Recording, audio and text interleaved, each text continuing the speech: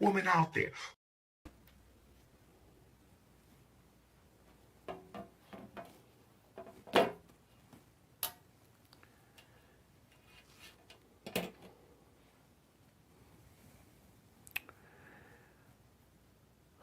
I want to apologize for being late. I had to meet with the HVAC specialist, Jose, to see if we can't get this HVAC going on because it's getting hot out here and I just can't. You know, sometimes life can be very hard and you may have an idea or a dream of opening up a school. But maybe you collected 100,000, 200, 400,000, 500, $1 million, $2 million, $2.5 million, up to $3 million if for free. You done collected the money, but you can't make the school happen. But when I turn and look around off my back, what I say, that but an ugly ass trap. Excuse me, I'm sorry. I'm dealing with that. I've been getting over this COVID. I apologize.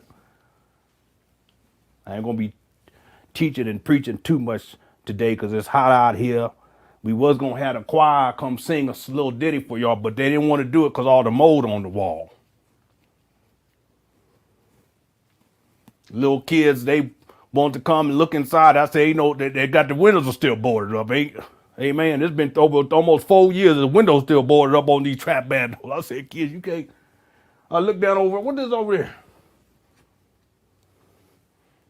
there? We got weaponry all up. What is this over?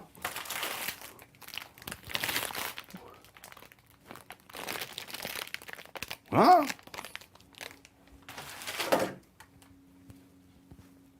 Look. Look. Oh, Lord Jesus. Amen. See, now is the time for Umar Johnson to come clean. See, the Lord been waiting on you. Say, listen, I done forgive. We won't forgive you. We forgive you, Umar. The Cookie Crush chat forgive you. All them boys that was 10 years old, now they about 70. Excuse me, that COVID. They forgive you too. All them single mamas you done ran through and took their money and took their cookie. Talking about you gonna open up a school for black boys. It's been 13 years. They'll forgive you too. See, that's one thing we say about our people. We are very forgiving people, very generous people. We love to give. We'll give and give and give and give some more and some more and some more. But we also know how to forgive. We do have a musical selection for you all at this time. Amazing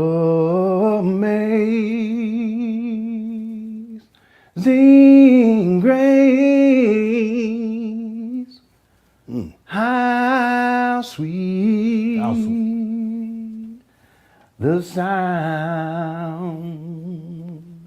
that saved a wretch. FDMG. Amen. I once was lost, but now I'm found. Run them donations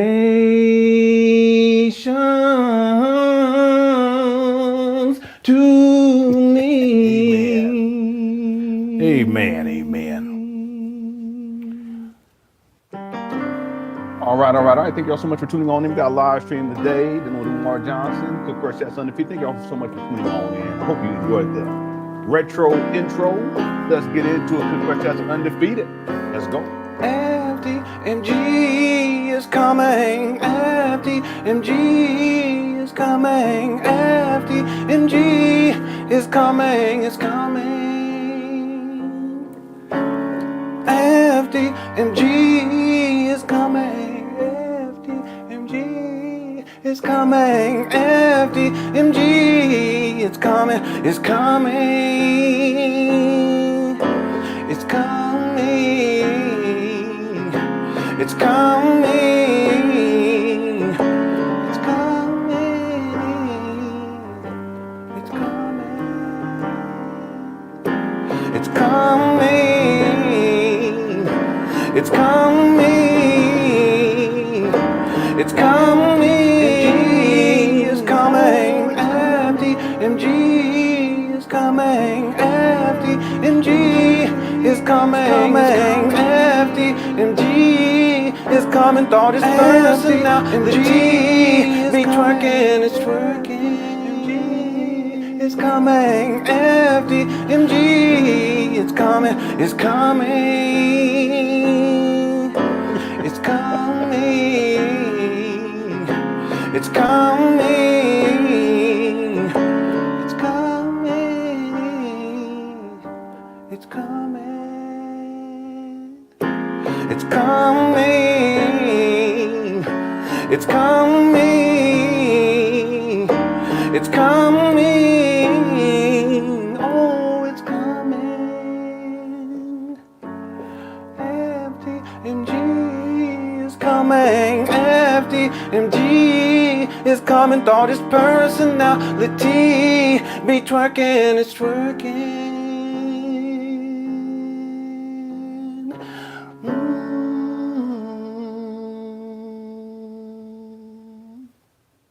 Yes, indeed.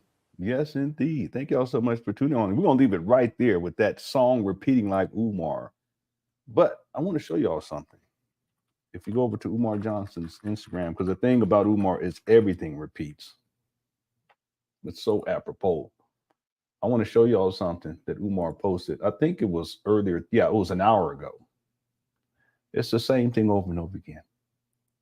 Let me do a screen share and share this with you guys. And then we'll get into the show. We're going to have a shorter show today. We got one video to look at, and we're going to get right on into it. Thank y'all so much for tuning on in. Here's a screen share for y'all. This was posted to Umar's Instagram page about an hour ago. And it's, again, it just repeats. Everything just overlaps. It's the same thing over and over again. Look at this. FDMG Academy, Dr. Umar School for Boys, choosing FDMG floor tiles. Where have we heard this before? It's the same thing over and over again. Choosing FDMG floor tiles. And then, of course, he asked for money. CashApp me, PayPal me, etc. Well, this is no different than when Umar was asking for paint ideas. What colors should we paint? And he's done that many times over the years. Hit the one. Everything is just, it's repetition. And people buy into it and they fall for it every single time. I remember the first time that Umar Johnson was talking about paint days. He was talking about, he got out these swatches and he was showing these swatches, and behind him, I could pull up the receipt. There was this paint truck, you know, like a truck that professional, they come to paint. And ultimately, Umar never used professionals. He used his loyal donors, and they used paint that was inside of the school, that had been sitting inside the school for about 6 years prior to Umar purchasing them in February of 2019. But he gives us illusion. And and I remember people were really excited about that. He's actually done that twice with the swatches. And he just repeats the same thing. And here we are now with these FDMG Academy floor tiles. And now he's choosing, I guess, the color scheme of the floor tiles. These are samples, just like the swatches were samples. It's the same thing over and over and over again. I know, and who's going to use these colors for, I mean, the sensory overload that's going to take place for these kids, it's going to be incredible. The paint is colors, the walls are colored, all different colors, it's all over the place. And then he's going to put tile downs with what I don't know what he's going to do. Is it going to mix and match them? I have no idea. It's utterly ridiculous. Now, they emailed me. I can't remember who it was, but thank you for emailing this. I think it was James. James made an important point. He says, I wonder how long after he posts these tiles, this tile meme on his Instagram, how long is it going to take for him before he actually puts tile down? Because if you remember with the paint days, many years ago, he showed the paint swatches, but it took a couple of years before he actually started painting. But what does this do? What is these images like this? It's the same thing over again. It's rinse and repeat with this guy. It gives the illusion of progress, and people buy it. Some Umar Johnson followers, at least, they buy into it every single time. And there are people who are going to send more money to Umar simply because he posts this foolishness. Okay? It's all a moot point before we get into the video for today, because ultimately the school will not be accredited. Umar has admitted this, so that if there is a graduating class at any point in the near future or in the distant future, the diploma will be meaningless in the real world. So it's just a scam. It's as simple as that. All right, let's get into the video for today. Some of you guys may be aware of the situation that took place with Shannon Sharpe. Shannon Sharpe accidentally, some people believe that it wasn't an accident, but accidentally, allegedly, live streamed himself having sexual intercourse, but you can only hear audio of what was taking place. I haven't listened to it. I don't care to listen to it, but it went semi-viral and got a lot of views. So Umar decides that he's going to comment on this particular video, and that's what we're going to get into today. I hope you guys are doing well. Everyone in Quick Fresh Chat, thank you so much for being here. I appreciate your presence. I hope you guys have checked out yesterday's live stream. We had a classic. Excuse me. I think it's about. Excuse me. I think it's got about 15,000 views already. So it's getting close to getting up there to 20. And then I also posted a couple of things on my community tab. If you have some time, check that out. We're at 17,000 views from yesterday, so that's great. And that we covered Spencer Cornelius' video on Umar Johnson, and that video is over 100,000 views already in like a day. So that's absolutely great. The more exposure Umar gets in terms of the scamming and scheming, the better, in my opinion. All right. How's it going, Black Anonymous? Thank you for being here. And Alicia's in the building as well. And Bibbidi Bobbidi is in the building as well. Thank you so much. Triple C's. Yeah, Quick Fresh has undefeated. Thanks for being here, Shan. And Dion is in the building as well. K Diggity, K Diggy, etc. And Chris. Thank you so much for tuning on in. Okay, let's get right on into it, because I want to have a short show. I'm going to pull up the video. This video is actually from 6 days ago, and I haven't watched it. We're going to get right on into it, and I'll give you my reaction, as it were. How's it going, Mixer Monica? Thanks for tuning on in. Here we go. Peace and Pan Africanism, peace and Pan Africanism. Peace and Pan Africanism, peace and Pan Africanism. Peace and Pan Africanism, peace and Pan Africanism. This is your big brother, Dr. Umar Ifatunde Oguntade. Again, sweating inside the car. These car chronicles are incredible. Car chronicles. And you just be sweating. You don't want to turn on the air conditioning. Here we go. This is going to be my third and final time attempting to deliver. Yeah, he does. Bless up, Kev. My lesson today on black male-female relationships. My two previous attempts to deliver this message were interrupted by my iPhone overheating due to the strength of my message. My iPhone overheated twice under the Leo sun while attempting to deliver this message, so I'm going to try to do it one more time. Okay. My dear African brothers, I'm going to start with you. Our relationships are failing because we are not giving our women VIP treatment. Our relationships are... Okay. Does Umar have a woman? Quick Crush Chat. Is he in a committed relationship? Cookie Crush Chat. How can he speak about VIP treatment when he doesn't even, he's not even in a committed relationship, and he's running through these black women and sexually exploiting him? He has some nerve. He really does. He doesn't have a woman. He's not married. He's not in a committed relationship. And all of my research, and I've been digging deep lately. In fact, I finished a script to the first, I'm just going to call it first chapter, and it's the origins, where I talk about Umar's upbringing. And in all of my research into Umar,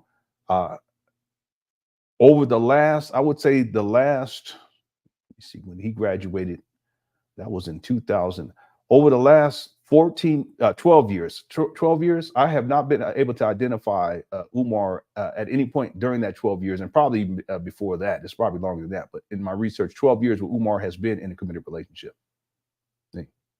But he has everything to say about male-female relationships and other kind of relationships too. But the truth is that he's not committed to a woman, has not been based on my research, over 12 years. Okay. And in the meantime, what he's doing is he's sexually exploiting all these black women under the guise of opening up a school for black boys. It's predatory. He has some nerve. Iceman Fam says iPhone probably won't overheat if he was sitting. Well, yeah, but that's it. He don't have no office. His car has a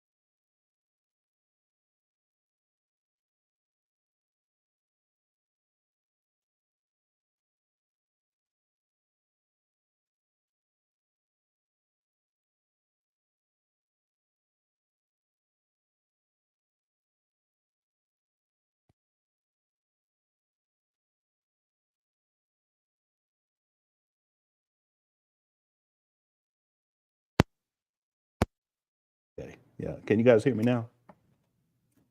Yeah, my receiver's acted up. See if you guys can hear me. Yeah, can you hear me now? Let me know. At least I caught it quickly. Normally I'll be waiting for like 5 minutes. 5 minutes later, I'm like, oh, okay. Okay, how's it going, Onyx? Hope you're doing all right. Thanks for tuning on in. Princess Tiana and Ed. Yeah, okay, it's corrected now. Thank you so much. How's it going, Sequoia? Superhero School and Mr. Mortal TV and Eastby's in the building as well. Thank you all so much for being here. I appreciate it. So what I was saying before my mic went out was that I don't know, when was the first Hidden Colors? Was it 2006? Let me see. Hidden Colors 1. Let's see. It was 2000. I'm sorry, I was 2012. I think 2012. But let's see. Hidden Colors is a series of documentary films directed by Tariq Nasheed and released between 2011. Okay, 2011. So the first Hidden Colors was in 2011, and that's 13 years ago. But what Tariq Nasheed had said when Umar was having a beef with him, he was explaining how when they first went to go record Umar, that they thought that they would be recording him in an office because they went to him. But ultimately, Umar was like in a storage unit. And see, it's been that way at least since 2011. He hasn't had an office or anything like that. And then when he can, he lives with his mom. But for him to be in that position, going all the way back to 2011, and I haven't seen him in all my research actually have an office space, but at least starting in 2011, for him to get up here and try to tell people as if he's an authority what they should be doing in male relationships, it's absolutely ridiculous. Okay. Thanks, Iceman Vamp. Yeah, he don't have no office. His vehicle, his rental car is his office. Let's keep going. Thank you so much for the super chat, Iceman Vamp. I appreciate it as always. Here we go. Failing because we do not give our women VIP treatment. What is VIP treatment?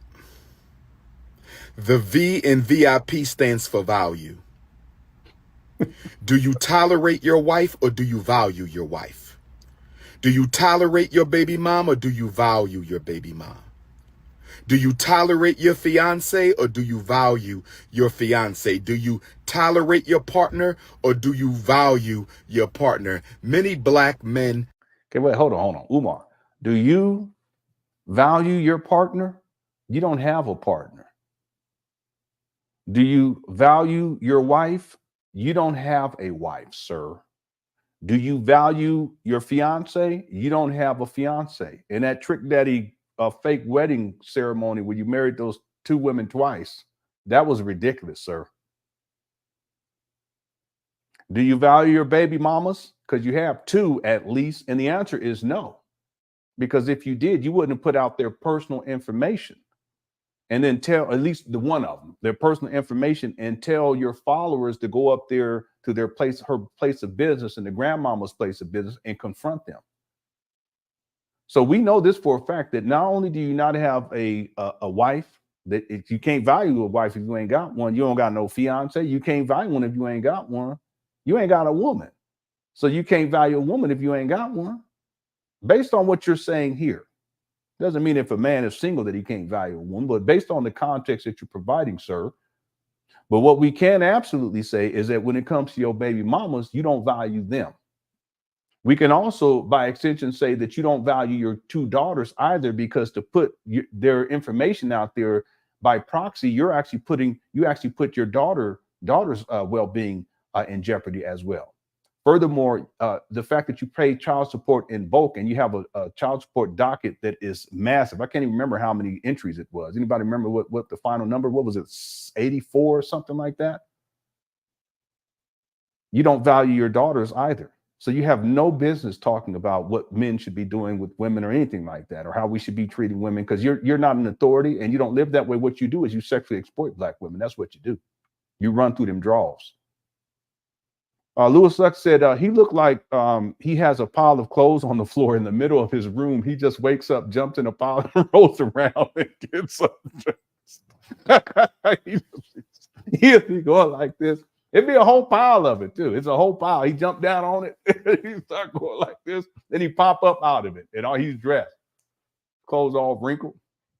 Matter of fact, Lewis Lux, I don't know if it was this video, but I kid you not. There's a video where Umar is in the car doing one of these live streams, and you look in the back, and he has like clothes hanging up on the little handle up on the thing. He has, you know, clothes hanging up.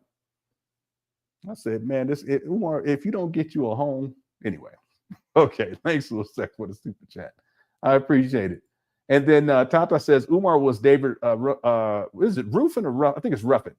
Umar in the hidden colors. Yeah, he was. That's what Tariq, he called him. He's like, there's always a David Ruffin. You know, they think that they're the head of everything and that they're the one. Because Umar said it, Tata, you probably remember. He said that he's the one that made Hidden Colors pop. I mean, there's a lot of people in Hidden Colors. There was Dr. Phil Valentine. There was Dr. Frances Cress Welsing. What was that lady's name? I can't remember her name. Ali, not Zaz Ali, but the other lady. She goes way back. She's actually still somewhat active. But the point is that Umar, he felt like he was the one that made it all pop. He actually said that. Yeah. He's the David Ruffin of Hidden Colors. Yeah, all the way down to sniffing and blinking. All right, thanks, Tata. And thanks, Louis Luck, as well. This actually reminds me of when Umar flipped his phone and you saw all the filth all over the place in that room. Who knows if he actually had a place where he kept his clothes? I wonder what that must have looked like. You know, there's no telling. I don't even want to imagine, actually. That's crazy. Okay, let's continue. Here we go. Tolerate their women. You tolerate them, but Shahar, I think it's Shahrazad Ali. Because I think I read one of her books when I was in my Black Conscious days, and when I was in college the first time. She had a book that I read way back then. You don't value them. The road to value is paved with random acts of kindness. When is the last time your queen was blessed with a random act of kindness? Umar, you're such a bullshitter. Umar, when's the last time you committed any random act of kindness? When's the last time? I was thinking about this day because I'm working on this documentary, and I finished the first chapter. I think it's finished because I think I want to break it up how I have it broken up. The first part is really his early life, and it's setting the stage. And I mainly focus on, it's not even mainly focus, but I spend quite a bit of time on his father because that leads into Umar being shipped away. Okay, so I'm not quite yet to the point where he's actually shipped away, and then I break down what that's the military school was, where he was the boarding school that he was shipped to. I haven't gotten to that point quite yet, but I do reference it earlier on in the manuscript. But the idea for me is just to set the foundation by talking about Jamal Johnson a bit, and then relaying that over to once he gets to Umar gets to a certain age, around 8th grade, that he's shipped away. And so I'm not quite there yet, but I do reference the military academy that he went to. But the point that I want to get to is that I'm thinking that I may actually expand that a little bit further, that particular chapter, to kind of get up to when Umar goes to college, or I may wait. Anyway, getting sidetracked as I always do. I was going to make a point. What did Umar say? Hold on one second. From her king. Yeah. Random acts of kindness. The reason why I brought this up, this is how my mind works, is because in all of my research, I can't remember a time where Umar actually did something for someone else. You know, just out of the kindness of his heart. Now, am I saying that he's never done that? That's not what I'm saying. But in terms of being recorded, I've never seen him in all the stuff that I've viewed where it was a random act of kindness. Now, understand that a random act of kindness means that you're going to do something not expecting anything in return, and you're doing it out of the kindness of your heart, no strings attached, which is quite different than doing something because you have an ulterior motive, like you want to get closer to these women so you can crush their cookies. See, so even if Umar says, I'm going to go and I'm going to speak for free, there's always this looming issue of Umar going to speak, but that ultimately he has an agenda, which is to find some black woman to sexually exploit. Okay, that's not a random act of kindness. See, I've never seen it with Umar. I even remember one time, and I don't have the video. I may run into it as I continue with this research, but I haven't been able to locate the video. Umar was in Los Angeles, and I'm from Southern California. I'm from San Diego. I spent quite a bit of time in Los Angeles.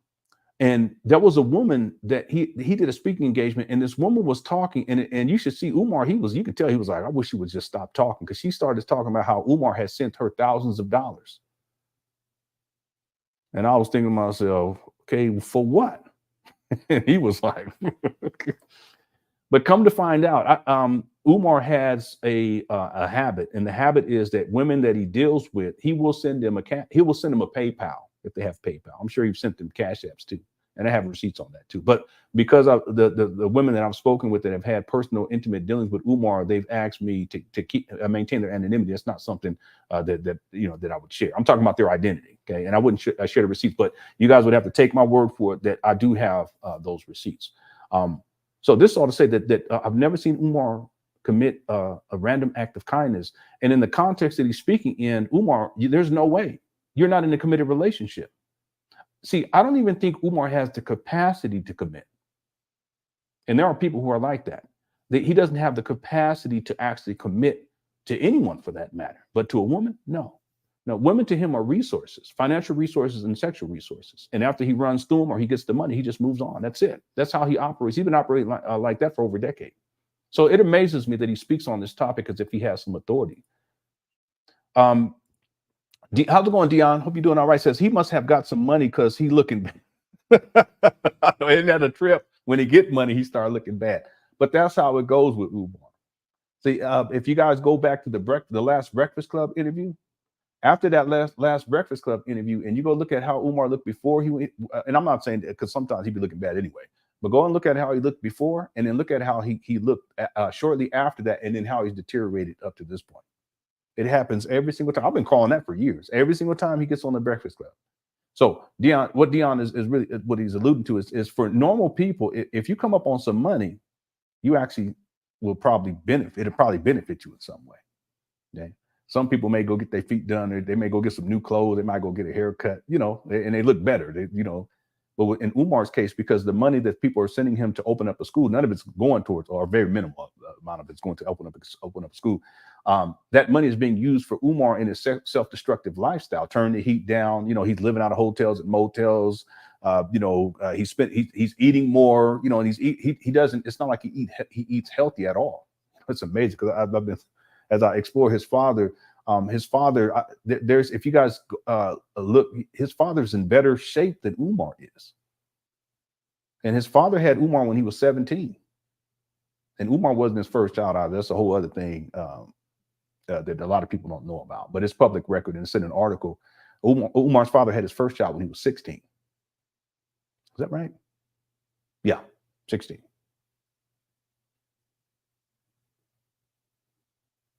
If memory serves me correctly, okay. I mean, I can look it up. I have it inside my notes.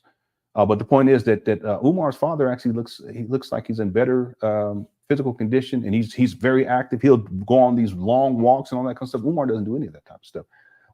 Not to get sidetracked real quick, I just want to, because the looking bad part of this, as I've looked deeper into Jamal Johnson, there are some things that he definitely should be honored for, and I'll address those in the documentary. It's not about him, but it sets the stage for what, when we get into Umar, and then so people can understand why it is that Umar is the way that he is, and the types of experiences that Umar had in his early childhood. But as I've looked into Jamal Johnson, you know what? He's more of a community leader than Umar is. Did you guys know that? He's more active. He's more grassroots. Umar's not grassroots. It's not like he's dealing with any organizations, or he has feet on the ground and he's actually doing stuff in the community in Philadelphia. But Jamal Johnson, he's actually, for quite some time now, and I do give him credit for that in the documentary, for quite some time now, he's been putting in that type of work, as opposed to Umar, where he's live streaming. It's more of a convenience. I'll live stream in the car. I'll live stream inside of a hotel room. I'll be laying down in bed. I just woke up. I ain't take no shower. I don't take care of myself or nothing like that. At least I can say about, and it's admirable that Jamal Johnson, he actually puts in work, and he has for quite some time. There's a whole backstory to that as to why he got into that, because he was going to retire, but he has a grandchild that was shot in the leg. And so as he talks about what he calls, SKU, Stop Killing Us, it's really the experience of having a grandchild shot in the leg, and all the violence that takes place in Philadelphia, and then him taking the mantle and putting feet on the ground, literally. And I know I've been critical of him, but as I researched him more, he definitely deserves some credit, as opposed to Umar. Umar, he's he's a lazy ass. I've never seen anyone that lazy in my life. See, and so part of what I'm getting at, to go back to Dion, then we'll get back to it, is that even in terms of Umar, when he comes up on money, it's not like it benefits him. Part of it is the laziness, part of it is the laziness, and any money that he gets, it's going to go towards him fulfilling his lifestyle, which is not only lazy, but it's self-destructive. And that's why Umar never gets anything done. That's why the school is not even close to being opened. See, that's why even to this day, Umar doesn't have a business plan. I don't mean a rant. He doesn't have a budget, like an idea about what type of budget he's going to need for operations if he ever gets to that point. See, he's lazy. And the money that he gets, ultimately, he starts looking worse and worse because he uses that money to self-destruct, turning of the heat down in particular. Okay. It's amazing. As I'm looking into Umar's father, I said, wait a minute, this guy, compared to Umar, this guy actually does stuff. The difference is Umar has the internet. Umar, he can speak, right? He has that mouthpiece, but he has the internet too. And so that and he also very polarizing, and it puts him in a position to reach more people. But if you guys look at it in terms of receipts, what has Umar done that's tangible and real versus what Jamal Johnson has done that's tangible and real? Jamal Johnson, he far outclasses Umar. And I'll outline it inside the documentary. I think that's an important point to make. Okay? And I've been an open critic of Jamal Johnson too. He's been a critic of mine in the past. He's actually been a critic of Umar too. And my main criticism of him deals with the fact that he lied about being related to Frederick Douglass. They're not related. In fact, I promise I'm gonna get back to it. In fact, I have to do further research because the Bailey family, I believe, someone correct me if I'm wrong, Black and Honest, you would know, it was the Bailey family, right, that came out and said that Umar was not related to them. Or was it Frederick Douglass's family? Okay, and then there's a Bailey line that comes down, okay, but that has to do with a supposed cousin of Frederick Douglass, if memory serves me correctly. Anyway, that's some stuff in terms of my research that I'm going to have to iron out as I work through this documentary. Thanks so much, Dion. The arrogant pupil says Umar has a long forehead. He does. I have a big head myself. I'm not gonna deny that. I'm not gonna argue the point. Okay, but Umar, he got a big head. We used to say stuff like your forehead's so big, it's like you can land a plane on that bad boy. That's what we used to talk like that when we was kids. Thanks, arrogant people, for the super chat. I appreciate it. And thanks, Dion, as well. Mr. Converse says, they got the diddler ditty. Now we need the scammer, the cookie crushing scammer. Umar, no damn Dr. Johnson, a.k.a. Jermaine Shoemake. Yeah. I found another A-list that Umar uses too, by the way. Okay, I can pull it up, but we're going to keep going. But I found another A-list. I was actually shocked. I couldn't believe it. I said, this guy, he's insane. Yeah, but they got Diddy, and Diddy's in some serious trouble. He's gonna serve time because the feds, they don't put stuff together unless they got a extremely strong case.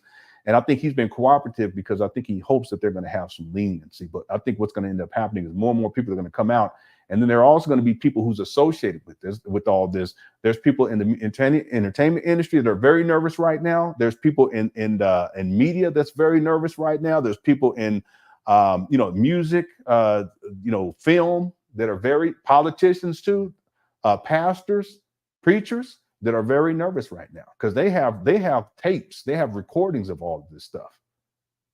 And I'm sure that there are people who were involved, and some of those people are well-known people, celebrities.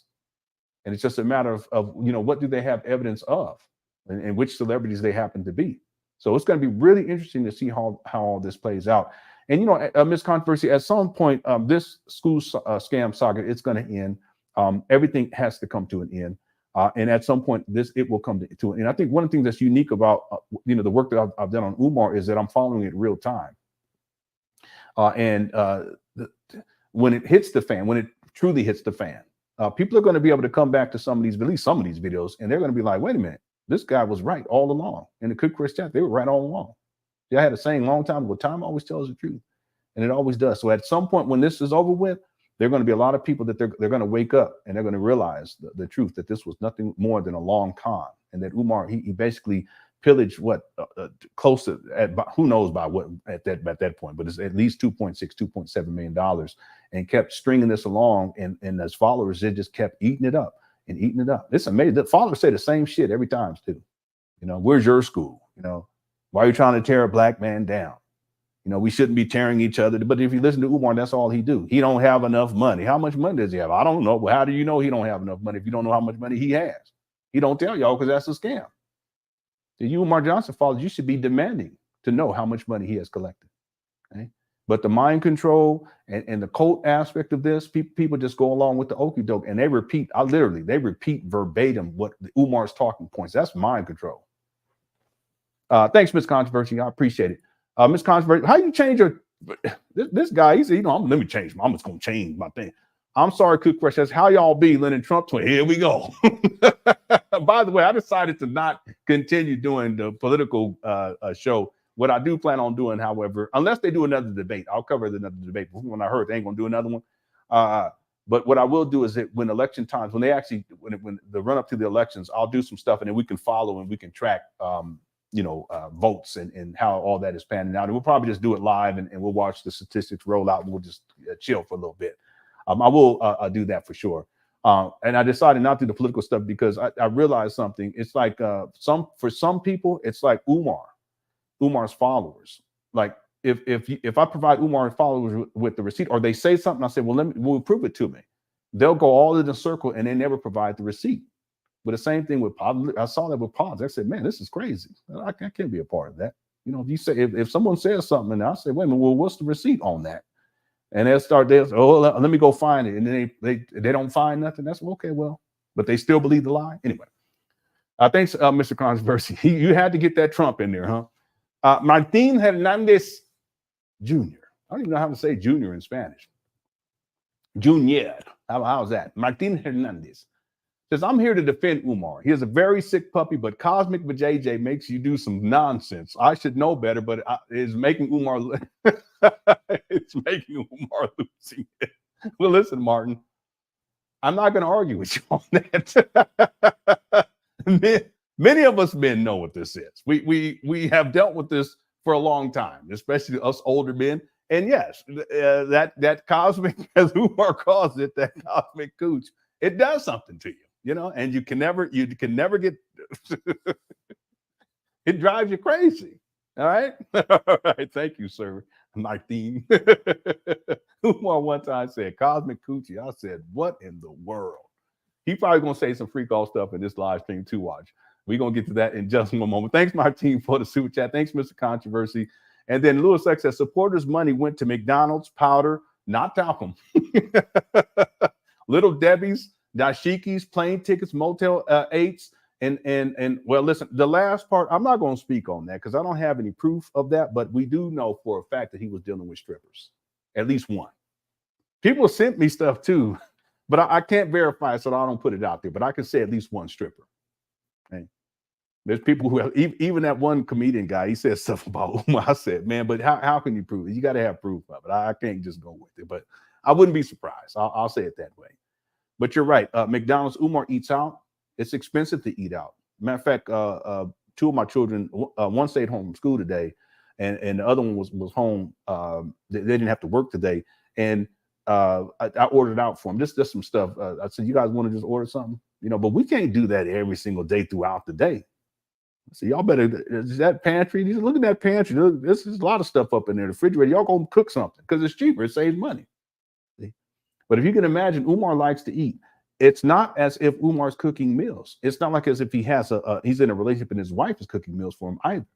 So every single day, and Umar is gluttonous, every single day he's eating out. That's very expensive. And who's paying for that? You donors are paying for that. That's money that's supposed to be going towards opening up a school for Black boys. Okay?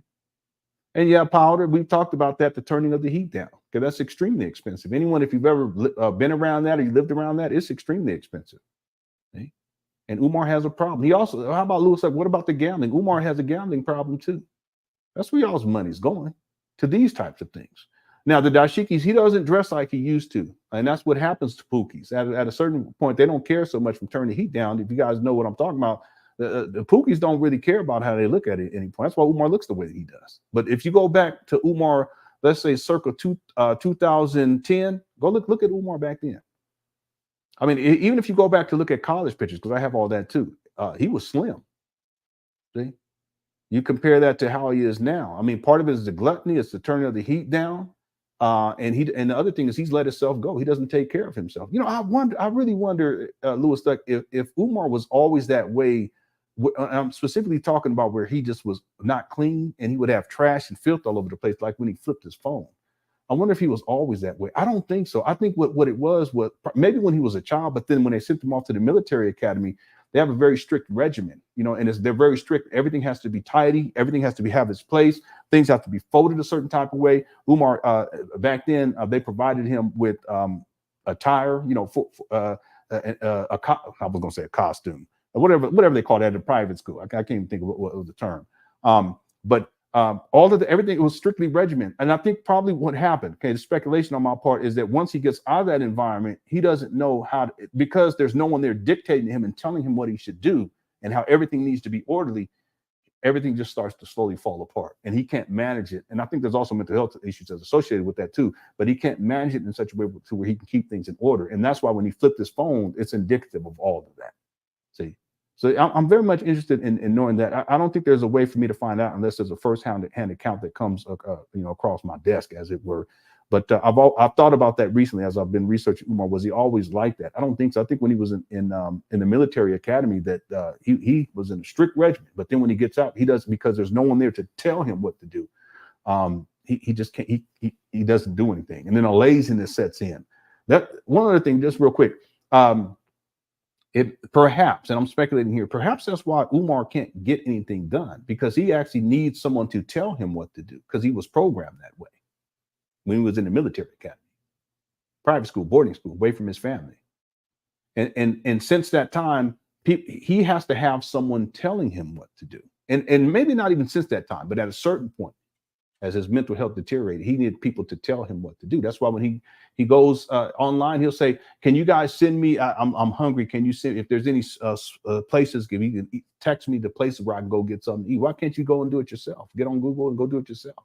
He needs someone to tell him what to do. See, very interesting stuff. Man. Yeah, and then plane tickets, of course, that's expensive. He travels all over the world. People think that he's getting paid to do all the speaking engagements. No, these days he'll say there's no tickets. It's free. Well, that's because if they're not charging at the door, I mean, he ain't making a gang of money, not like he used to. I should pull up this picture and just give you guys. Let me do that, and then we're gonna get back to it. Thanks, Louis, for super chat. Let me pull up this picture because I want to show you guys what I mean. I've talked about this a lot. How Umar, it's not the same in his heyday. The type of audience and audiences that he was able to demand, it was incredible. But these days, it's just not the case, you know. Let me just, I'm going to give you guys, there's plenty of examples, but I'm going to give you one example, and then we'll get back to the video. I'm going to hush my mouth. Let me pull this up right quick.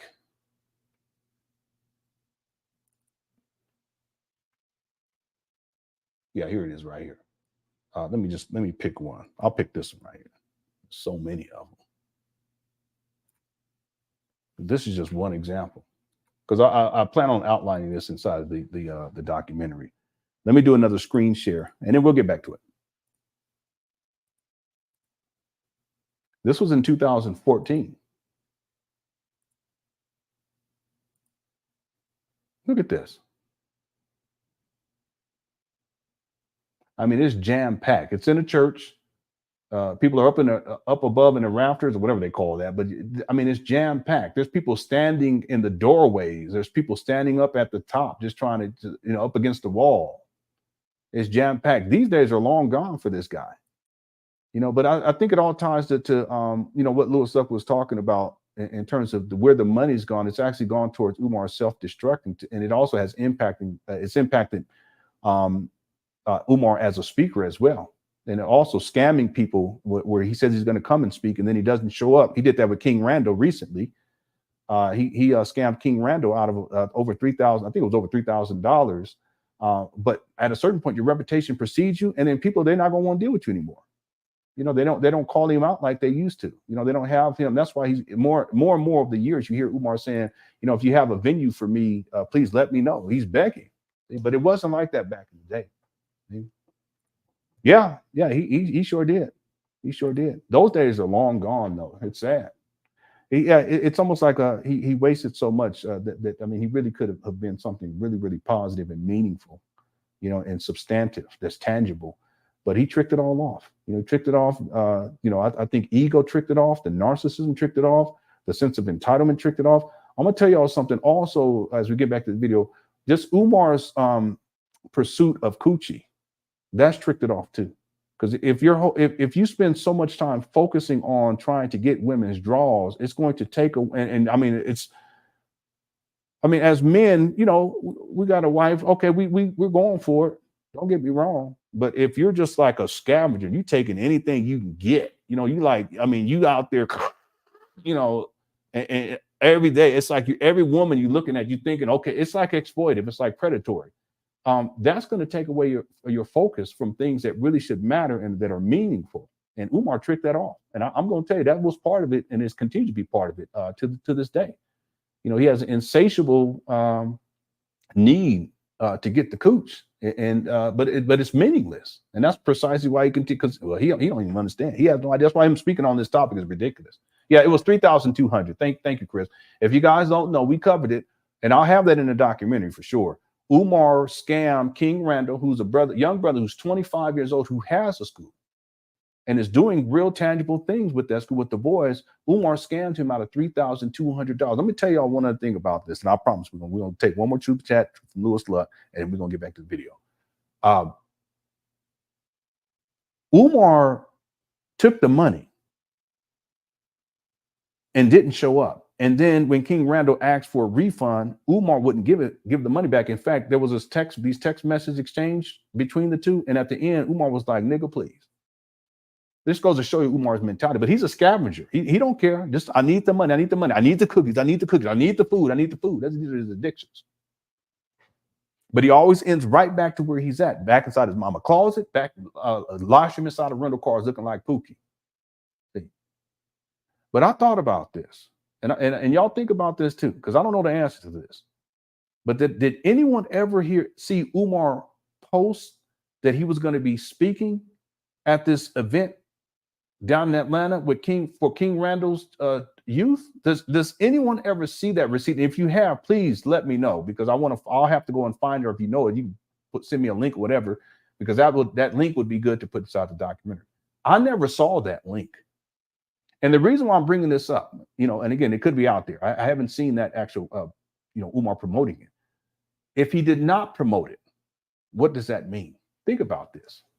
And he may very well have. Okay, if you have it, please send it to me. But if he didn't promote it to his audience, what that means is that Umar already knew that he wasn't going to maintain his commitment and do the right thing by showing up at an event that he was paid $3,200 to participate in. Think about that. Okay, now he may have promoted it. If anyone knows for sure, please let me know. And especially if you have a link, please email it to me, LenonHonor@yahoo.com, because that'll help me inside the documentary. Put it in the documentary. But if he did not, what it shows is that Umar already knew that he wasn't going to. That's why he didn't. I'm going to show up. Shit, give me the money. I'm not going to promote it. Just give me the money. Why am I going to promote it? Because I know I ain't going to go down there.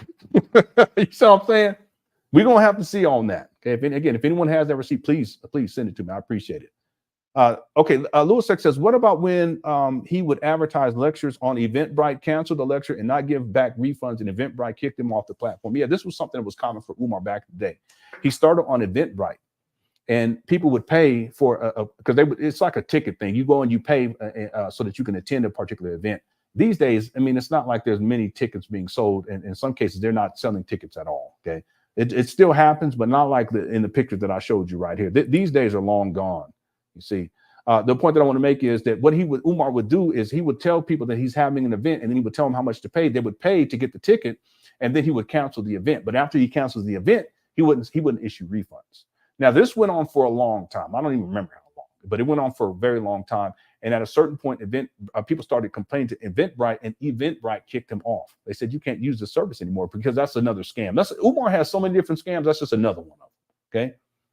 Shockumentary scam. That's another one. The Book of Romance. That's another. The school scam is another one. The St. Paul school scam, the Detroit school scam. It just goes on and on and on.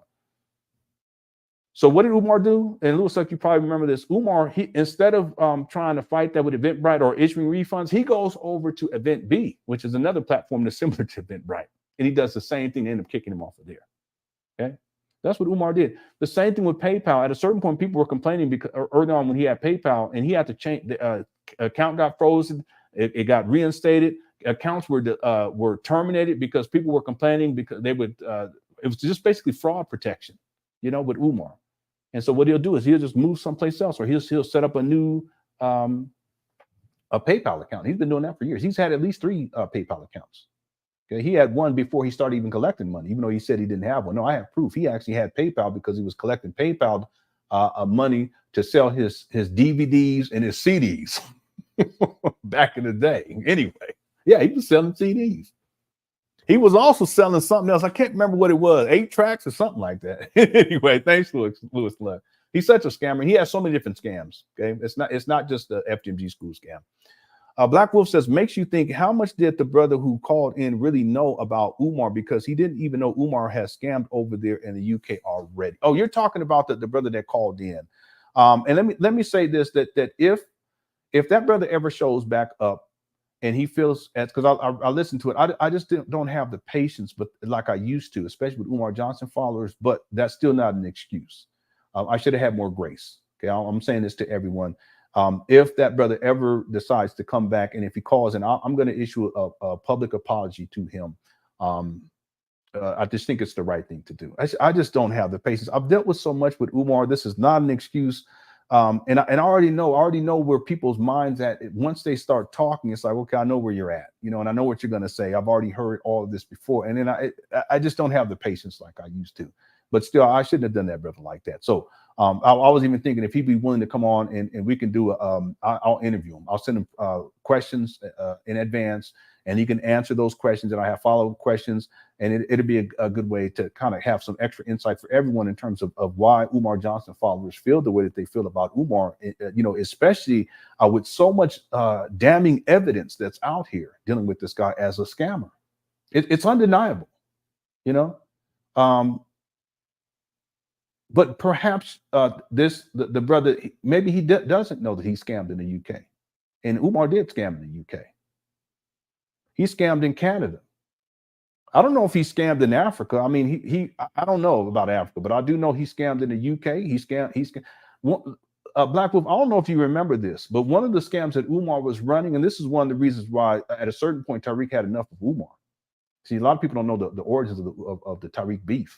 It's not even a Tariq beef. It's Umar and his gluttony. It's Umar wanting all this credit. You know, it's like Wag the dog. You know, I want credit. I want credit. He wants to be, you know, the HNIC. And I have it on record. Umar says that Hidden Colors. He says we made that. That's ours. No. That's Tariq's. What are you talking about? But see what Umar was doing over in the UK, and I have this. It's incredible that he was doing this. He was setting up events in and around the first and second Hidden Colors, because it blew up big time. People over in the UK were watching that stuff. And a lot of people in the UK, a lot of people all over the world, they learned about Umar through the Hidden Colors. He don't want to admit that, but it's the truth. Okay, I know that for a fact. My research shows that. Okay, Umar Hidden Colors blew up, and what Umar was doing was that he was scheduling lectures not to talk about the school to prison pipeline or to talk about special education or to talk about any of this stuff. What was he scheduling over there, Black Wolf? He was scheduling these premieres and reviews of Hidden Colors as if it was his own intellectual property. That's a scam. And one of the reasons why he got mad at Tariq was because he wanted Tariq to send him copies of Hidden Colors so that he can take over when he does this, like it's his intellectual property. When he schedules these events over in the UK, when he goes over there, he'll have copies to sell so he can make even more money. No, that's not, those are one-offs. The way that those work is that the producer, he will pay you a certain amount of money to participate, and that's it. It'll be in the contract. It's called a work for hire. I know what I'm talking about. And it's not like you get residuals. Now, you can do that. There are instances where that can happen, but Tariq Nasheed, whatever people may feel, he's not my cup of tea. But whatever you may feel about him, he's a shrewd businessman. He knows business. So I highly doubt he says, you know, okay, we're going to make sure that you get residuals, and I'll offer every DVD sale you get 5 cents. No, that's not what's going to happen. That's not what happened. But see, Umar, he wanted the money. He saw Tariq coming up. He saw Tariq, making more money. At a certain point, he moves his family into it got to be by this now. It's probably $2 million home because in that market out there in LA, that's expensive up over there. Okay, but Umar started getting jealous, and he wanted to get paid. He wanted some residual. That's why he kept taking shots at Tariq. I even have a video where Umar says, so someone brings up Tariq, and Umar takes a shot. This is a long time ago. He says, yeah, he better make a donation after what I did with the hidden colors. But see, Umar, he's a scammer. So he'll take someone else's intellectual property like he did with Dr. Not Maulana, Dr. Kwana Kunjufu's work. See, or even Dr. Amos Wilson's work, or even Dr. DeGroote, if I'm saying her name right. See, Umar used to say the post-traumatic slavery disease, but I may be getting it backwards. However, Dr. DeGroote phrases it, he used to use that. Now, I have that because I noticed that as I've been doing this older research. But what I think happened was Dr. DeGroote, because it's her intellectual property, that's copywritten stuff. She probably sent out a cease and desist and said, you can't use that because that's mine. And so he flipped it. He doesn't use it. He doesn't use that same phraseology. Let me see. Dr. DeGroote post. He's such a scammer. This brings up so much. The same thing with the Eventbrite. She called it the post-traumatic slave syndrome disorder. Okay, and if you go back to her, when Umar first started, he would repeat that verbatim, but then at a certain point he stopped. I think her team probably reached out to him and said, "No, that's my intellectual property. You can't do that because you can get sued for that." So Umar flipped it and he says post-traumatic slave disease. You guys go and check it out. That's what, even to this day, if he brings it up, he'll say it that way. But you go back to the older Umar. See, the point that I'm making is that he scammed all over the place. That's how he thinks. He's criminal minded in that way. And yeah, he scammed over in the UK when he was trying to get these DVDs, the hidden color DVDs, and try to present it as if it's his own work. And this is not even communicating with Tariq. This is something that he was just doing on his own. See? And Umar got mad. This is the last point. Umar got mad because Tariq wouldn't give him the DVDs, and Umar had already scheduled. And I remember Umar said something like, well, can we get a digital copy? No, you definitely don't do that. That's even worse. See, because you take the digital copy, you can just reproduce that over and over and over again. See, Umar, he's such a scammer. See, that's the origins of the Umar Johnson Tariq beef, and Tariq didn't say anything about it. Okay, because it was not good for business. He's trying to sell these DVDs. He's trying to sell this project. But Umar kept taking shots for years, and at a certain point, Tariq had enough, and he just put him on blast. Okay, and that video was crazy. I wonder if I'm going to have. I don't know if I'm going to have the Tariq thing beef in there. In the document, I should. It's just the language, maybe to go out even the SETI rant. Okay, thanks, Black Wolf. I appreciate it. Yeah, Umar, he's an international scammer. Don't get it twisted. Okay, let's get back. Did I get to everyone? Thank you all so much for all of the super chats. You guys have been very gracious, and I don't take it for granted. I always appreciate it. Okay, I know I say it all the time, but I truly do appreciate the support. Okay, let's go. Martin Hernandez, otra vez.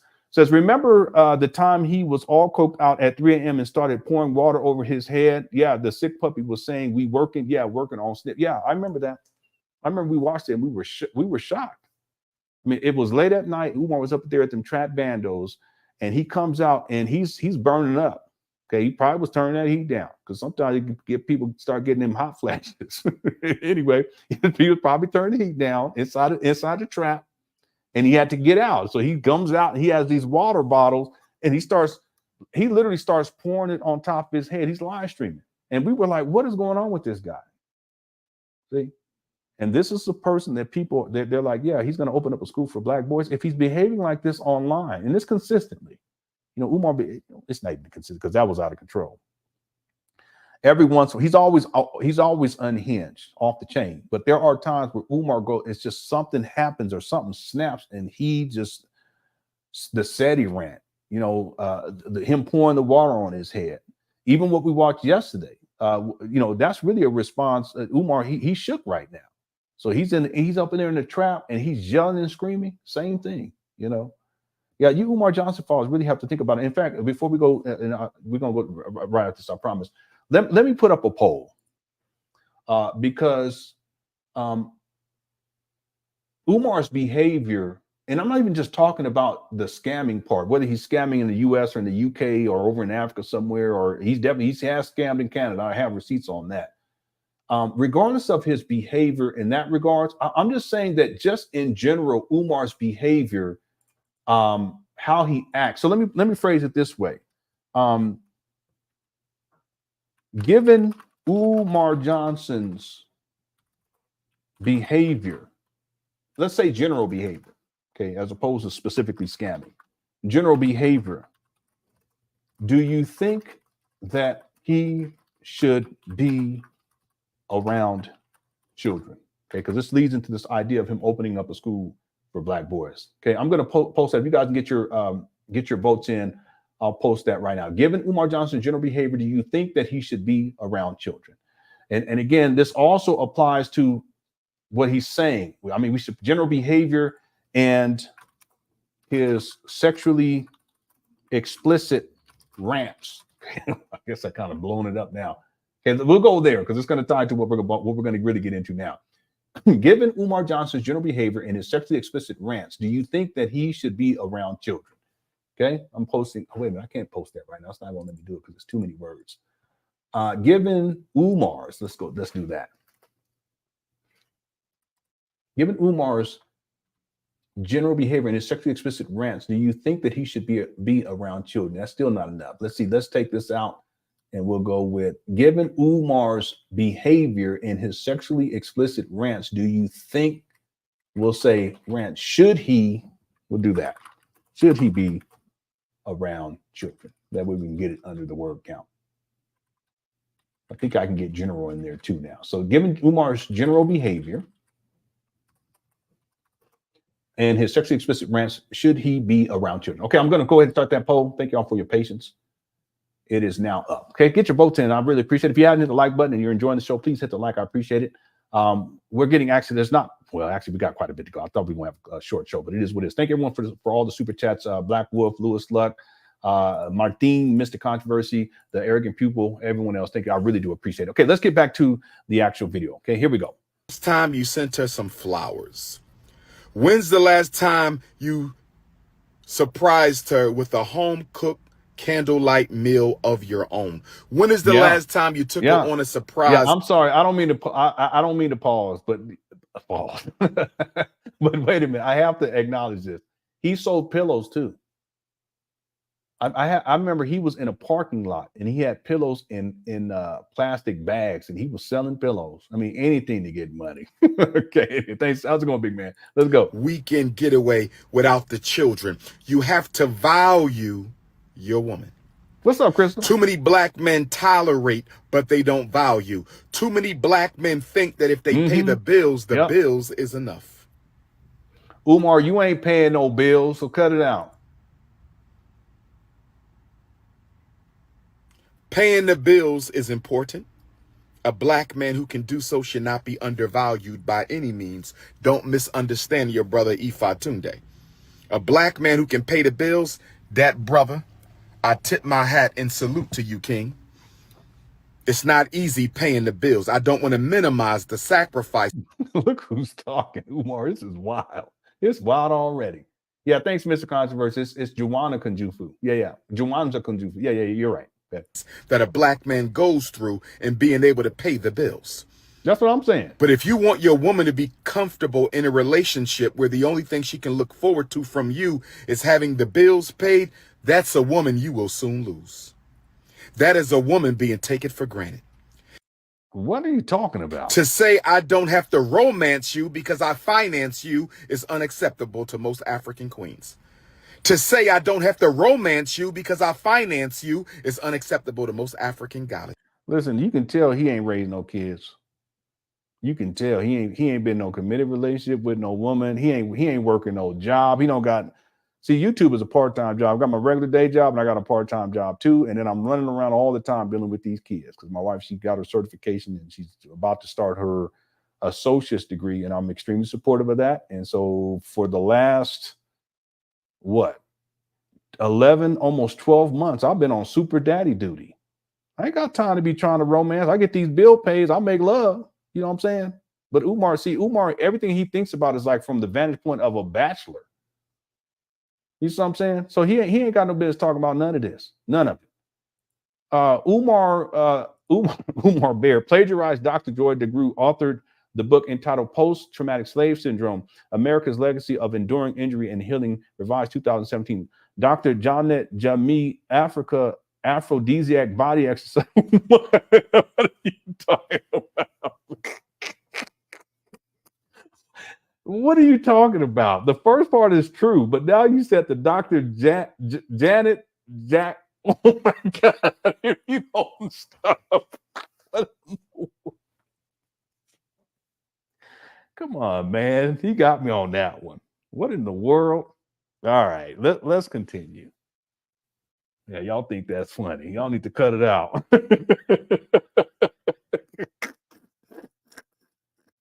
I said, what are you? Then the second time I said, wait a minute, what am I reading here? All right, I have to read his stuff before I actually put it up here from now, like I used to do. Listen, I have to review it before I actually say it, Okay. Thank you for the super chat, though. You crazy. Okay. All right. I was gonna do something. I don't forgot what I was gonna do. Let's get back to the video. Here we go. Boy, my goodness.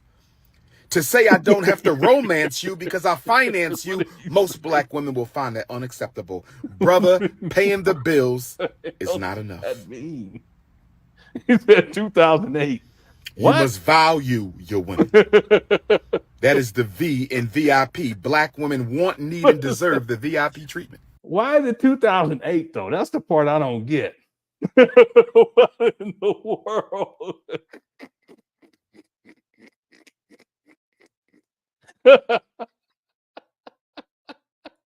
I know. I ain't gonna look it up. Let's keep going. Black women want, need, and deserve the VIP treatment. The V is for value. Do you value or do you tolerate?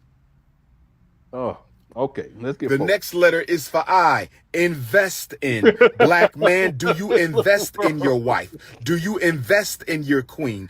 Do you invest in the mother of your children? Do you invest in your fiance? Look who's talking. Trying to start a new business. How are you supporting her? She's trying to get her health back in shape. How are you supporting her? She wants to spend more time with her aging father. How are you?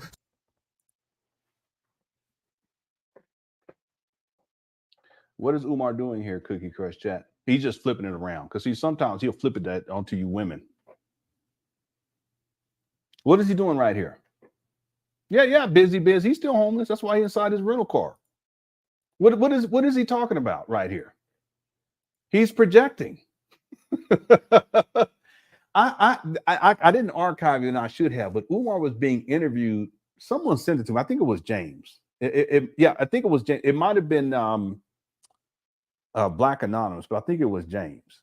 They sent me this thing where Umar was being interviewed, and they were asking Umar about relationships and him in marriage and stuff. And he says, well, when I find my queen, she has to, basically, I'm paraphrasing, she has to be willing to take care of my mother.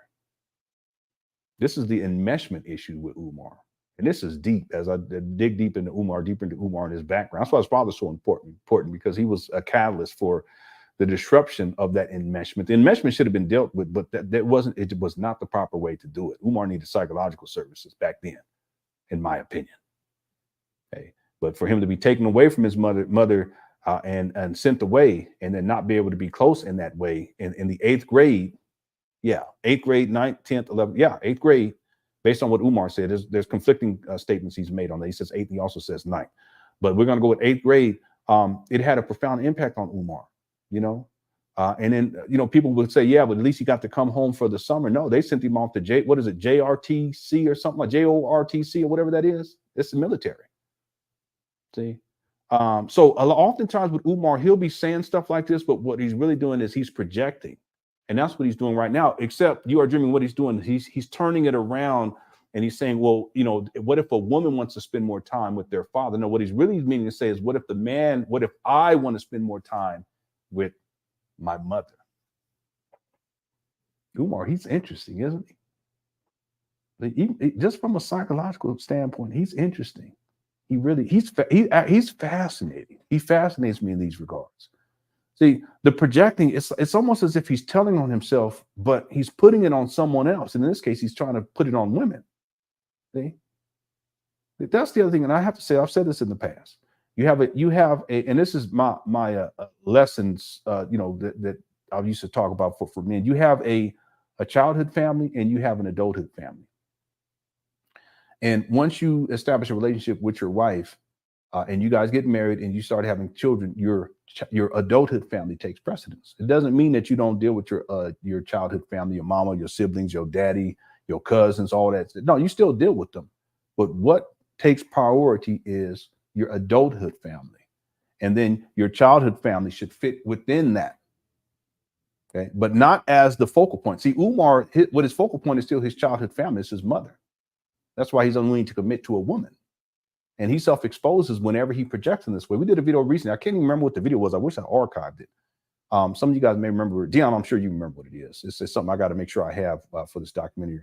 Where Umar, he's talking, but he's really just projecting. He's talking about himself, and he talks about he's basically talking about his mom and how she raised him a certain way, and he's just kind of spilling the beans, but he's doing it in a way where he's just projecting. He's kind of like he's distancing himself from the conversation, but he's really just talking. He's talking about himself.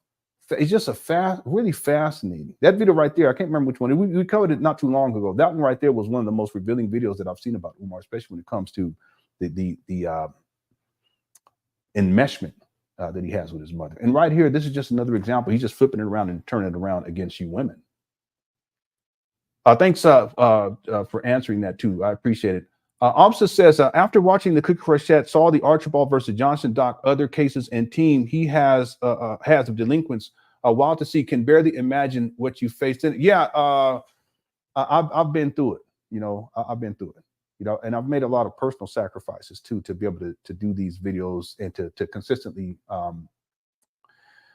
do my analysis and my critique of Umar. And it's not, I don't think it's being done like this consistently where it's in real time. Because we can go back to when Umar was talking about opening up a school. We can go back to when Umar said he was going to put in a bid. And then we can go back to when he acquired these trap banners in Wilmington, Delaware. It was in 2019, February. We can go back to the HVAC saga. We can go back to the blueprint saga. We can go back to Umar talking about sabotage and the white lawyer. And we can talk Umar talking about the Archdiocese of Chicago. I mean, it just goes on and on and on. And in real time recovery, consistently. And yeah, I've been through a lot. Especially with these Umar Johnson followers. It's amazing the types of things and the extent that they've gone through to attempt to dissuade me from covering Umar. But the truth is the truth. And, I'm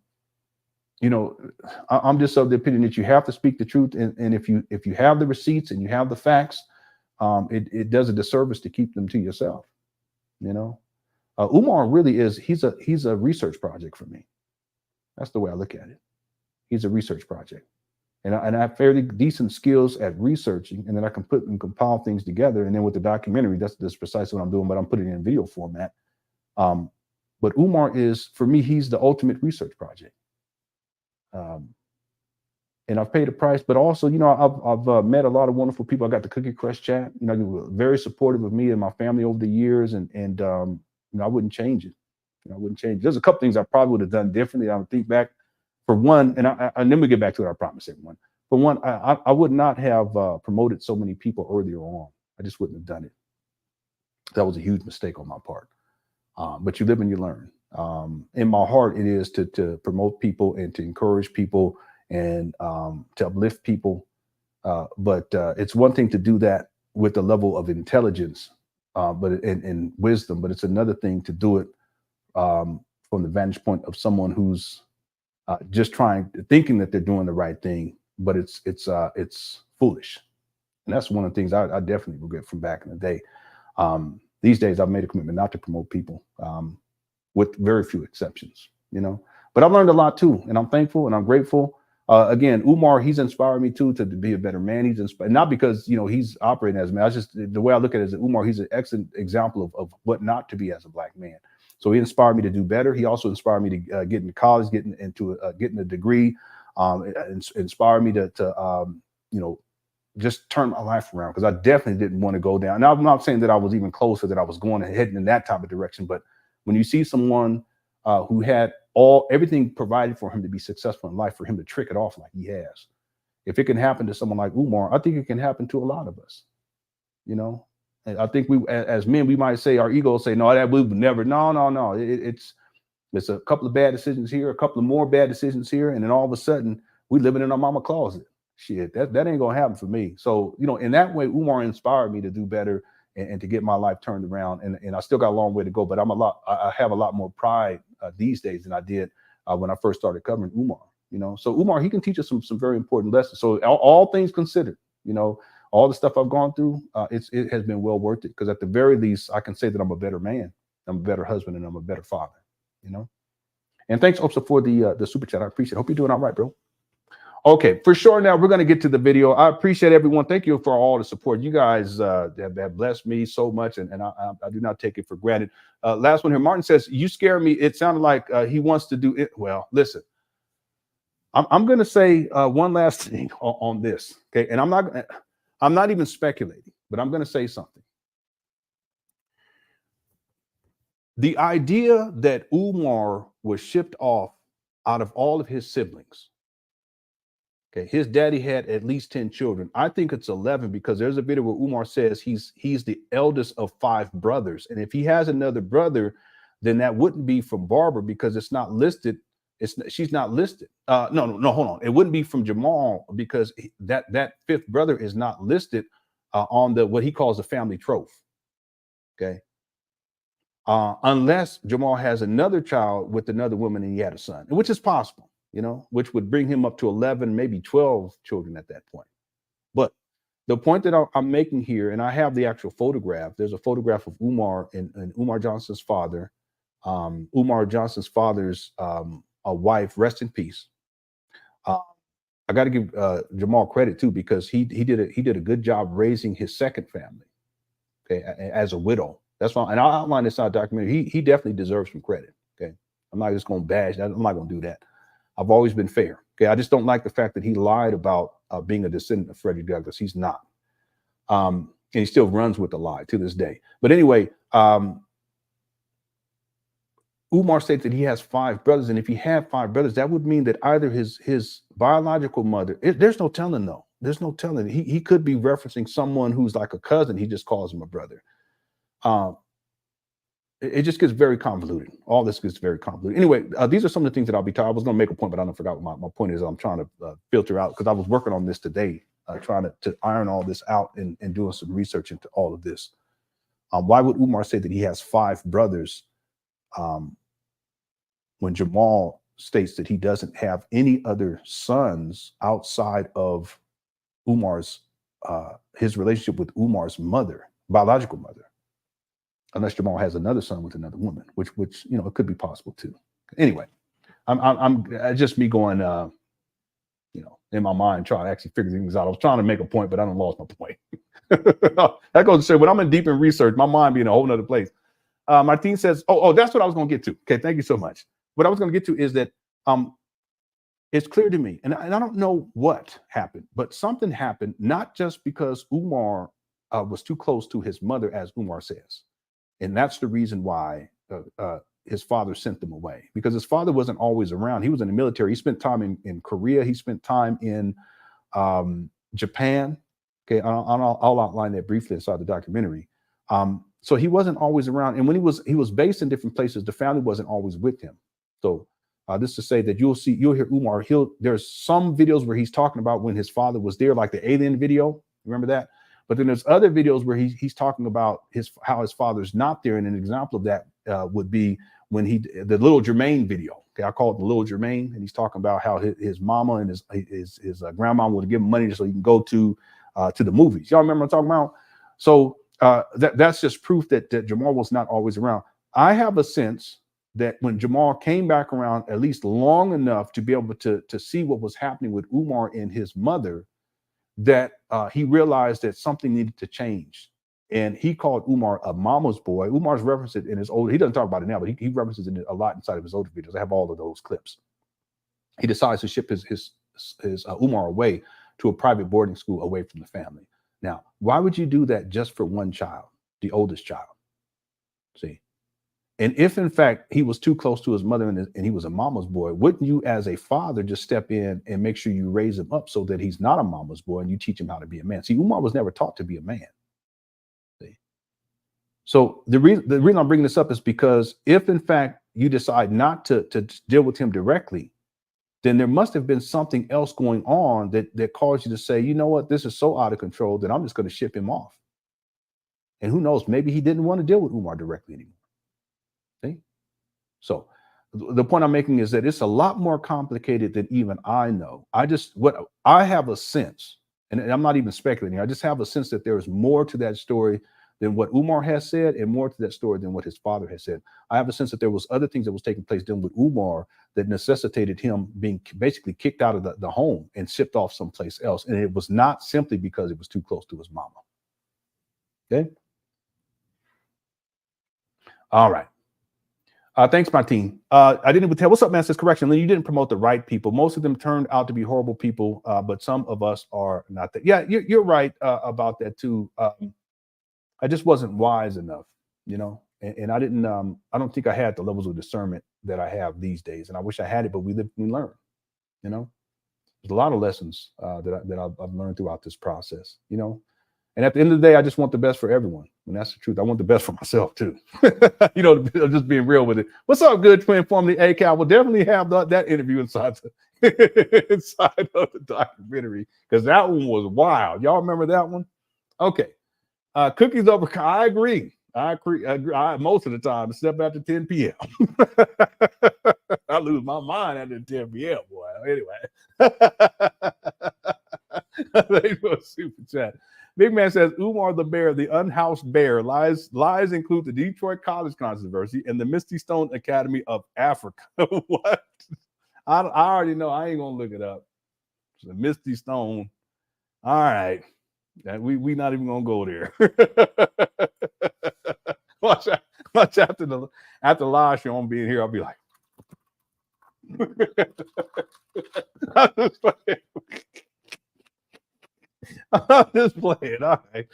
Okay, we're all adults here. All right. Barry says, if they was super chat. Barry says, do you think that Umar will ever come to terms with his current condition? I don't think so. Barry, I think he's so far into it. And Barry, he's 50. You know, the older we get, the less likely we are to change certain behaviors and certain habits and even certain thought patterns. You know, it's you know, like one of the things I've been doing more lately is just being more appreciative of where I'm at in life. Because I've in the past, I've gotten really down about that. Just like, man, I could have done this if I'd done this. And then I get down and it's a thought pattern and it just spirals out of control. And at a certain point, you feel like you ain't shit, you know? And more recently, I've gotten that under control, at least to a degree, to where, you know, I'm happier, you know? Life can be a challenge. And the older you get, you start to think about stuff, you know, you start to reflect on things and you look at the mistakes and all that stuff, and it can start to weigh on you. And I've made so many mistakes, but then I have to be appreciative for where I'm at and how I have been blessed. But that's a different mentality, Barry. That means that I recognize that, you know, things haven't gone the way that I would like, and that I've made mistakes.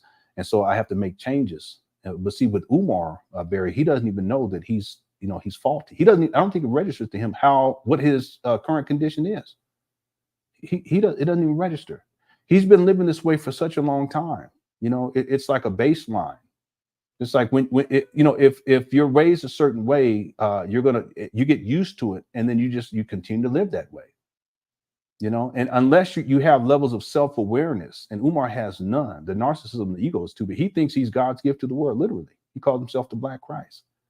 So if you think that way and you live your life that way, and then you look at everyone else as if they're less than you, and Umar does, especially Black people. Zaza Ali, same thing. She was calling Black people peons when she got caught with all that scamming stuff. She was calling Black people peons. And I'm the queen. I'm the queen. Literally, I could pull up the video, and you guys are just peon. You're dust to me. I said, what? Well, Umar has the same orientation towards Black people. See, it's the narcissism, you know? So I don't think he will ever come to terms with it. You know, it's just because his mentality is such that it doesn't register. You know, it's unfortunate because there's still time. You know, he's 50, but there's still time. You know, he would really have to humble himself. And the thing I've learned is that if you don't, and this is for you young people, if you don't humble yourself, The universe is going to humble you one way or the other. And the fact that Umar is living out of hotels and motels and live streaming in cars, I'm sure there's been times where he slept in the car. He's living in his mama's closet whenever he can. If that doesn't humble him, what will? You know, if these videos don't humble him, what will? You know, I don't think so. And it's unfortunate. You know, it really is. Because as men in particular, our egos, we have to deal with our egos. And it's actually to our benefit to humble ourselves and recognize we got things to change, because you can become a better man that way. Okay, I can't say that about Umar. See, I can, in all my research, I can't say, Barry, I can't say with Umar, and it's sad, I can't say like in 2005, and then you bring it up to 2024 that Umar's a better man. I can't say that. It's the opposite. It's sad. It's really sad. But see, without being humble, you will be humbled and you will be brought to your knees. It happened to me. But, you know, through God's grace and some humility and some self-awareness, I said, shit, I got to get my life turned around, you know? And the difference is that, you know, me and Umar, we're not too far apart in age. He was born in 1976. I was born in 1975. We're not that different in age, but I think our mentalities are different. See, I have a cause. Every single day when I wake up. I got 5 kids and a wife, and I got to do right by them, and I got to do better by them. And I have done better. See? I ain't never cheated on my wife or beat on my kids or no shit like that. Okay, because I witnessed all that shit, drugs, alcohol. I witnessed all that in my childhood. I ain't never done any of that. But we still fall short, and I fell short, and I was humbled. And when I was humbled, I said, okay, that's it. You know, and I had self-awareness. I said, let me start taking steps, start taking baby steps, and then start walking. Then got a little bit of a run going through, and then I started sprinting, and now it's a marathon. I don't see that with Umar. It's unfortunate. Yeah, thanks for super chat, Barry. I wish he did. See, it would be a revelation for him, and he can just say, okay, let me turn this around. And I'm telling you, I already know what would happen if he humbled himself and he stops all this scamming and chasing after cooch. Oh, my goodness, and get off of this turning of the heat down and all this stuff. If he did that and used himself as an example for the world to see, he thinks that he's Big Papa now, and he thinks that he's the greatest thing. People, you know how black people are. We would come out in droves and support, and so many black men would be so inspired. I would be inspired. See. And I'm gonna tell y'all, this is gonna be it. If Umar decided to do that, I've said in the past, and he said, listen, I got to get my shit together. I'm gonna close out this school scam shit, but I do need help financially. I'm gonna set up a GoFundMe, and I'm gonna need people to support it. But all this money is gonna go towards me getting a home, me getting my own car, you know, move my mama into it so she's not living in poverty anymore. And I'm supposed to be the primary caretaker. I'm gonna stop crushing all these cooks. And he legitimately did these types of things. I will be the first person up there dropping some change on him. And all these videos, I wouldn't do these videos anymore. In fact, I'll probably cover Umar whenever he does an update. Say, look at this, but look what he's doing. See, and because it'll be inspiring for. See, yeah, Umar doesn't realize it because he doesn't have that level of self-awareness. He's unaware of his current condition, but we see it very, very clearly. And there was a time where I was there too. I didn't realize it. I mean, no one wants to be down and out. No man wants to be in that position. It doesn't feel good. It doesn't look good. You know, no one wants to be in that position. And if you can't see it, then I mean, what are you going to do to change it? Umar doesn't even see it. I saw it, but it was after I was humbled. God humbled me. And after that, I said, no, I got to get my shit together. And slowly but surely, that's what I'm going to do. I can't even say it at this point, Barry. I can't say, I have to stop saying it. Umar, I believe that he can do it. It would have to be an act of God at this point. See? And I believe that. I apologize for going off, Barry. Thanks for super chat. And everyone else, okay, we're supposed to be watching this video freak off, but anyway, Umar talking freak off talk. We won't get to it. Option says, work with traumatized kids and wonder if Umar's projection is a form of comfort to relax himself by telling the truth in a way that doesn't hurt his image. I think that this is part of it. That's the projecting part. You know, Umar has really presented himself. Umar is his persona is a lie. Let's be clear about that for everyone. His persona that he has created, it's a blatant lie. He's not a school psychologist. He's not a school principal. He's not a school vice principal. He's not a therapist. He's not the most requested scholar. He's not even a scholar. When, if ever, has he been peer reviewed? Where are the articles that he's written? Where is his source material inside of his books? He doesn't even have source material. Umar's whole persona is a lie. So that's why there's times when you see Umar and he's dressed like from like he's come out of the 1989, 1990 and shit. You guys remember that? I'm like, wait a minute. I thought you're supposed to be you're supposed to be the school principal. And then you see him at other times, he dressed in a suit and tie, not that much these days. Or you see him in dashiki sometimes. Okay, wait a minute. I thought you look at the setting Rant. There's times when he's acting like he's a street thug. He all over the place. See, the truth is Umar doesn't know what he is. And I would propose, Barry, that that's one of the reasons why he doesn't realize what his condition is. He doesn't even know who he is. One day he's Big Papa, the next day he's the Prince of Pan Africanism, the next day he's Jermaine Shoemake, the next day he's Marcus Garvey, the next day he's a descendant of Frederick Douglass, the next day he's the descendant of Pharaoh Ramses. He said that. Umar doesn't know who he is. I have a sense too that that's part of his childhood trauma. He doesn't have an identity. I've said it many times. Well, I haven't said it many times, but I've said it in the past. He's a chameleon.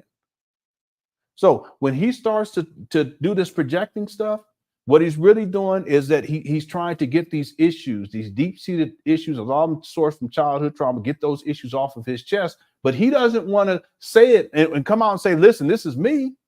Because what does that do? It destroys the persona, the fake persona, which is a lie. It destroys it. But he doesn't realize that if you destroy the persona, what that will do is it'll free him up to figure out who the hell he is. I'm teaching today.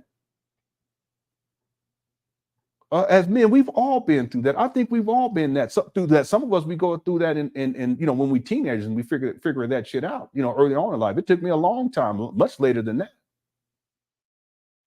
But he's 50. But without the self-awareness, he doesn't even realize, as we talked with Barry, that he doesn't even realize where he's at right now. He doesn't even realize what his condition is. So yeah, you're absolutely right about this, officer. See? That's why I have a level of empathy for Umar, but I also know that what he's doing and what he has been doing and continues to do is very destructive and it's harmful. And that has to be called out no matter what. And it's up to him at the end of the day. See? If he humbled himself, the heavens would open up for him. See? And he can live out the rest of his years with some level of peace. This guy ain't got no peace.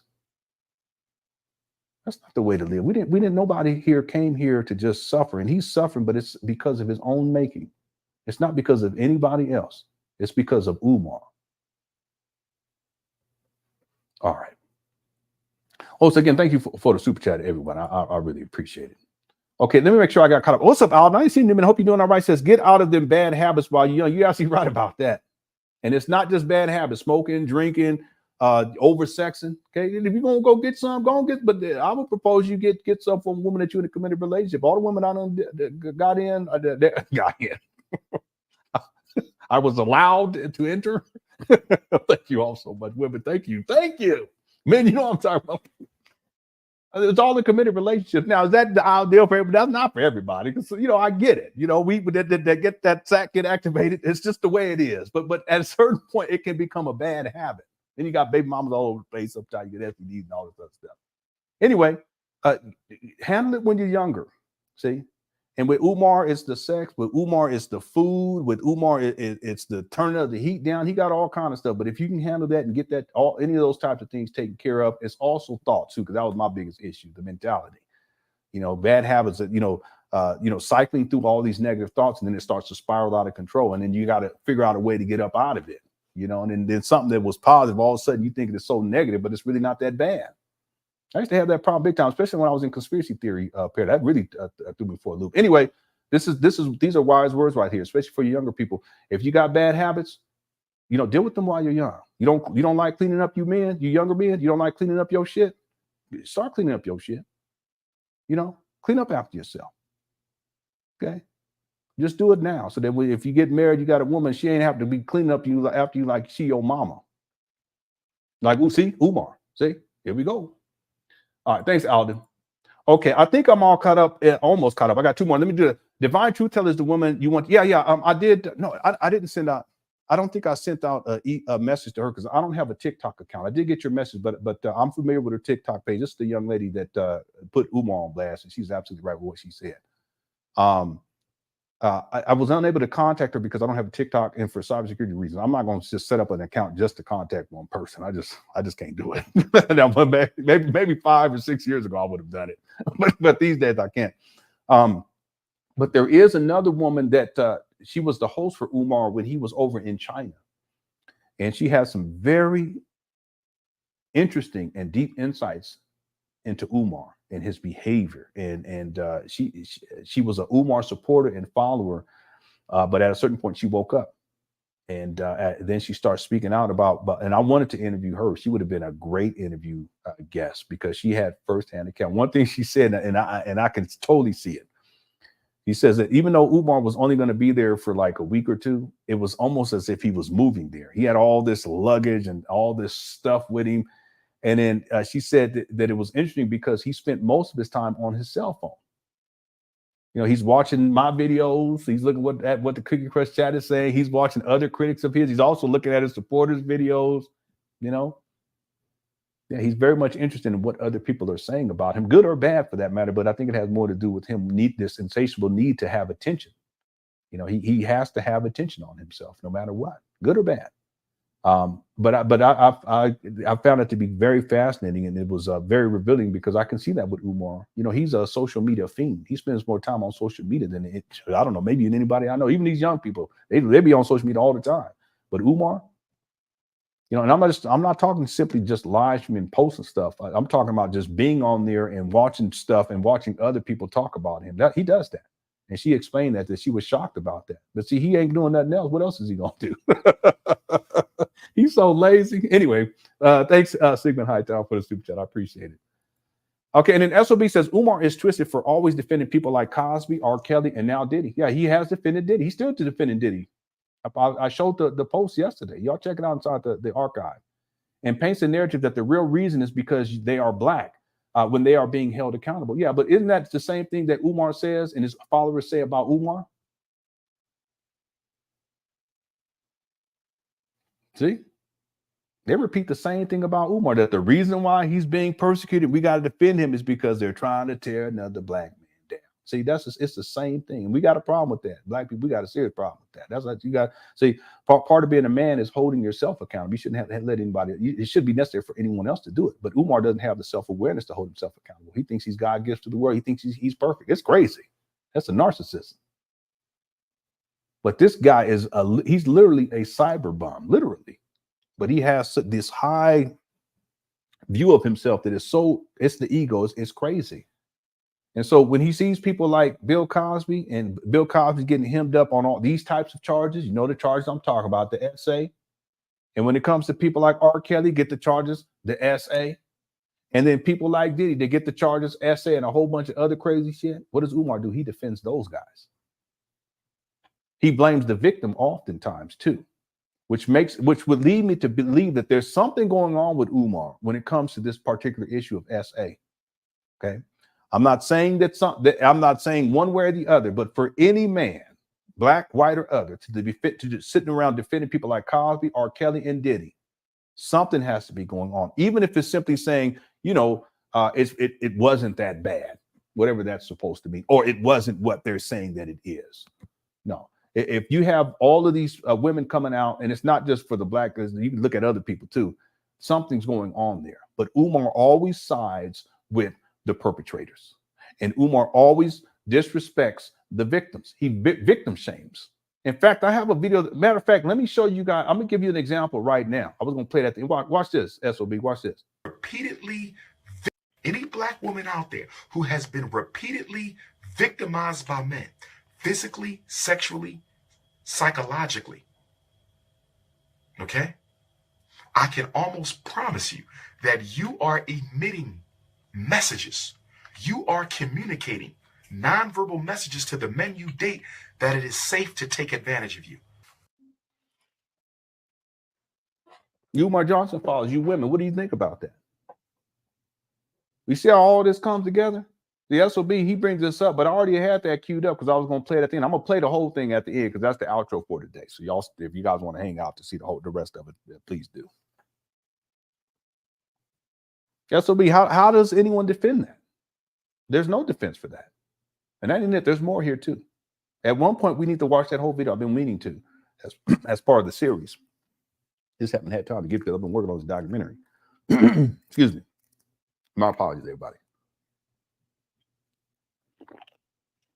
Umar Johnson follows. How do you defend that? And there's so many other examples. So listen, SOB, I'm not surprised that Umar defends people like Cosby, R. Kelly, or Diddy. I'm not surprised at all. Understand, people, that Diddy is cooperative, and that's because he wants to get the lightest sentence possible. He already knows that he's done, but Umar's still defending him.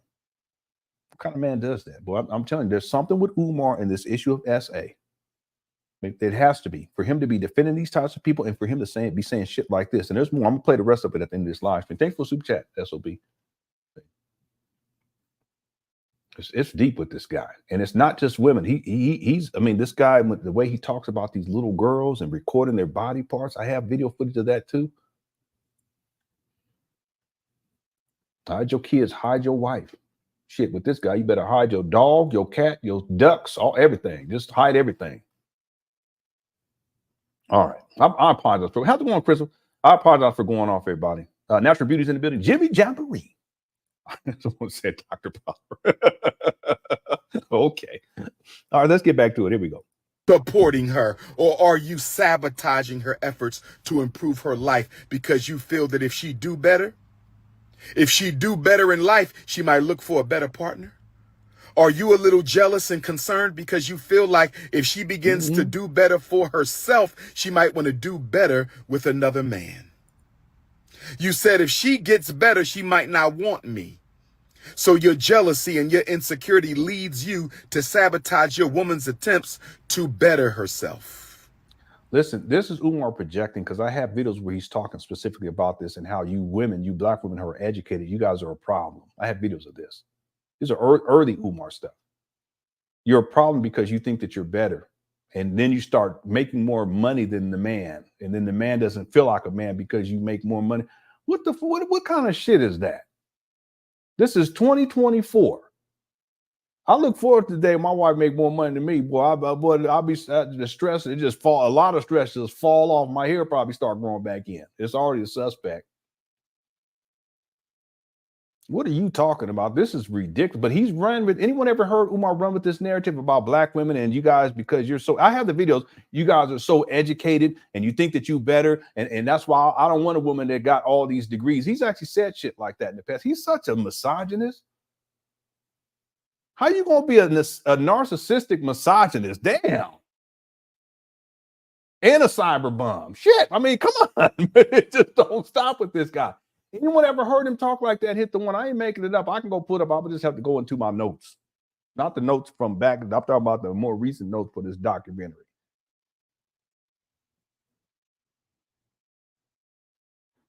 He's so backwards. Anyway.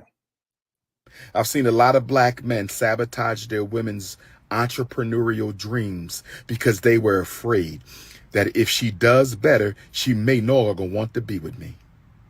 He's talking about himself. He's talking about his mentality about this issue of women. So you got to invest in your woman. Umar, you ain't. I've seen black men invest in themselves and never invest in their women. Projecting. 20-year marriage, this woman is still raising kids and cooking dinner. Now, if that's what she wants to do, nothing's wrong with that. I support traditional. But Umar, you ain't even raising your kids. What are you talking about?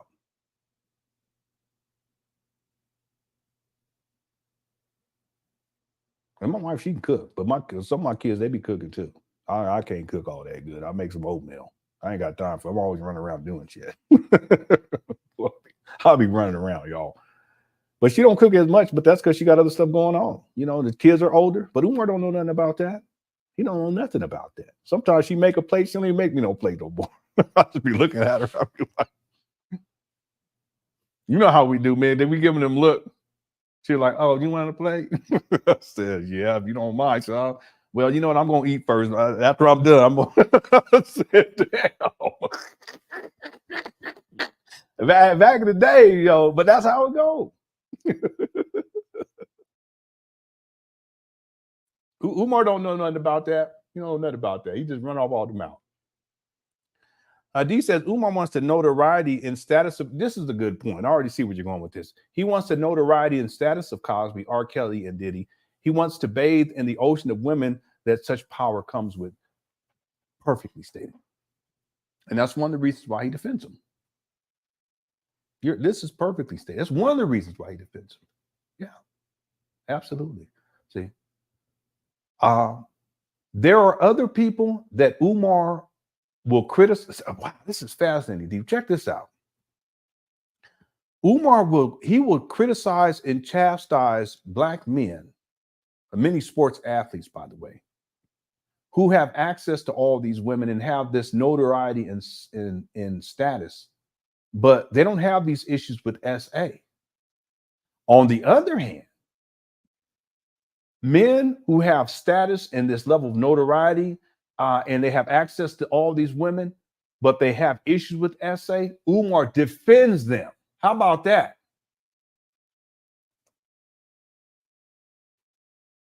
This right here is like a garbage grenade, and it is so true, garbage grenade. But see, Umar says garbage grenade, that's because of the military. Okay? But this is deep right here. Why is it that Umar defends these type of people? It's the SA, associated with SA. And yet other black men who are successful, they have the notoriety, they have the money, they have the power, they got access to all these women who ain't involved with all this SA stuff. Umar criticizes them at every turn, demeans them, tears them down. He quote unquote tears the black man down. Fascinating stuff. This is deep. I ain't never thought about this, but this is so very true. Yeah, he wants the status. Yeah, but only in certain situations with these men who are associated with SA. That's some deep shizzle right there. Thanks for the super chat. What's up, BSAF? Says, hey, at Lenon and Cook, I've missed all you guys so much, trying to work my way back into catching all the lives. I'm getting there. And hi, Miss Otter. Thank you so much, BSAF. I hope you've been doing all right. I ain't seen you in a while. I know you sound like you've been very busy. Every once in a while, just tune on in, even if you can just drop by in for 5 minutes. And the other thing is everything's archived, so if you can't be here, that's okay. Just check out the archive when you can. But it's good to see you and good to have you back. Okay, blessings to you. All right, and thank you so much for the kind words, and thanks for the super chat as well. Okay, did I get to everyone? Excuse me. I need to give me something to drink. I got okay.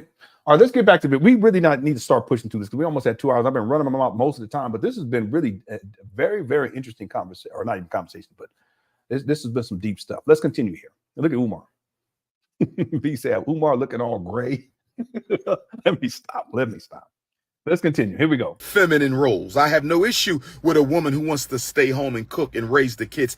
It is an honor to raise the children. Lord knows we need to do a better job raising the children. But if that woman wanted to go to college, if that woman wanted to get her Umar don't even take care of his own kids. Man, this guy's a trick. master's. That woman wanted to become a lawyer. That woman wanted to start a daycare. She wanted to start a business. That woman wanted to do better for herself, and you blocked her while you continued to grow. That was selfish. And now you're afraid that if you help her grow, she might want to pay you back and leave you once she does better. That's not how loving relationships work. My wife helped me to get to college. Now I'm helping her. And now, I've been on daddy duty to the extreme, and I don't care. It's all good. It's just that we have to flip it so that she and I'm the one to encourage her anyway. I said, let's go and get your certificate, baby. Go and do it. I said, then go after that, go for the social. I said, you might as well go for the bachelor. She said, well, let me go for the social. I said, okay. and I'll be dealing with these babies, and I still got a full-time and a part-time job, which is YouTube, but I still have to handle my business. But see, Umar doesn't understand that everything that he speaks from is like the vantage point of lack. And it's from the vantage point of someone who's not in a committed, loving relationship. This is what normally happens in a loving, committed relationship. Men and women, we support each other, and it goes back and forth depending on what the situation is. Umar don't know nothing about this. Yeah. So it's just part of it. We got 5. 2 of them grown though, but still, still got to take care of them to a certain degree. They're still relatively young. So I get it, but Umar don't know nothing about this. What's up, Seth? I ain't seen you in a minute. I hope you're doing all right. No, I seen you. I saw you. What's up, Ben? I ain't seen Ben in a minute. What's up, KKC? I seen you. Yeah, Delvon, he really did. He fell off bad. Just look at him in this video. He looks really, really bad. Skin all gray. Lewis X says, with propaganda, it doesn't matter how far-fetched it sounds. The point is to keep repeating the lies. Eventually, people will start believing it, especially if the person is seen as an authority figure. And that's part of Umar's, I'm not even going to say power. It is a power. He has wielded a level of power. It's like the Lord of the Rings, okay? The rings of power, as it were. He's like Sauron. He really is. And he presents himself as an authority figure, and that's where the degrees come in, and him yelling all the time, because him yelling is really trying to assert dominance and control. That's part of the military training. That's how his daddy was too, by the way. Highly opinionated, over the top, unnecessary. Ain't nobody asks you for your for your opinion. You know, but you got to. He has to say something, right? That's Umar. Daddy's the same way, by the way. But the point is that with Umar, he's established himself as an authority figure. You know, I'm King Kong conscious. I'm a school psychologist. And even when the caller called in, that's the thing I noticed, is that he actually saw Umar as authority figure. But there is no rational reason to actually think that way, because there's nothing about Umar that's professional, you know. But if he can establish himself as an authority figure, then he has a level of control, and he has dominion over his followers. And then his followers turn into minions. That's where you get into like this cult dynamic. And yeah, Lewis said, what Umar has done, because he has established this, the persona that he has created, it's a lie. And we've talked about that earlier. But because he's been able to establish this persona and then execute a level of authority, like Sauron, he can repeat lies over and over again. And at a certain point, it's very true. His followers, they believe it. You know, I don't have enough money. And then they'll say that shit. Well, he don't have enough money. Well, how much money did he raise? I don't know. Well, how can you say he don't have enough money? Yeah. Well, you know, all these haters, LenonHonor and the Cookie Crush chat, they're just trying to tear a black man down. What do they say? They just, why are you trying to tear a black man down? What are you talking about? First of all, Umar's not a man. He's a cyber bomb. Okay, he's really a delinquent child who's 50 years old. That's the truth. But the point that I want to make is that if you guys listen to Umar Johnson, you listen to Umar, the vast majority of his talking points is disparaging towards black men and towards black people in general, but towards black men. He talks shit about black women too, but all he do is talk shit about black people. Go and listen carefully. But because he's established himself as an authority figure, and he can repeat lies, and they'll just repeat that shit without any critical thought or any critical thinking. It's crazy to me, critical thought or critical thinking. You know what I'm saying? It's wild. No discernment whatsoever. You know, they'll say things, and they'll say things like, well, Umar say, they're just jealous of me. And then their followers say, well, you sound like you're jealous of Umar. That's why you're doing. No, that ain't got nothing to do with it. There's nothing to be jealous about from someone who's 50 years old and don't have a job, living inside his mama closet when he can, is a cyber bomb, got substance abuse issues, got a gambling problem, running through all these women with got the bumpity bump on his lip, don't take care of his kids, don't pay his child support, and the list goes on and on and on to the break of dawn. There's nothing to be jealous about. Again, I've actually pitied Umar. But they'll repeat it because he's established himself as an authority figure over their life. That's why the people call into it. I don't mean to go off. Well, I've been going off all day. Okay, people still here, so I guess. That's why people call into his functified live streams, the parent conference things, because he's established himself as an authority figure, and he lies over and over again. They're in desperate situations, so they go to him, but with no good reason to do so. See, he's like Sauron, who's crafted these rings. He's put these rings out there to establish himself as an authority. People believe it, and then they turn into minions. They'll attack people on his behalf, thinking they're doing the right thing. They'll attack his critics, thinking that his critics are bad. But I'm just like Gandalf. Just Gandalf, not the one in the news, the series that just came to Rings of Power. I'm talking about the old one. I don't like the new one, the one in the it. Just trying to let people know, got my little wand over here, so do a little magic over here sometimes, make some love to my wife sometimes. I don't know. I have to go there, I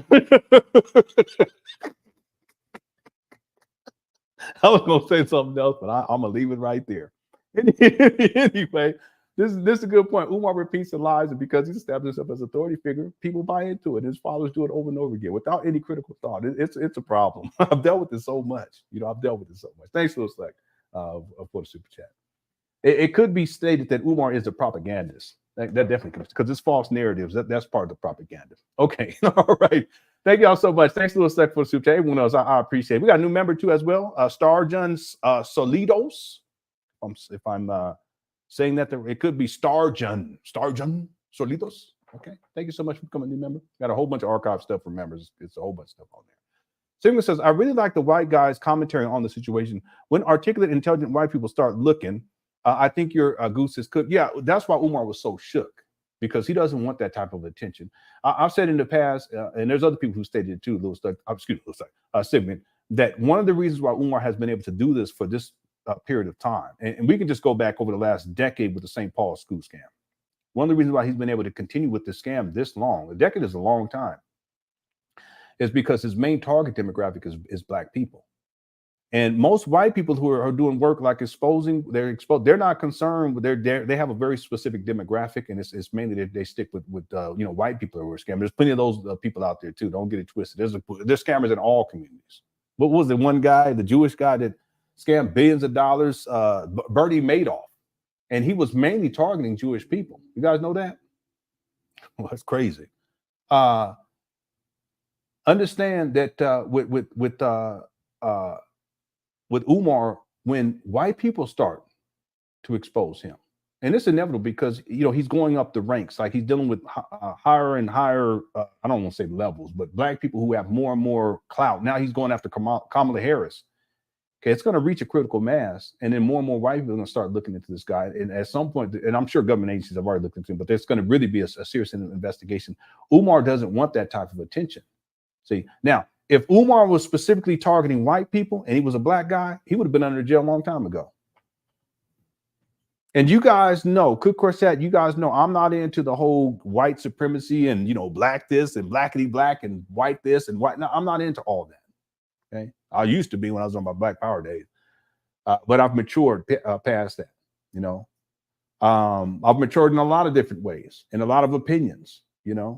My wife was driving home the other day, and we were talking, and we were joking about something, and she said, well, you don't sound as homophobic as you used to be. I said, okay. I said, yeah, you're right about that. We grow, but Umar hasn't grown, see? And so he will attack. See, Umar used to do a lot of, I'm bringing that up because Umar used to attack the LGBT. He still takes shots to this day.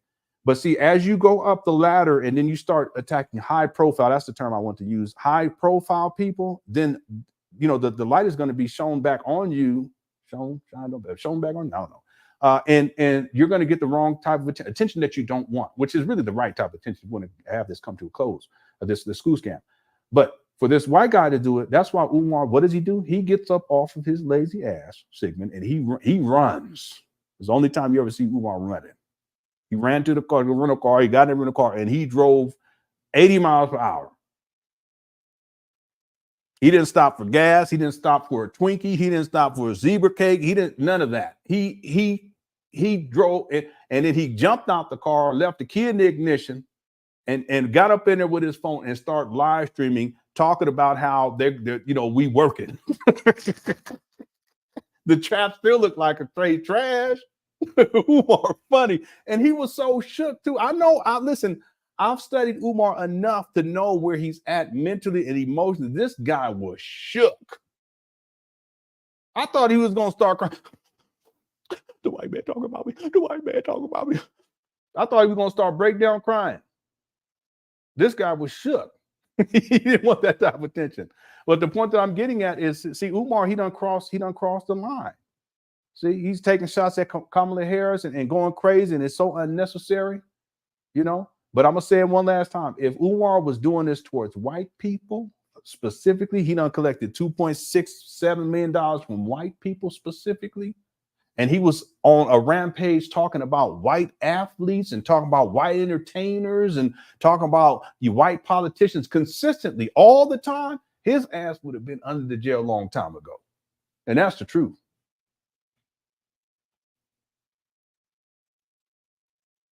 Umar, you keep on running your mouth. I told you a long time ago to shut your mouth, but you don't listen. I told you a long time ago, stop running your mouth. See, Umar, all you got to do is settle down. and eat some Twinkies. Okay, all right. Let's get back to it. We were supposed to have a short show, then turn into a classic. We already had the 2-hour mark. Thank you, Sigma, for the super chat. This show is wild. Okay, let's get focused here, everyone. Just go get you some go get some Twizzlers. Remember the old days? Go get you some Twizzlers, man. And the cheesecake. The vegan cheesecake, y'all out here is like $10. I remember it was $5, $6. I said, what in the world? I said, I ain't gonna have that anytime soon. I want to get me one too. They had the key lime pie at the other spot. Not that they don't have it at the Walmart, but if we was over there, I said, you should get it, because I was just talking about key lime. I said, okay, I wish we had some key lime. You remember that cheese? And then 3 days later, we was in the store, they had it, but it was, I said, nope. I said, we got too many kids. Okay, let's get back to it, everybody. Here we go. Are you investing in your woman? Are you valuing your woman? And then we go to the letter P. Yeah, I know that'd be good. Because black women need, want, and must be VIP'd. Yeah. Black women need the VIP treatment. They need to be valued. Yeah. They need to be invested. I've always liked and the P is actually a double P. Here we go. P is Umar tripping. He about to say something crazy. HVAC man, what's up? HVAC man says, damn, I missed the good stuff. Replay crew, what's up? What Umar simple? Listen, I don't like using that word that much. I don't like using that at all. Okay, but for the purpose of this live stream, Umar is definitely simping it. You ain't gonna never hear me say that again. Y'all ain't gonna never hear me say that again. That's the one time for Shaka Zulu family. Black power.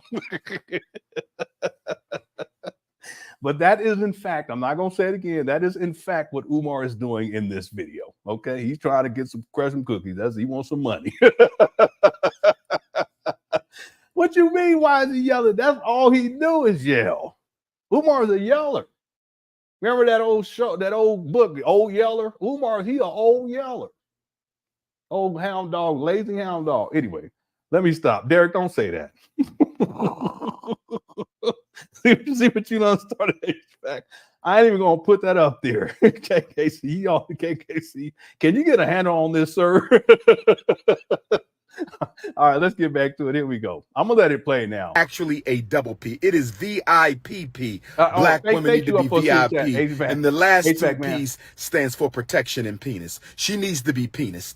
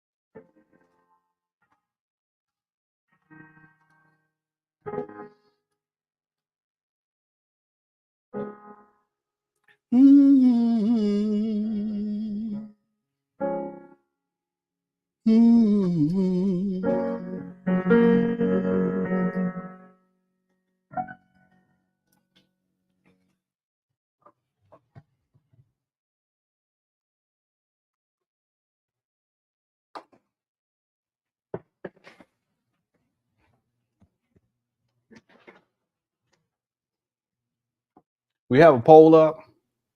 The question is, given Umar's general behavior in his sexually explicit rant, should he be around children? We got 452 votes so far.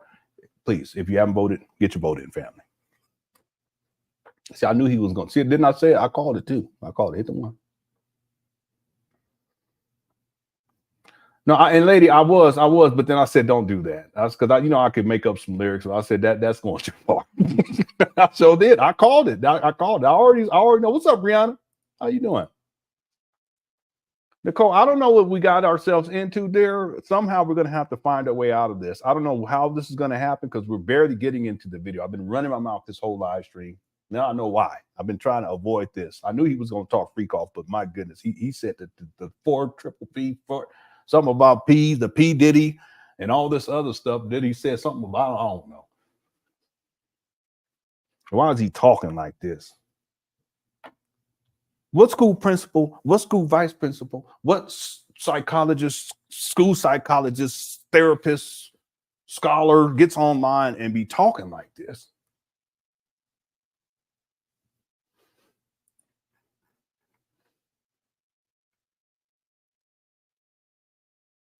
I mean, Janet Jack, we don't even talk. I'm sorry. I should have did it. I shouldn't do that. I apologize. No, I've gone too far. She don't even talk like this. All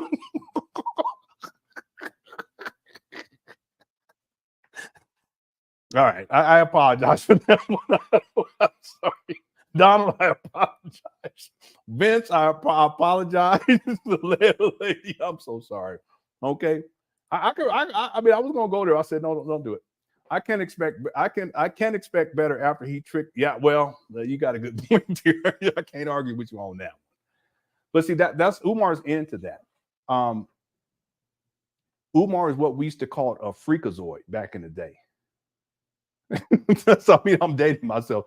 I don't know, Ben. I don't know what's happening. Okay. I have no idea. I don't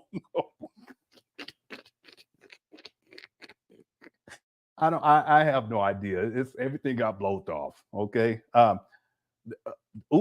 what Umar's into. I mean, I've seen him post stuff on his Instagram page that is like, this is like soft porn, bro. You need to cut it out. But he does it. And people for some reason think that they gonna send their child to this guy. You gonna send your daughter to this guy? Because the reason it was supposed to be a boarding school for boys and girls. It's just crazy. Don't make no sense. Hey, son. Okay. Thanks for let's get back to it. I gotta let this play now because Umar, he's talking crazy. Here we go. I'm trying to get what these P's were. Let me write it down. They need to be valued. They need to be invested. And the P is actually a double P. The P is actually a double P. It is VIPP. Black women need to be VIP'd. And the last 2 P's stands for protection and penis. She needs to be penised. PENISED. If your black woman is not being properly penised. What? If she is not being properly phallused. I don't care how many bills you pay. I don't care how much you support her entrepreneurial dreams. If you cannot rock her sugar box, there will be issues.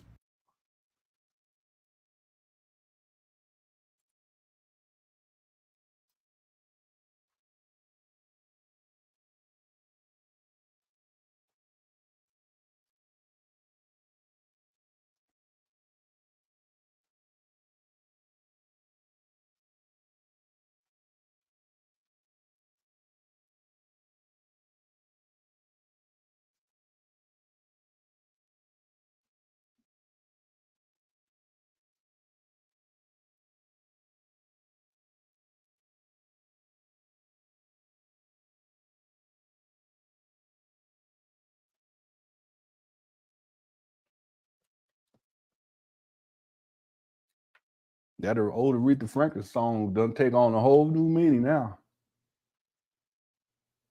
Rock steady, baby.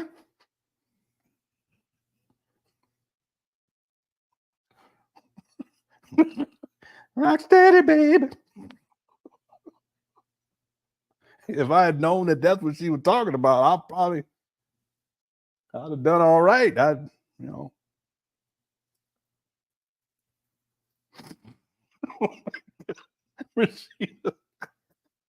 Rashida, don't do that. Everything has to be a treat with this guy. One time he said the honeycomb hideout. Now he's talking about the sugar box. Boy, if I had known you women had a sugar box, I mean, no one ever told me that. No one ever told me that, you know. If only I had known. Umar is nuts. This is y'all's leader. Yeah. I don't know what else to say. Yeah, I'll say this. So, folks, you got to keep Umar away from children. He gets on live talking like this. Can you imagine how he be talking behind the scenes?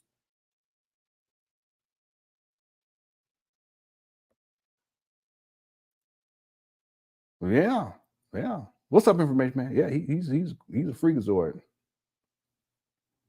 Yeah, but see, he always associates the vajayjay with something that's sweet, a cookie, because he has the addiction to food. He likes sweets. He's actually said that, little Debbie cakes and sweet stuff. So that's why he says cookies. But now he's saying sugar box.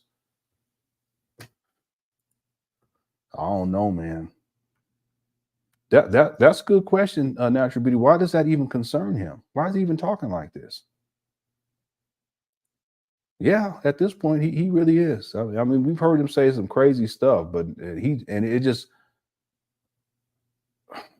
listen, I agree. I'm not my vagina either. Listen, I shouldn't have said it, but you get the point. But Umar, I don't know what to say on this one. The Black Power movement, sure. Yeah, I know.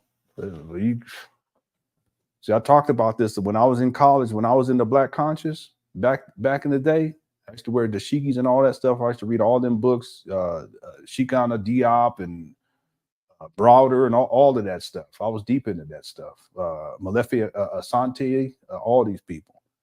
I even read Dr. Kranger's thick book. I remember that one too.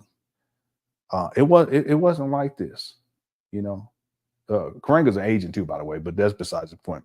I didn't know that back then. But anyway, and literally. But like that other guy, Al Sharpton. But anyway, things definitely have changed. Umar's up here talking about the 2 P's, protection and peen, and then he starts talking about the sugar box. And it always comes back to this with this guy. It always comes back to sex and food.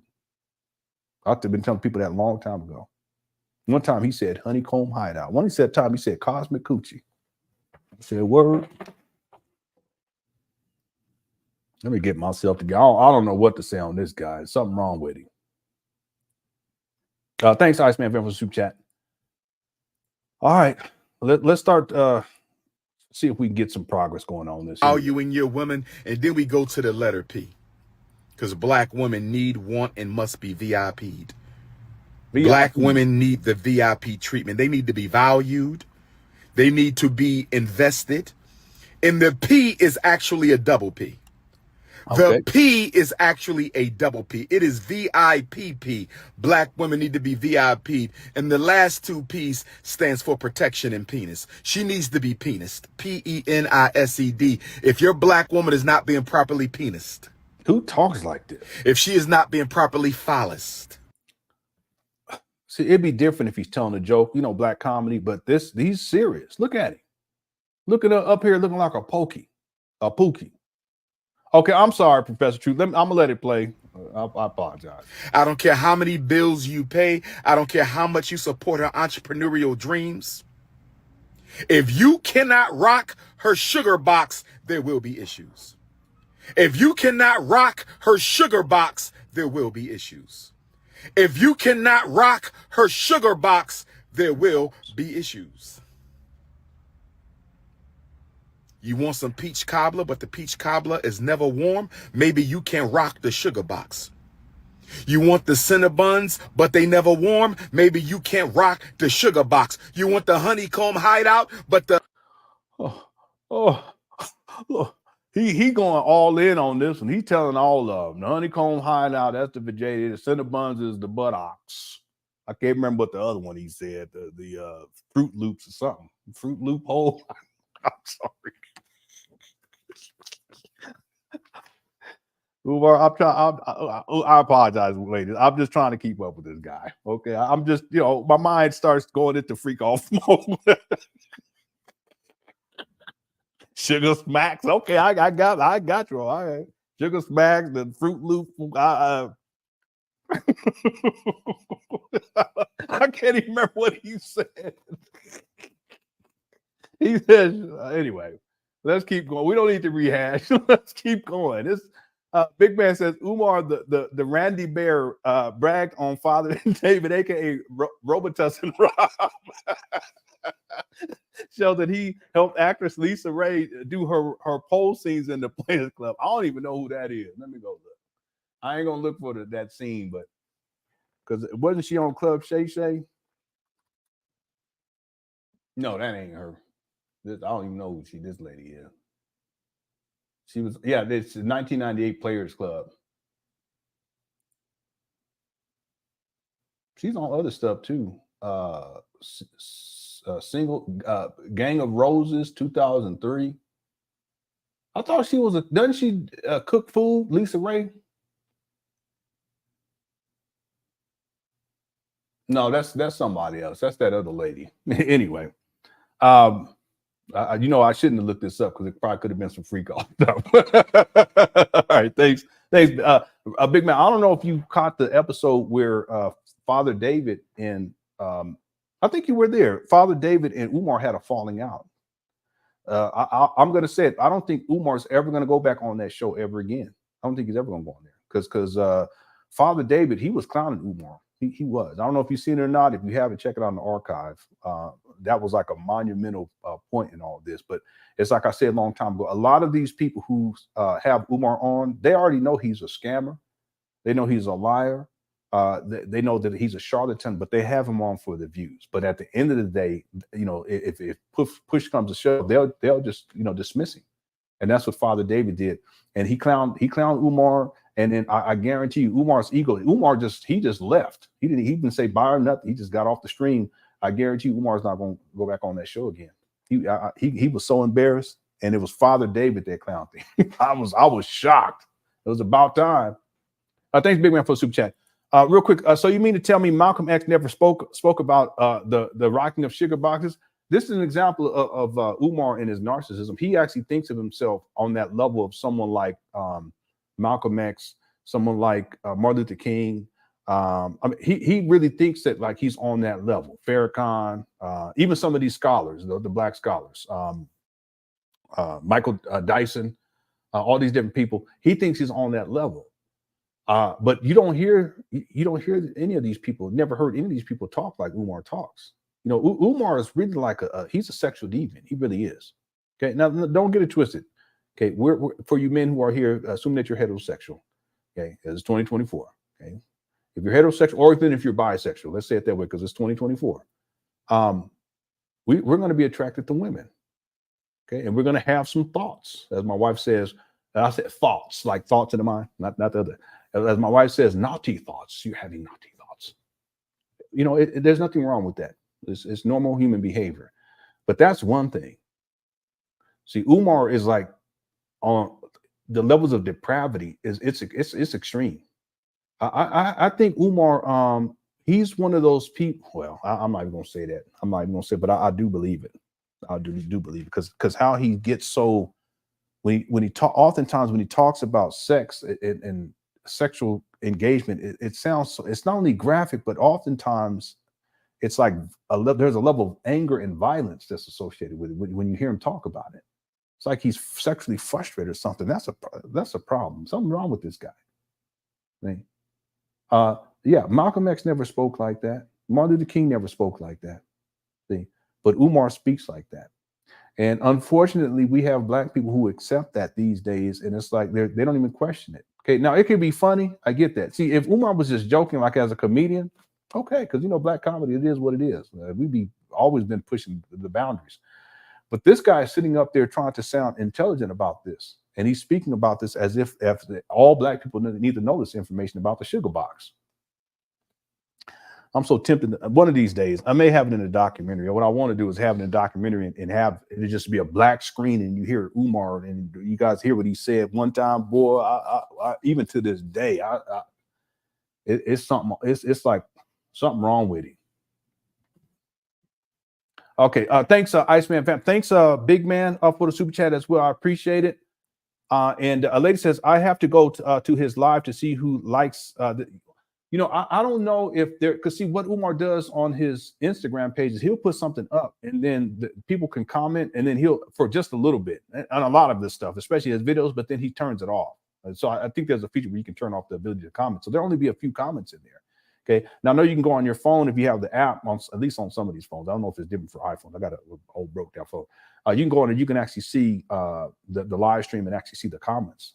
I'm sure that there's people who were calling him out, just like there were a lot of people calling him out when he posted that P. Diddy, when he was defending P. Diddy. You guys look in there, there were some people that were down with his foolishness, but there were a lot of people that were calling him out, you know? Yeah, it amazes me that people follow this guy, you know, at this point, because there's so much information out there. And this is an excellent example right here. Him even talking like this. Okay? He's done it so many times, though, too. It's just gotten worse and worse. Thanks for super chat, lady. Lenon, this live has my head. Yeah, I know. It's wild. It's wild. It's turned into a classic, you know, and we ain't played but maybe about 5 minutes of the video.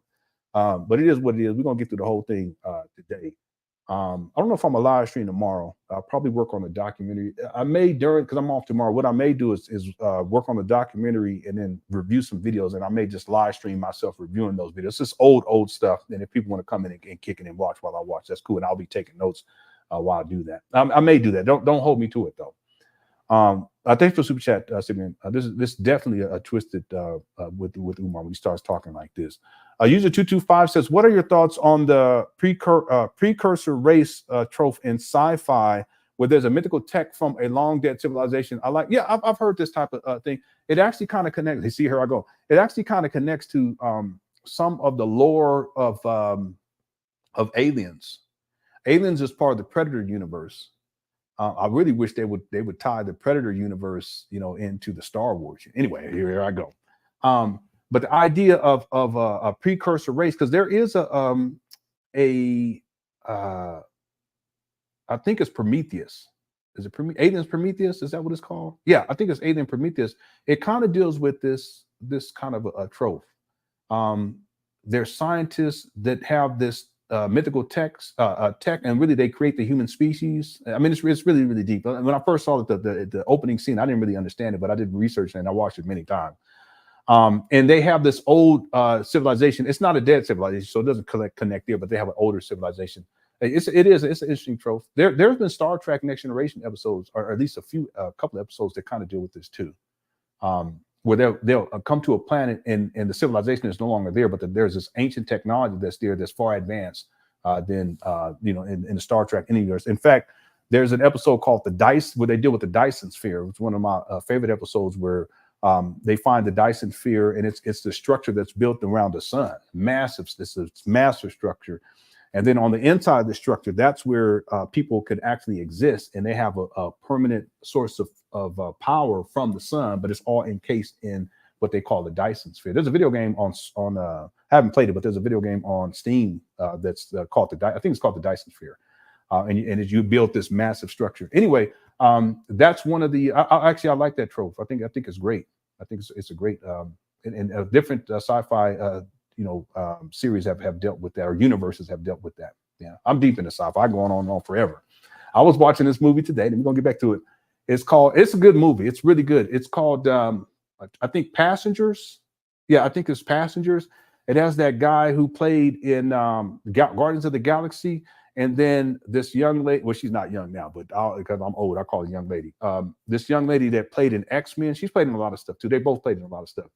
That's a really good sci-fi, because at the end of the day, it comes down to just those two on this ship that's traveling through the galaxy, and then there's a robot there too. But other than that, it's just those two, and it's really, really deep. It really is. And I don't want to spoil it if any of you haven't seen it, but go check it out when you guys have some time. See, user 22. I go on and on. I probably should do a sci-fi show. I love me some sci-fi. Sometimes it was okay. I really liked it. I really liked it. Sometimes I get sad. This shows you how deep I'm into sci-fi. Sometimes I get sad, and I really do. I feel it in my heart. I get sad, like if I look up at the stars, and I think about it, that I'll never be able to go out there and see what's out there, and it just makes me sad. I'm like, man. But that's what I get for being born in 1975. Okay. Let's keep going here. Here we go. Thank you all so much for tuning on in. I hope you all enjoyed the show. If you haven't hit the like button, please do so. We do have a poll up. We have 526 votes. Given Umar's general behavior and his sexually explicit rant, should he be around children? 92% say no. 8% of the crazy people that are all out of their mind say yes. Okay. All right, let's keep going. Here we go. Honey is never warmed up. It might be because you can't rock the sugar box. And let me. Yeah, I haven't played sci-fi. I'm waiting for the expansion to come out. Yeah, I could do that. That would be fun. Just be hanging out. Yeah, I enjoyed that game, but I'm waiting for the expansion pack. The expansion to come out. The new one coming out. Anyway, here we go. Let me say this to my brothers. Let me say this to my brothers. If she got a loosey-goosey, that's not on you. That's on her. Here we go. Here we If go. she got a loosey-goosey, that's on her. That's not on you. If she coming to you with a loosey-goosey, that is not your fault. Because no man should be responsible for rocking a loose box. You understand? If the screws have fallen out the box, if the bolts have fallen out the box, if the walls have been torn down, that's not on you, black man. I'm talking about a healthy sugar box. I'm talking about a healthy cookie jar. I'm talking about some healthy Cinnabons. I'm talking about some nice and fresh peach cobbler. I'm not talking about no crusty cobbler, some old stale Cinnabons, a sugar box that got all the sugar rocked out. It's not on a black man to please a woman who has an unhealthy sugar box. I just want to say that for the record. He's serious. I just want to say that for the record. He ain't joking. But brother, you got to rock the sugar box. And let me say this to my brothers. I need y'all to stop the Viagra. Stop the Viagra. It's killing us. If you are not in shape, your heart cannot take the Viagra. Uh-oh, Umar. Here we go. Here we go. Sigmund said, Lenon, I called my girl and asked her, when can I get it?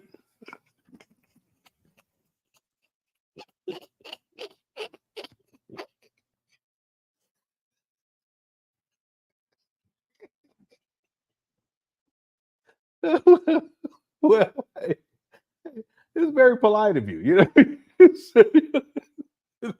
at least you asked. You know what I'm saying? He said when. He said when. I wish I had the courage to say to my wife, hey, dear, you know, when can I get into your sugar box? So, I know you're busy. I know you're stressed out. I know you have a headache right now. However, I was wondering, when can I get into your sugar box? You wow. Well, I'm gonna try that tonight. I'll let y'all know how it go. I'm gonna let y'all know how it go. Okay, I'm gonna be sleeping on this couch though, but I'm gonna try it. Well, y'all, wow. Excuse me, man. Men, tonight when you talk to a woman, make sure you say ma'am. Okay, excuse me, ma'am. You know, I know you're busy. I know you have stuff to do, but I was wondering, when can I get your sugar box? Yo, wow. Okay. Wow. Okay. All right, let's get going here. We have to get focused. Thank you, Sigmund, for the super chat. Funny how Umar is talking about screws falling out of the doors, falling off like he is the king of the FDMG trap bandos. Yeah. Umar, he done lost it so bad he associated the sugar box with FDMG trap bando. That's what he's talking about. Man, you shouldn't have to work on that sugar box. Yeah, you don't have to work on FDMG. Umar, he done lost it. Okay. All right. Everybody, thank you for the super chat. I appreciate it. But we got to get going now. This is a tight setup. Oh my God. Okay. All right. Don't say that to your wife, Ben. Don't do that one. Okay, some of these other ones you can try, but that one right there, don't do that. It might be like 7-Up cake. What are you talking about? All right. Okay, thank you for the super chat. Let's get going here. Here we go. Stop the Viagra, brothers. Here you go. Stop the Viagra. We're not going to talk about Uncle Shannon Sharpe. I heard he got caught on the live banging out a snow bunny. Oh, We're here not we going go. to talk about Uncle Shannon Sharpe. I heard he got caught on the live banging out a snow bunny. We're not going to talk Here we about go.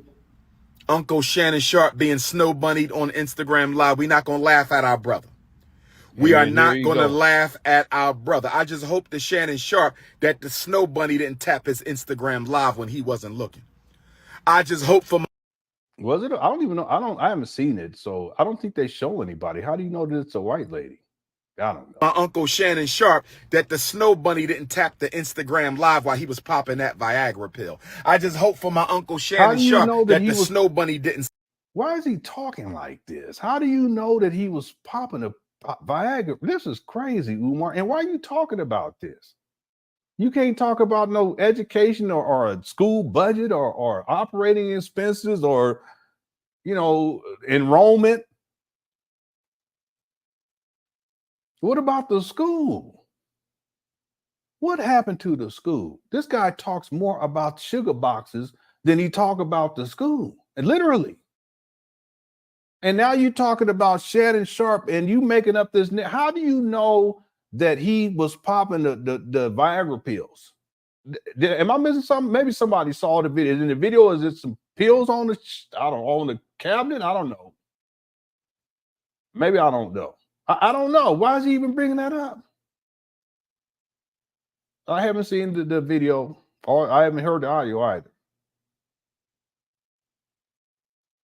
Oh, so you saying Shannon dates white women and he's selling stamina pills, but this has nothing. Yeah, okay. I don't know anything about that. I had no idea. Now I know he dates white women, but that don't mean that he was I mean, he could have been dealing with a Latino or a black woman. I don't know. I have no idea. Bridget was like, I heard. I didn't see it, but I heard. I ain't gonna tell you. Somebody told me. Here we go. Here we go. See you, lady. See what you done started. Here we go. Okay, let's go. That's I don't know. It's weird to me. Talk about another man's peeing like that. It's just all right. Oh, Mel, and I did not know that. Yeah, I don't need none of that. That's for sure. Well, that's just me. Anyway, let's keep going. Set him up, because if he didn't hit that button, I don't know how in the hell that button got hit, and he says he's never been on Instagram Live. Uncle Shannon Sharpe, the greatest tight end in NFL history, he said he never been on Instagram Live. So if Unc never been on Instagram Live, how in the hell did Instagram Live go on? It was either the white power structure or he was snow bunnied. What? It was either the white power structure or he was snow bunnied. This guy is. It was either the white power structure or Uncle Shannon Sharpe was snow bunny. But I'm going to say this to Uncle Shannon and the rest of you ninjas out here. Stop popping them Viagras. All you have to do is go to the health food store. Listen to me, black man. I'm about to throw you an alley-oop. Yeah, there you go, Professor. The same way that button got hit when you showed us your hoarder. Listen to me, black man. I'm about to throw you an alley-oop. Listen to me, black man. I'm about to throw you an alley-oop. You don't need Viagra. All you... Oh, I don't know. She was offended. You mean the lady that was? I have no, because I haven't looked into it. I don't know if she was black or white or if people know who she is, but I have no idea. I don't think the video actually shows her. But yeah, I would think that she would be offended. You know, Shannon Sharpe, he kind of flipped it around and kind of used it to his benefit. You know, but I haven't looked into it, so I don't know if it was a white woman or not, or you know, if she's spoken out about it, anything like that. Yeah, Professor Truth, that was funny. Thanks, Sigma, for shooting that. Here we go. Need is red maca and black maca, M-A-C-A. Yeah, get on Amazon right now and order you some maca powder or some maca powder. Yeah, he could have just done this to promote his stamina pills, though, too. It's possible. It's possible. Maca tablets, 100% natural. 100% natural. Black woman, are you listening to me, my beautiful African queens? If your man can't perform, I want you to treat him to a bottle of red maca tablets or black maca tablets. It's M-A-C-A, maca root. They need that maca root. That's all you need, brother. Make you a smoothie with some maca root 1 hour before it's time to rock the sugar box. All you need is some maca root powder. Go to the health food store. Go to the Whole Food store. hop on your Amazon Prime and order you a bag Yeah, I'll of eat some maca root macaroons powder before I, or you know some what I'm maca saying? root tablets. All this It other works stuff. better than Viagra, and it does not hurt your health. Yeah, I know, Eric, if you Completely really think healthy, about it. completely organic. Black women, if your man Yeah. can't What's do up, what he Gil Scott? I needs hope to you're do doing all for right. you, please go to the health food store and get that brother a bottle of red maca or black maca root tablets. That's all you need. That's all you need. Okay. That's all you need. You don't need that Okay. Viagra. That Viagra going to kill you. Black men, Yeah, that's what he over said. 40, over 50, over 60, you don't need Viagra. $3. Get the maca root Maca. and you will be Shangolicious. Oh, here we go. And you will be Shangolicious for your queen. Here we go. And you will be Shangolicious for your queen. So brothers, they need to be valued. They need to be invested. They need to be penised. And they need to be This guy, what in the world is going on, Ray? What is going? I can't believe he talking like this. And look at him. Look at this guy. Can't nobody tell me that ain't nothing wrong. I know. I love me some macaroons. I ain't never thought about getting them macaroons before I get, you know what I'm saying? But I'll try it tonight. I'm about to get on Amazon right now, see if they can deliver it in 2 hours. Umar is wild. Let's go. protected. Protection doesn't just mean defend them from racist whites. Protection doesn't just mean defend them from home invasion. What? Protection doesn't just mean to defend them from disrespect from black beta males and Neanderthals. Okay. Protection means protecting her self-respect, protecting her dignity, protecting her spiritual. How can he talk about dignity and her self-respect, and he's referring to the women private part of the vagina as a sugar box? In a what do you say, a peach cobbler, in a, he says some other stuff. I can't even remember what he said.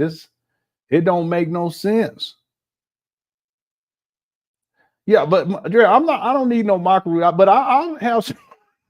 Listen, I have some macaroons and some tea before I can get in. That's all that's all I need, family. My wife be looking good though, so hey, I don't need all that. Same thing. The women, I know you guys like to wear lingerie, but it ain't necessary. You look good. Just come on, let's go. I ain't got time to be trying to take extra stuff off. Y'all do that for you. That's what you want to do. That's fine. I ain't gonna say no, but just understand, anyway. Let me continue. Sexuality, protecting her integrity. That means not flirting with other women in front of your women. You got to protect her self-esteem and her self-respect. The biggest protection black women want from us is a protection of their self-respect. Yeah. I referenced this earlier. I'm gonna say it real quick. Even when he's talking about this, there is a level of frustration, almost anger, that you hear in Umar as he's talking like this. There's something there. It definitely is. Yeah, I've talked about this earlier. Last call. It's very true. The biggest protection black women want is protect me from being insulted. Protect my integrity as your queen. Protect my integrity as your fiance. Protect my integrity as the mother of your children. When we hear the word protection, we think self-defense. And with the migrant crisis, we will need self-defense. Make no mistake about it. We must defend our women. There you physically, go. Militaristically, violently. I wouldn't recommend you men saying anything like that. I mean, we were joking earlier, but men, please don't do that. Okay, I just want to throw that out there for everybody. Anybody Umar follows who's gonna go to your woman talking like, please don't do it. Okay, it's not a good look. Okay, and see, again, if Umar was joking, because I joke too, and I'll be saying stuff sometimes over the top, but if he was legitimately joking, that would be different, because black comedy is just different like that. And it's always been like that. It's always been cutting edge. And we'll talk about sex and all that kind of stuff. Where other back in the day, comedians, they just the white comedians, they didn't go there. Okay, but that's different. In this case, Umar is serious. You can tell he's serious. But with that seriousness, there's also the frustration. you know, that you can hear in Umar. And he's frustrated. I think it's sexual frustration, and that's why he wants to talk about this, you know? Look at him. It's no joke to him. He's serious about this. If necessary. But don't forget the soft protections. That's the hard protection. But don't forget the soft protection, like protecting her women, her femininity, protecting her femininity, protecting her decency, protecting her character, protecting her honor. Don't make her check your baby mom because you letting your baby mom do too much. She should never. How do you go from talking about, and how can you talk about this as much sexually explicit things you say about women, and you're going to protect their honor? I'm offended by that right there. Umar, you have no business talking about honor, period.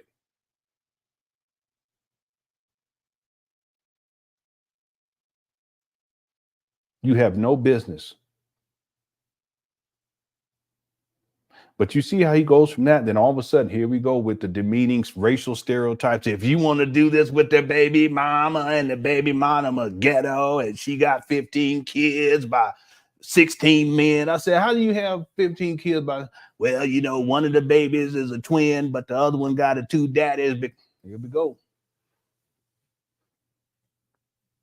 Have to step out of character and protect your baby mom. That's your job. She should never have to step out of character and protect her honor from your mother, who got a tendency to say disrespectful things out of her mouth. She should never have to step out of character. You're not protecting her honor. You are not protecting her flirting with other. Listen, I'm offended when he's saying that. I just am. I don't. Women in front of her. That's not protecting her honor, black man. Protect your queen. Yeah, you're right about this. Protect your queen. Now I'm going to flip this around. Yeah, this is so true right here. I'm going to flip this. I talked about what men need to do for women. Oh, the VIP treatment. Black women want, need, and deserve the VIP treatment. She want to be valued. She want to be invested in. She want to be protected and properly penised. She want to be. Oh, I don't know if we're going to be able to get through this one. How we doing on time? Oh. Valued. She want to be invested in, and she want to be properly protected and well penised. You got to VIP her. If you don't VIP her, you will lose her.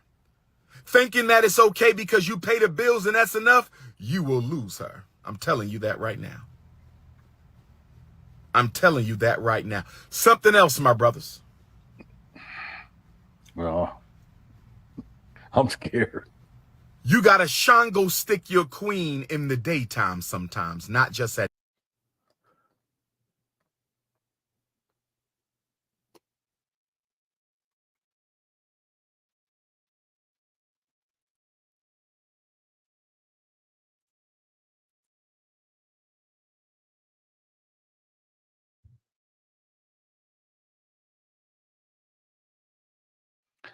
Okay, but you know, Umar, some of us have jobs. We have jobs to go to. You understand that, sir? Anyway, but I'm just saying. Night. You got to Shango stick your queen in the daytime, not just at night. I want you to hear me. Our testosterone levels are highest in the early morning. That's why you have a tendency to wake up with a full rah erection.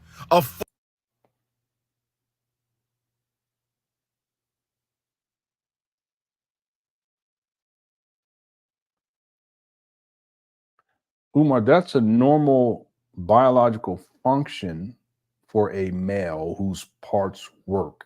Okay, that starts like when we going through puberty and stuff. You guys, men, you know what I'm talking about.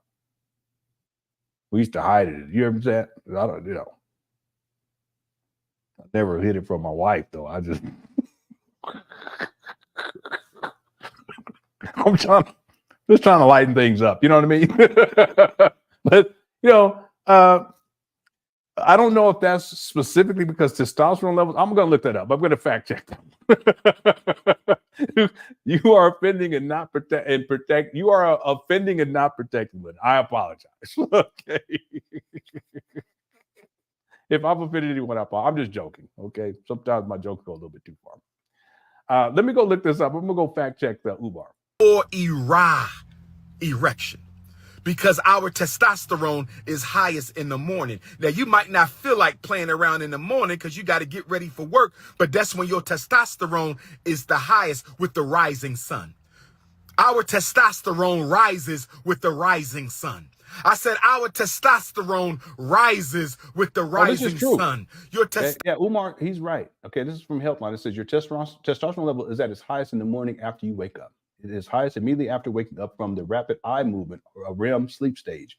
The increase in the hormone alone may be enough to cause an erection, even in the absence of any physical stimulation. Okay, all right. So Umar, he's right about that. All right, give him credit. Testosterone is at its highest peak in the morning. I'm just telling you. When Ra rises, your erection. Rock will rise. You're best able to get a rock when Ra rises in the morning. Your testosterone is low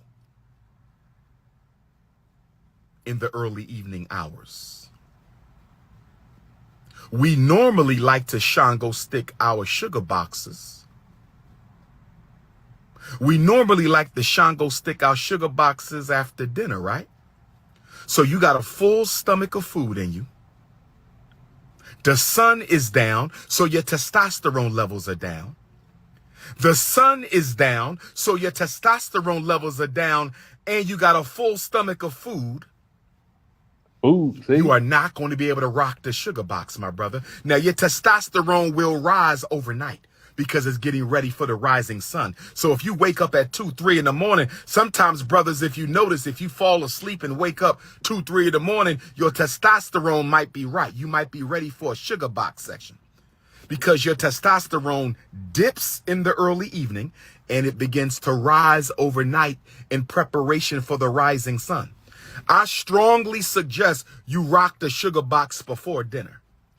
If you can, rock the sugar box before dinner. Now, that's not easy in the winter. That's not easy in the fall because the sun sets earlier. But in the summer months, you want to tag them Cinnabons before the sun goes down. What? I'm just giving some of my brothers because we fail to understand. It sounds like he's actually thought about this stuff. I don't know, Matt. I have no idea what's going on. I'm thoroughly confused. See, none of this is in the context. I mean, it's just he just running his mouth. He was right about the testosterone being up. I didn't know that. But it sounds like he's actually thought about this stuff, which is really weird to me. The relationship between masculinity and the rising sun. We fail to understand the relationship between masculinity and the rising sun, testosterone and the rising sun. Do I have that picture? I wonder if I have that picture. You are at your strongest virility at sunrise. You are at your strongest virility at sunrise, and you are at your lowest just after sunset. I'm just giving you the facts. Grab you a bottle of maca root tablets or get you a bag of maca root powder and put a little bit of that in your smoothie. No, I didn't know. I didn't know that it was because of testosterone levels. I didn't know that. yeah, you're right. It's possible, Jay the Informant. Umar, he just Googled this like I just did. Yeah, I know. But Megs, you know what? There's a video where Umar talks about how he's going to educate the children about sex, and he says what he's going to do is he's going to get these slides and put in a projector and put it up on the wall. Kid you not, and it's going to be of different sexually transmitted diseases, and he starts naming them like syphilis and gonorrhea, and he just goes on and on. And the idea is that the children are going to see these things, I'm going to. Based on how Umar's mind works, I would think that he's probably showing the effects of these diseases on the genitalia, and that he's showing this to the children, and then they will be so scared that they're not going to want to engage in any type of sexual activity. There's a video where Umar talks like that. I kid you not. It's crazy. And Umar, he's a trip. Well, let's keep going here. I'm still healthy enough where I ain't got them problems. God willing, the Prince of Pan Africanism will never have those problems. But I'm just looking out for my brothers because I can't please every African queen. I got to build schools. I got to lead the Pan-African freedom movement. I got to attend to the mental health issues of African people. I ain't free to rock every sugar box. That'd take too much of my divine ashe. I would be too tired to give my speeches. I would be too tired to go live. I cannot rock every sugar box. This guy's so lazy, too tired to go live. So brothers, exercise. I know, he ain't done nothing. Get your maca root smoothies. Yeah, he's sick. And make sure you making love in rhythm with the sun. When the sun is up, you should go up. And when the sun is down, you're likely to stay down. I said when the sun is up. No. I mean, people got to go to work, Umar. I mean, people got to sleep. Now, do I harass my wife before we? Yeah, I always do. I always harass my wife before we go to sleep. Okay, I always do. Sometimes I'm just playing. Sometimes I'm just kind of begging a little bit, you know. But I know it ain't gonna go nowhere. But I do it anyway because it's a force of habit. Man, you know what I'm talking about. Hit the one. But it's not because of whether the sun is set or the sun is coming up. That they got nothing to do with it. Okay, if she walked over here right now with the little shorts on, the ones, you know I'm talking, the ones she be wearing sometimes, this gonna have a reaction. Ain't got nothing to do with the sun being up or the sun being down. So we want to cut it out. I don't see no ones in here. Okay, never mind. Dude knows the Maca plug, but he doesn't. Yeah, but he doesn't need it. I know. He gave different colors of it. He said the red ones and the black ones, and you can get them off of Amazon. They're you get 40 pills for $22.73 with free shipping, sir. If you get 2 of them over $25, it's next day's delivery. They come in. I don't buy them, but they come inside of a blue bottle that got 2 white stripes on the side. The cap is colored green. The packaging come in. You know a full description of it though. You know. Oh, I'm sorry. Yeah, I apologize. I know, but I'm just saying if I offend anybody, because sometimes when I tell jokes, I don't have a problem telling jokes and talking this type of way if we just joking, but it's just joking. Okay, but I got you, Amir. We all good, bro. Okay. I will joke, and sometimes I told jokes that I said, man, I shouldn't have said that shit. But I have like this whole comedy routine, and some of the stuff is so out there that I will never share it in public. But sometimes I'll be like, I've been waiting to say that for 3 years. But if I offended any of you women, I apologize. I'm just goofing off. Sometimes, and this is how we work in Cookie Crush Chat. Sometimes when we deal with Umar, stuff is so out of control and crazy that the best thing that we can do to process it and get through it is to laugh. And it's always been like that in the Cookie Crush Chat. Okay, but if I offended any of you women, I apologize. Okay. Yeah, and I got you, bro. We good. Yeah, Umar got a maca plug. He starts sniffing and blinking and shit. Okay. You should go up. And when the sun is down, you're likely to stay down. Rock that sugar box right after work. Don't wait till after dinner, my brother. Now, let me switch this around for a minute. See, here we go. Now he about to get, okay, here we go. Okay, this is all setting you women up. But listen, this goes to show you that he doesn't have any kind of sense of being in a loving, committed relationship. People have children. Women have young children. So they're trying to, or they have toddlers. They're trying to breastfeed. They got all kind of stuff. Some working jobs and taking care of the kids, trying to keep the house clean. Some of the men trying to keep the house clean. They got to clean up, do outside. They got to go to work. People, we got to go shopping for food. I'm talking for this. We got 5 kids. Sometimes my wife is tired. You know, sometimes I'm tired. But, you know, the thing is with me, even if I'm tired, if something about to pop off, I'll find the energy. Yeah. I did that. I'll find energy. I could be so tired. Baby, I'm so tired. I only have 4 hours of sleep. I slept 4 hours in 3 days. I'm sorry. I just got to get some sleep. But you know what happens? She get to showing some of that leg.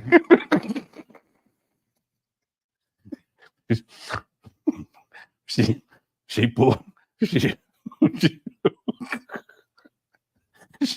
she pulled that skirt up a little bit, show some of that ankle. I love me some ankles, especially some thick ankles. I love that. And she go out, show a little of that, the bottom of that knee, and all of a sudden it's time to go. That's how it works for me. Anyway, I'm just goofing off, okay, but it's actually true. Okay, there is a boner in New Orleans that comes. What are you talking about? What does this mean?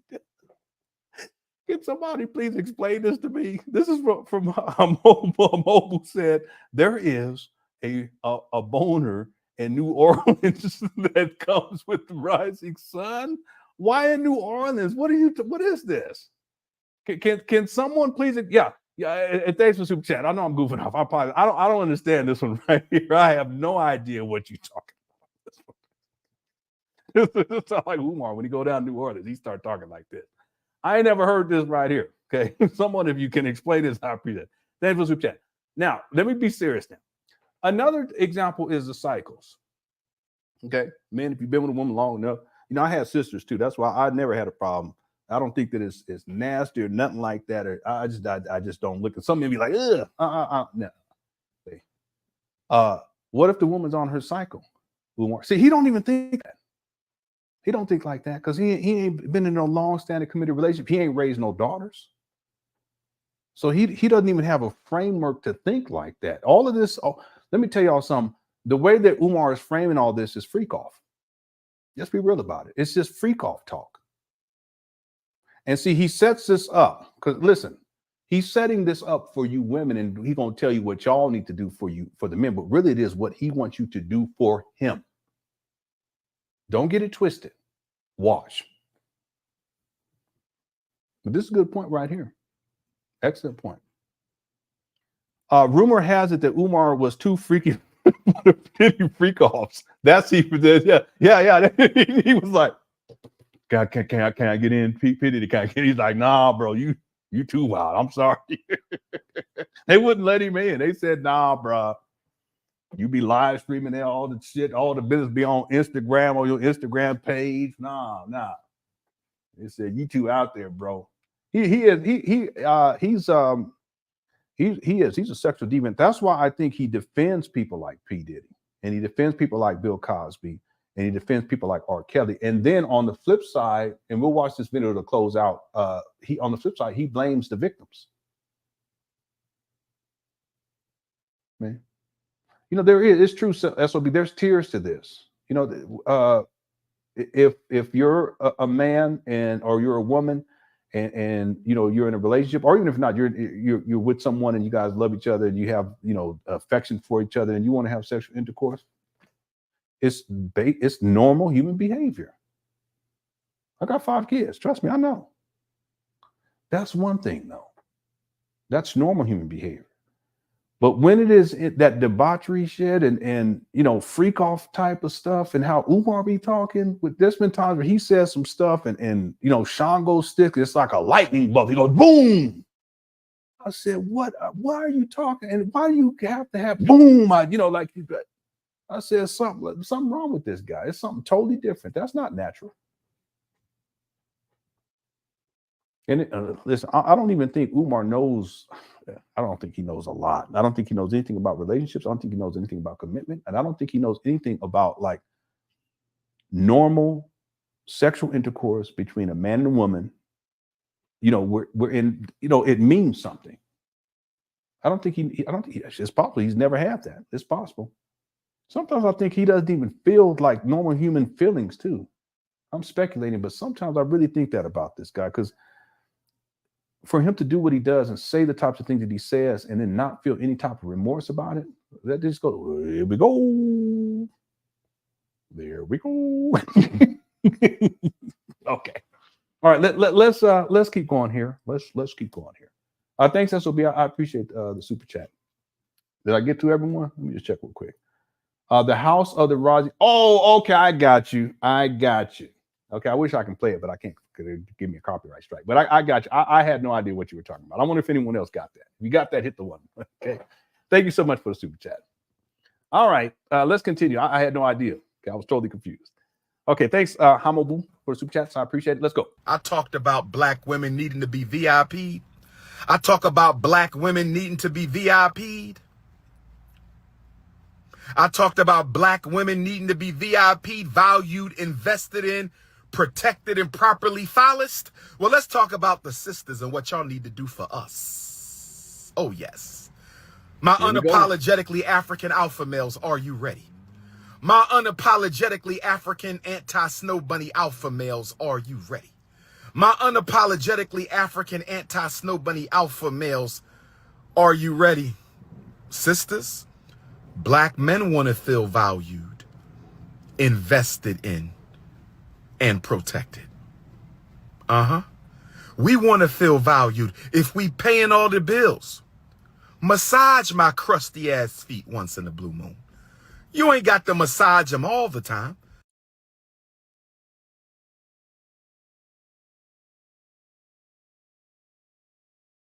Here we go.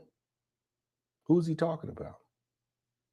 What is he doing here, Cookie Crush Chat? See, I told y'all he just setting all this up. He goes with what the men are supposed to do first to kind of, it's like a manipulative tactic for you women. He's going to manipulate y'all. Yeah, we're going to do all this for y'all. We're going to do this for y'all. It's a sugar box. And we're going to do this and all of this. But then he casually switches it up. And he starts to talk about what y'all need to do for who? For him. And he is doing exactly what he always does, which is projecting. I can pull up the video where he talks about how his feet, he has crusty feet and his feet look horrible. And he needs the women to come and fix his feet and put oils on them and all this kind of crazy talk. I told people that's exactly what he was going to do here. And here we are. I called it. But once in a while, when I come home from working hard, paying all the bills, you should have Umar, you don't have a job and you don't pay bills. Have a hot bucket of water for these crusty feet. You should rub them feet down and put some nice music on and just talk to me about my day dealing with the Neanderthal nation. Do y'all sisters know what a black man goes through putting up with these heathens every day? Do you know what it's like for a black man to have to bury his pride to make sure we can pay the mortgage? Do you know what it's like for a black man to have to bury his pride in order? Umar, you don't have a mortgage, sir. You're not even renting. You stay with your mama closet from time to time. Getting evictions last year. Cut it out, man. Last time you had a place, I can't even remember now.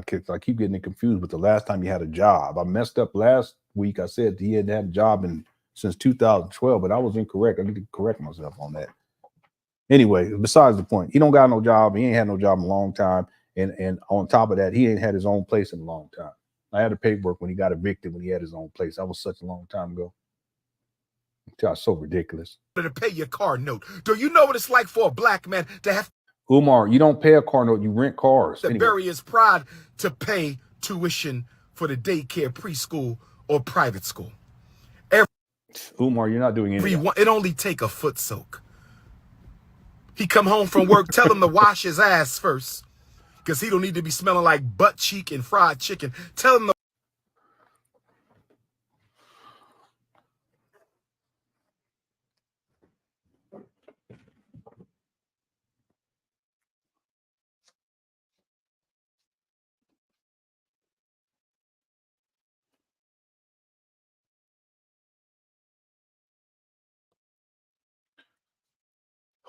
I'm not gonna live shoot tomorrow. I'm gonna work on it.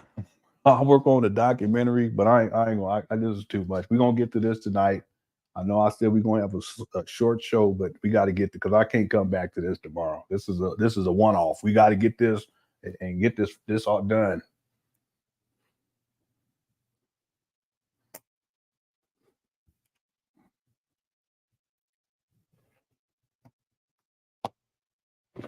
You know, Umar, you done collected $2.7 million because really he's talking about himself. Okay, why don't you just go and get a foot soak? You know what I'm talking about? The one you put water in and then you plug it in. Maybe I should do that tonight after I'm done with this shit. I might have to just soak my feet. Not that because I need to, but just because, you know what I'm saying? and then you drop a little bath bomb in there. You know what I'm talking about? We got the bath bombs from Amazon. I got the feet soaked because my feet was hurting from work. This was a couple of months ago, maybe 3 or 4 months ago, but they don't hurt now. It's just because I was doing too much, walking around too much.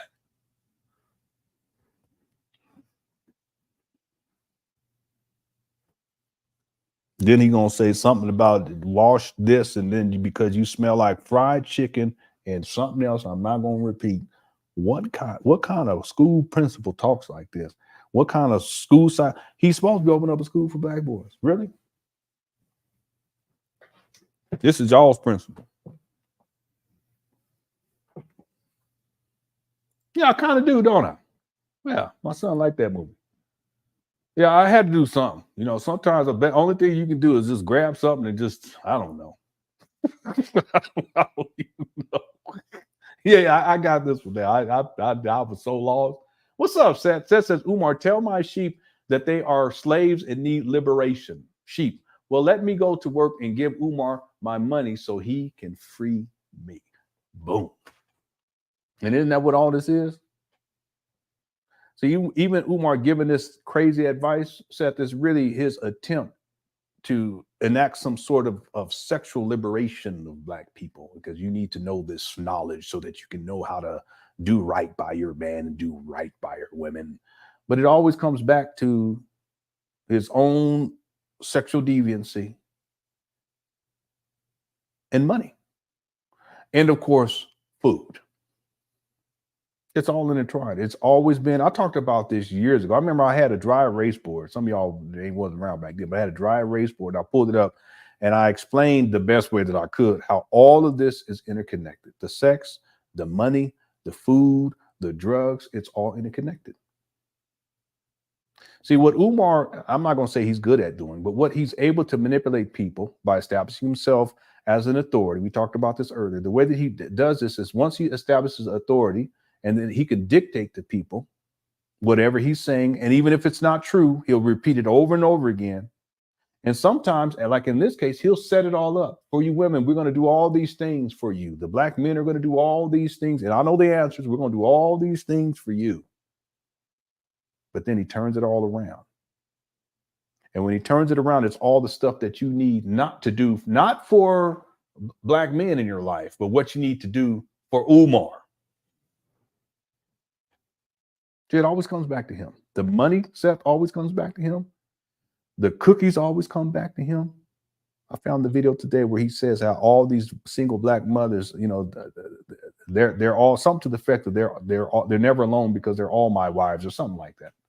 I said, this guy, it always comes back to him. It's amazing. I really don't understand it. I don't understand how black people, and it's not even just, I shouldn't say it that way, but I don't understand how people could fall for this mess and don't see it. You know, Black Anonymous emailed me, and it's true. People act surprised when something like this happens with Diddy, but it's been out there for so long. And then they try to flip it like someone's trying to tear a black man down. They ain't got nothing to do with nothing. People surprised about what happened to R. Kelly. People surprised about what happened to Bill Cosby. You know, but no. It's a pattern of behavior. And listen, it could be possible that one day people are going to try to act surprised. This is what I'm getting at. People are going to try to act surprised when something happened with dealing with Umar. They'll be like, what? No, there's no way. But all of the evidence was there. Look how he talked. And Seth, as he always does, he puts himself as a savior figure who's going to liberate his people. But really all he's doing is talking freak talk based upon what he wants black women to do for him sexually.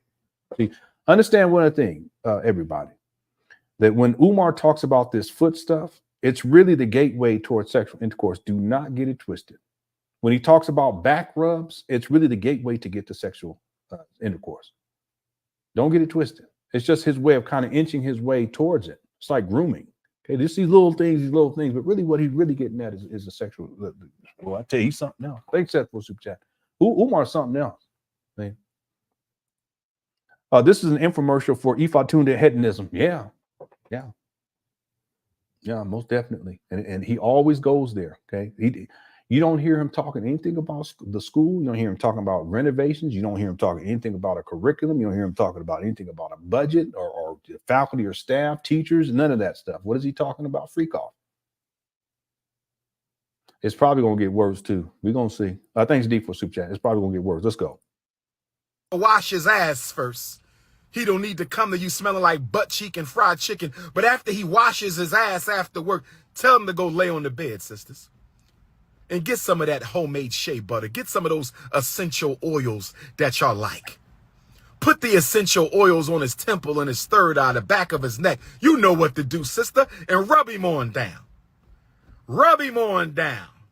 Here we go. Look at him. Rub him on down. See him? Okay? Y'all know what to do, ladies. Y'all know what to do. A nice back massage. Didn't I just call that? Hit the one. I need some credit. I just called it. I told y'all.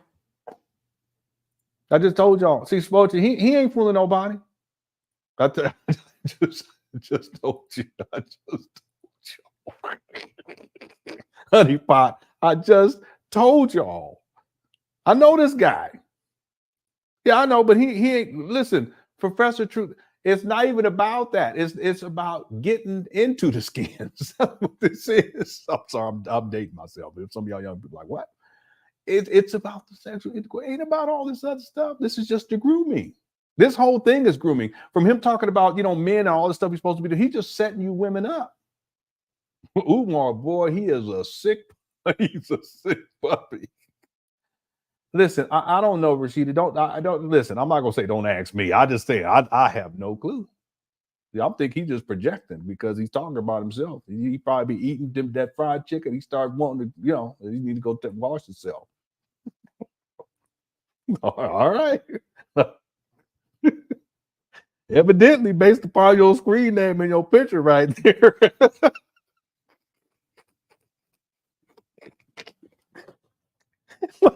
What in the world has the Cookie Crush chat turned into? It wasn't always like this. Okay, I don't know when it transformed or converted. I have no idea. Yeah, it's freak off time. Yeah. Information, man. That's exactly what it is. That's why he starts looking the way he is. He starts rocking. He probably rubbing on his leg. You know how Umar be rubbing on his leg. He said, rub them on down.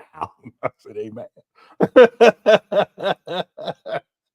Now, again, if it's a man and a woman, yeah, okay, I get it. Okay, a committed relationship. But Umar, it's really, this is what he wants you black women to do for him. Let's be clear about that. Okay. He's, oh, no. Don't do that, Erica. Don't do that. You got crazy. No, it's not that crazy. Man, you know what I'm talking about. Just let me stop. Yeah. All right. Wow. Yo, crazy. Okay, let's get back to it. I wonder if it smells like tacos, churros, or carne.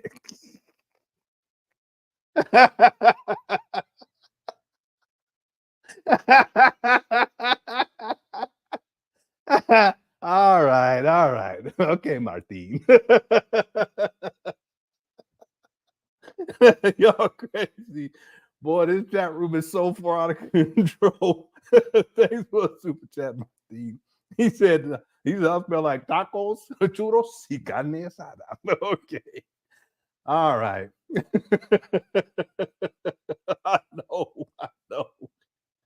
I know, especially tonight. I'm not gonna live stream tomorrow. I'm gonna work on the documentary. I'm just gonna work on that during the day. I need to get some sleep. Okay, that's what I need to do. Okay, boy, y'all wild. Thanks, Umar Steinwriter. Okay, let's get back to it. Here we go. Need don't cost money. See, the things y'all need cost money. Black men, the things we want from our women don't cost no damn money. You hear me, black woman? Here we go. It don't cost no money to please a black man. See, that's why we got to talk about this. The things we want from y'all don't cost no money. But the things y'all want from men cost money? That sounds like some gold digger type talk. You know what I'm saying? Umar, boy, I know. Here we go. If I had them, I'll clutch them, but I don't have no pearls, dear. Closest thing I had to pearls was them candy chain necklace. You remember them candy chains? And you put it around your neck, and it had candy on it, and you would eat it like that.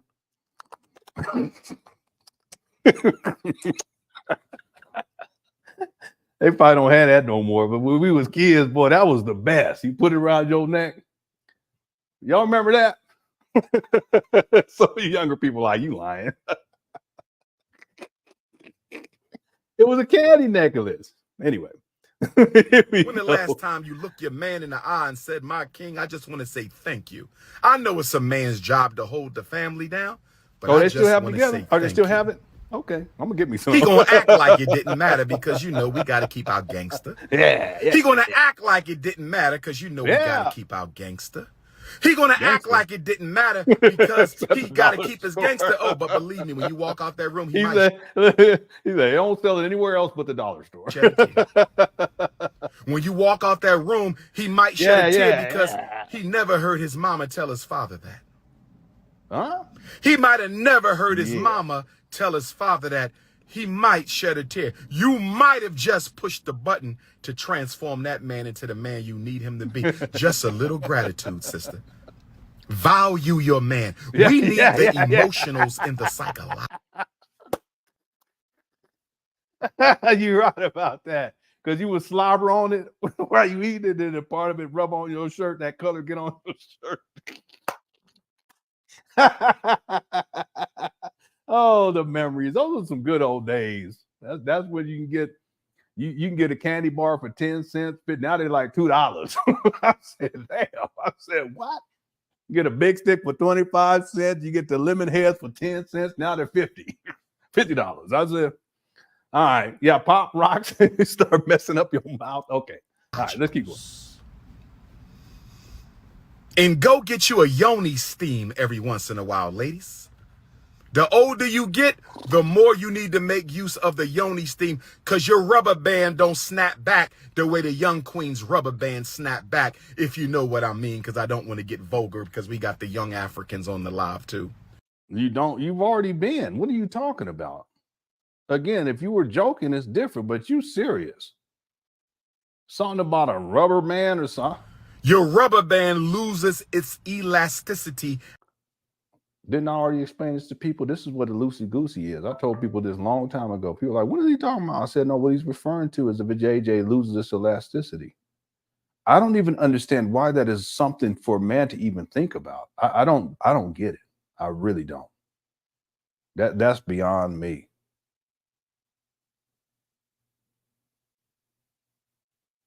I think I know what it is with Umar, but I'm not going to say it because I ain't going to do him like that. But I think I know what it is. I think it's two things, but we're going to keep going. As you get older. Now, don't get me wrong. You got sisters in their 40s and 50s, and they rubber bands still pop. They rubber bands still pop. But the older you get and the more miles on your engine, my sister, the older you get and the more miles on your engine, my sister, your rubber band won't stretch back. And I can see this is again the objectification of women, reducing women down to their private parts, and it's just sick. Tell you, if it's one thing a black man loves is a tight rubber band. There's nothing in this world. Listen, I ain't never thought like that ever. And I'm never going to think like that. It's just so, what kind of man is this? Umar, what kind of man you're sick. Umar, I know you be watching these videos. I want you to know that you're a sexual deviant. You're sick. And you don't even realize it. That's what's crazy about it. But I guess people like this, if they get to this level, they have no clue. They have no self-concept, no self-awareness. But you're a sick person. I ain't never thought anything like that. There's nothing in this world that gets a man's attention like a rubber band with a kung fu grip, but we're going to move on from.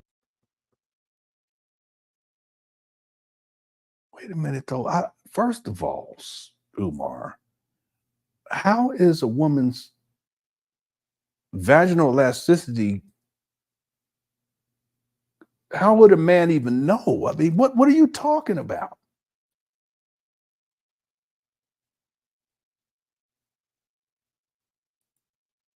And I can tell you, if it's one thing a black man loves, is a tight rubber band. There's nothing in this world. Woo! There's nothing in this world that gets a man's attention. How is that going to get his attention? If you're talking about a woman's the elasticity of a woman's vaginal, how's that going to get a man's attention? How would they even know? Does anybody see? You guys understand? I don't know. Am I tripping? A woman's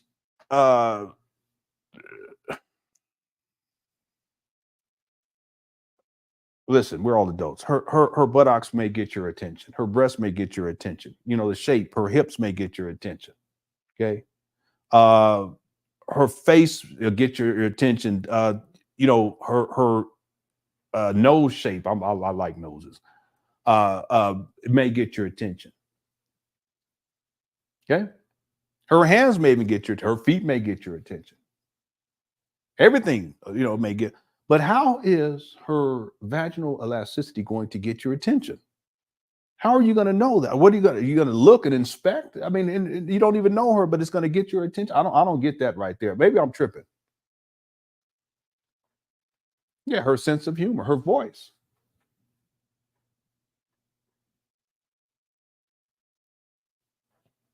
But her vaginal elasticity, what in the world are you talking about? Yeah, and again, different people like this. Some people like feet and all. Yeah, I'm a nose guy. That's all right. I like interesting noses. You know, it just stuff that don't even look like normal nose. You look, yeah. Noses and ankles. You know what I mean? No, I'm just okay. But her personality, psych. but how does that get? How can a man? How can that? I don't get it. What is she gonna be sitting? Let me stop. Okay, that sound like some gynecologist stuff now. But let's keep going. We got to finish someday.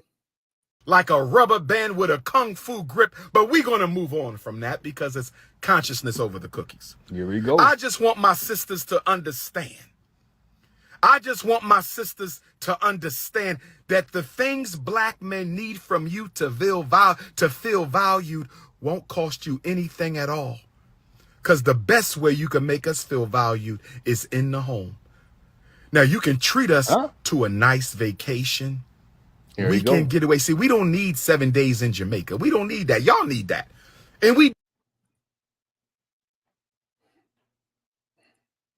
he continues to downgrade a woman to mere body parts. He doesn't see the humanity in women. You're absolutely right about that. Even the cookie stuff. It's a devaluation. It's reducing women. It's the objectification of women, and he does it all the time. That's why I don't understand how Umar has women followers and supporters. I don't get it.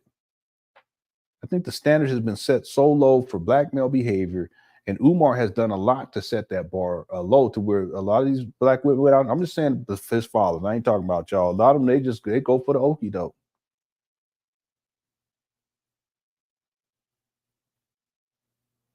And he's been doing it for such a long time, and it's not an isolated incident. Now, sometimes he doesn't go this far, but he'll go here. It's just in this one, he's totally off the rails. And in my mind, that should be all any woman needs to see to know that this is not the type of man that they should be supporting or defending.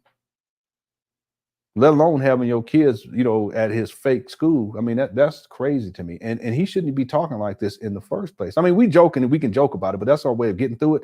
But he shouldn't be talking like this in the first place. No true professional gets online and rants and talks like this. No school psychologist, no one who's in the mental health field, they don't do this unless they crazy and a sexual deviant. But he does this all the time. Yeah, and another thing too, said you're right. Umar is referring to the downtrodden women he uses and takes their money and berates them. Then they call him yeah, you're absolutely right about this. See, all of this is Umar. It's because we said this earlier. Said it always comes back to Umar. It always comes back to what he needs and what he wants. See, and so his need, when he's talking about what women need to do, it's about what he wants them to do for him. do it for y'all. But we don't need 7 days in Jamaica. We don't need 2 weeks in Turks and Caicos. We don't need that. Y'all need that, and so we give y'all that. But we don't need that. You can drive us 2 hours away out into the wilderness and make a home-cooked meal. Make a home-cooked meal out in the cabin. And let's go sit by the water. Let's go for a hike. Those are the things we need. Activities and action. That's how you show value to a black man. Clip his nails. Cut the hairs out of his nose.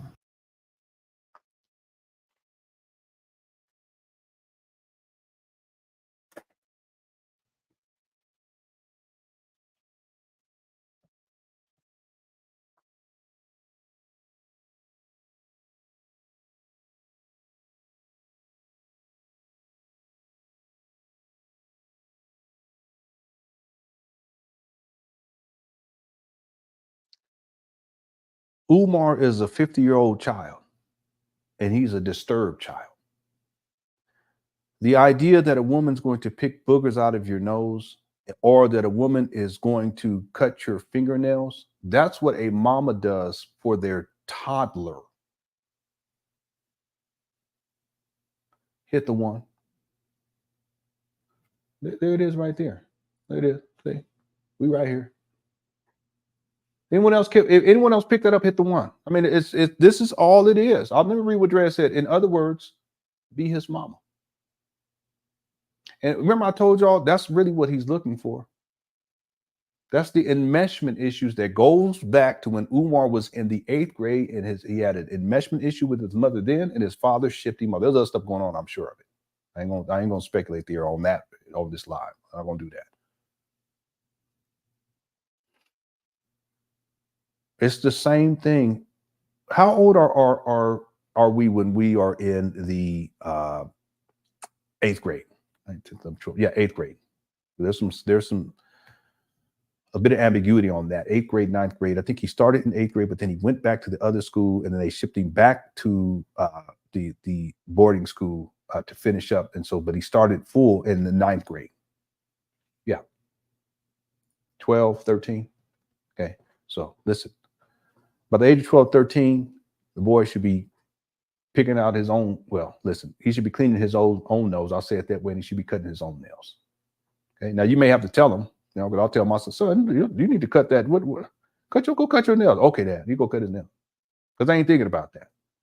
But I'm not going to say, let me cut your nails for you, son. And I'm not going to have my wife say, no, let me cut your nails. No. 12, 13. But see, here's the other thing with Umar. Even though he was shipped off when he was 12, 13, understand that he was already in a state of arrested development because he was collared by his mama. And his father saw that. See, his father shipping him off, there was other issues too, but his father shipping him off, it was really an attempt to try to get Umar on the path to becoming a man. Okay, Umar never made it. He never, not even close, even to this day. So when he's saying these things, like I said, I told you in advance, I said, and because I know Umar, when he starts talking about what you women need to do for him, it's what women need to do for black men. He's not talking about every black man. He's talking about what he wants you black women to do for him. He's looking for his mama. Just like when they shipped him off, he was still looking for his mama. It's sad too, but hey, it is what it is. Okay, it's no excuse though. We have to grow beyond whatever it is that we went through in life. Even if it wasn't our fault as children, we have certain experiences. You guys know what I'm talking about. We had no control over certain things. We have to get through it. And then at a certain point, we have to get beyond it. And we have to grow and mature. Umar never matured. Really, what he's looking for and what he hopes to get from you black women is someone to take care of him like his mama. In other words, be his mama. Okay, that includes, oh my God, now that I think about this, this is really crazy.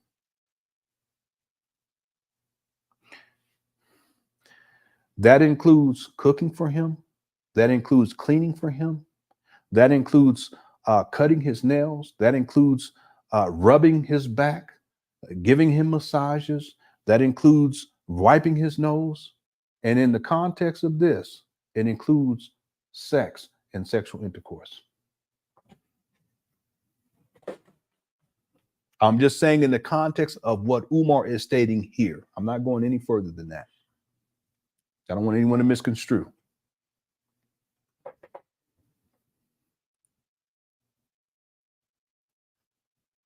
Yeah, I'm sure other people picked up on it.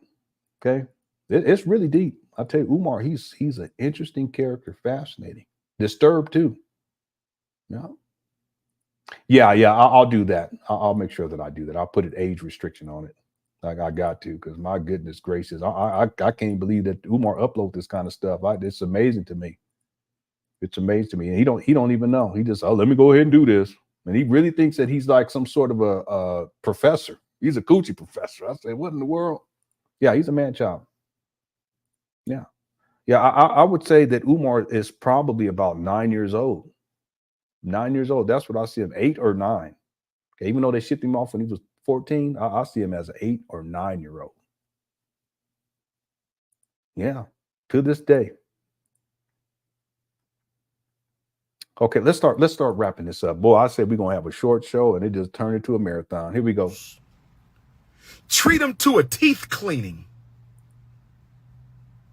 Oh, yes.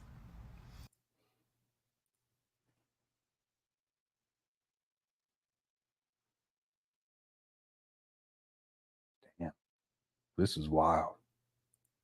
If he had Diddy's money, he would be a dealer. Listen, I'm not gonna argue with you on that. Because that's what he wants. He wants the freak off. And he tried to do that when he had that harem. They're not around anymore, but he had a harem of women. They used to follow him around. They would go over to Africa. I seen pictures. I said, I know what time it is. You ain't fooling me. See, if Umar had and it's a lady, it's the money. And if Umar had the clout, we got to throw that in there too.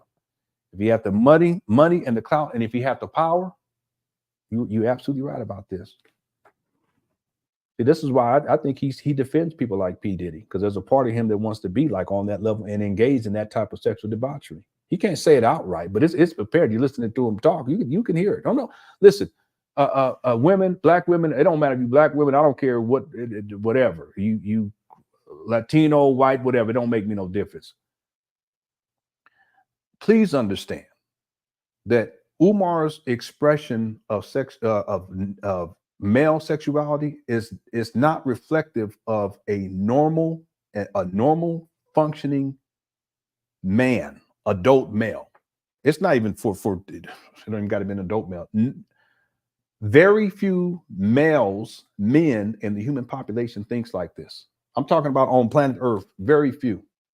He's an anomaly. That's what I'm saying. There's something literally wrong with this guy. I'm talking about up here. It's called psychosexuality. Something's wrong with this guy up here. I don't know what happened to him or what he's been through. Okay. But there's something wrong up here. I want you women to understand that this is not the norm. It's not.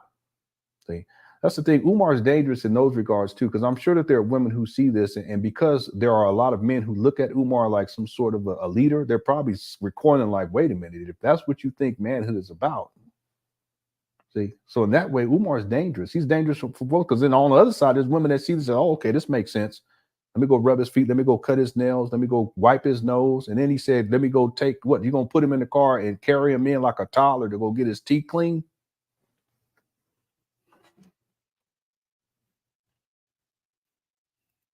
Thanks, the lady, for a super chat. Yeah. Yeah, for him to even mention that, maybe he stuck way back then. I mean, that's way back then, but definitely he's in a state of arrested development. I was like, I can't believe this guy. Yeah. I said this in my research. I think his mama coddled him, extremely coddled him. He was the oldest male. She had him when she was 16. And I think that Jamal Johnson, who was 17, I think that he was overbearing. And after, I think it was the year after Umar was born, that's when he joined the military. Very opinionated, and I think that he probably approached Umar from a military type of perspective, and it damaged Umar. So you got those two extremes happening, and then the father figure who is overbearing ends up taking you and shipping you off to another city, to a boarding school, a private boarding school. And that creates this massive separation between you and your mother. Remember, there's no cell phones at that time. There's no internet at that time. See? So for Umar you know, he's always trying to get back to his mother, but he associates you black women with his mother, and you need to do for him like his mother did for him. You need to provide for him like his mother provided for him. Okay. You need to tolerate him like his mother. You need to coddle him like his mother coddled him. And it feeds into this need for Umar to get money, and that you guys are supposed to be providing for him because you all function as his mothers. So get on your Cash App, get on your PayPal. See? It's deep. See, even the whole school idea, it's really, it's like a fishing net that's really thrown out there for Umar to have his needs met. But really what he's looking for is for his mother to meet his needs, because he's in the state of arrested development. But instead of his mother being caught in this fishing net, he wants to catch all of you black women, and you guys send me your money and take care of me and take care of me. And in some cases, go ahead and give me the cookie. Go ahead and let me crush them cookies. See, that's why the school, it's insidious, because it's really not about opening up a school for black boys. It's about Umar reliving this childhood trauma of being sent away to this private boarding school called FDMG. See?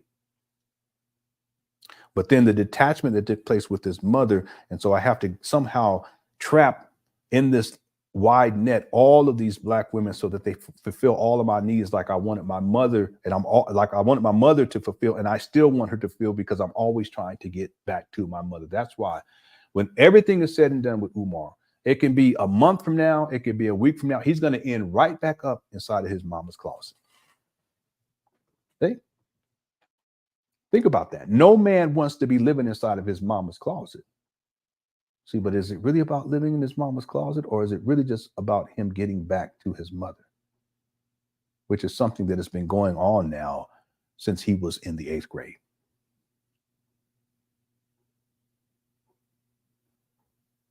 What, 35 years?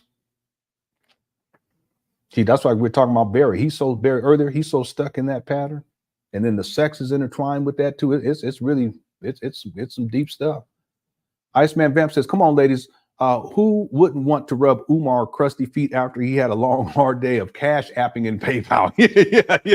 Yeah. Because he's been busy. You know, he's been working all day on the internet, laying inside a hotel bed, asking for y'all to get on the Cash App and the PayPal. You know, it's funny, the delusion of this guy. He's talking as if he's like this hard worker and he has a job and he's doing all these things, and that you women need to cater to him and pander. Now, I don't expect that from my wife. I just don't. Okay, she doing enough. I'm happy. We all good. You know, it's just I don't get it. I think for Umar, it's childhood. That's all it is. He's in a state of arrested development, like Dre said. He wants you black women to be his mama. Okay? The idea, last point, the idea of him having 2 wives is really the notion of him having 2 mamas that'll take care of him. They'll cut your nails. Y'all gonna be wiping off his nose. You be taking him to dental appointments. You probably take him to the clinic. I mean, whatever. You know, take him to go get some draws. You know, whatever. And it goes on and on. Thanks, Iceman Val. Okay, I think am I all caught up in here? Okay, let's finish this up. Thanks everybody for all the super chats. Y'all sure did bless me this evening. I do appreciate it. Here we go. Let's finish this up. Treat him to a teeth cleaning. Oh, yes. Black women, you must show us that you value, and then you got to invest in us. Since you like bragging that you make more money than me, you got to invest in us. Since you like bragging that you make more. Did I mention this earlier? This is what I was talking about. More money than me. Then how about you invest in your husband's business? He would have opened up a little tire repair shop. Those tire repair shops make a lot of money. Trust me. He want to do a little corner store. Invest in your husband's corner store. Or are you one of those insecure black women who want your husband to stay unemployed? Because we do have them. See, Umar's just trying to justify his unemployment. See, he's blaming it on who? You black women. Y'all following this? Okay, I'm going to limit my commentary, but it's so very clear and evident to me. He wants to blame you black women for why he's been unemployed for such a long time, but he still expects you to spend your your hard-earned money on who? Not these black men that you're dealing with or your man. No, on him. Boy, he's something else. He set all this up See, he groomed the women who were watching this by talking about what all these men need to do for you women, but he's just grooming you and setting you up, and then boom, here we are. Are you? See, now, real quick, this is what you call a manipulative predator. See, he manipulates in the beginning to prey upon you at the end, and he's groomed you in preparation to preying on you. One of those insecure black women who want your boyfriend to stay without job. A lot of black women will sabotage their men getting a job because that puts him around other women if he can work. So if he get a nice haircut, put on a nice suit and tie, some nice blue overalls for the tire shop, other women going to start looking at your man, so you rather keep him unemployed and dusty because you insecure. Or you one of them sisters who want to keep your man unemployed and dusty because you insecure. Don't complain about a man who ain't got no job when you're not trying to help him get one. You won't give him no public transportation tokens. You won't give him a bus pass. You won't pay for. Wait. Why would you have to do that if he's a man? What are you talking? He's talking about himself. Boy, this is crazy. Well, why would he have to get a bus pass and you got to provide this guy? I was going to say it, but I ain't going to use that term. But you going to provide this guy with a bus pass? See, this is all what Umar needs. He needs a bus pass. I've seen him on a bus too, back in the day. He need a bus pass. He needs money so he can get a rental car. And who's paying for that? Black women. See, this is all about him. And yeah, Umar, based upon what you're saying in the word, I don't like using the word, but you're dusty.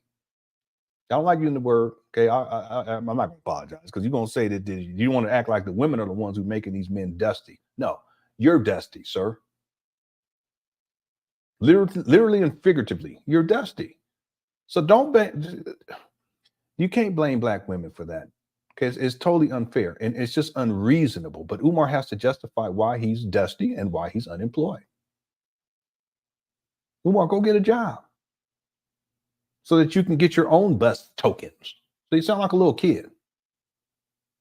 Now I give my son some change. Okay, they got jobs, but I'll give them some change. I said, you got money on your son? I said, yeah, no, I ain't got nothing. I said, well, you got to have something on you. Let me give you something. Okay.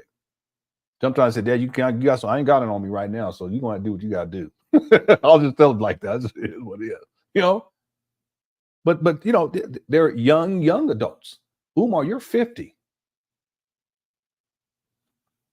Women, listen, I ain't got to tell you. Don't fall for this, and don't be dealing with no men like this. 50 years old. The Lyft or the Uber, he trying to get work. You acting like you want him to have work, but deep down inside, you don't want that man with no job because you think if he get a job, he might find another sugar box to rock.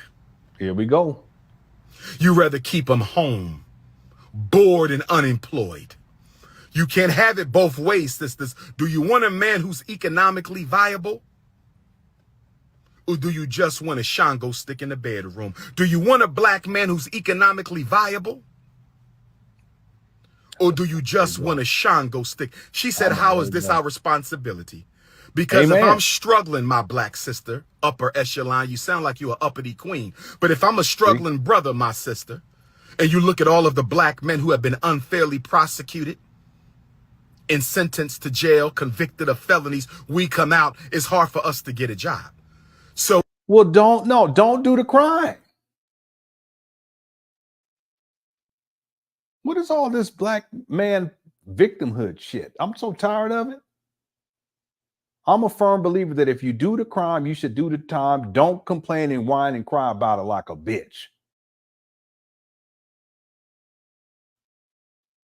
Same thing with men. I shouldn't have to pay time. Well, you wasn't complaining when you was up in them skins and ejaculating into them vaginas. You wasn't saying nothing then. So don't come complain about it on the other end once you got babies to take care of and whine and cry like a bitch. I'm so tired of hearing that. So Umar, what are you talking about?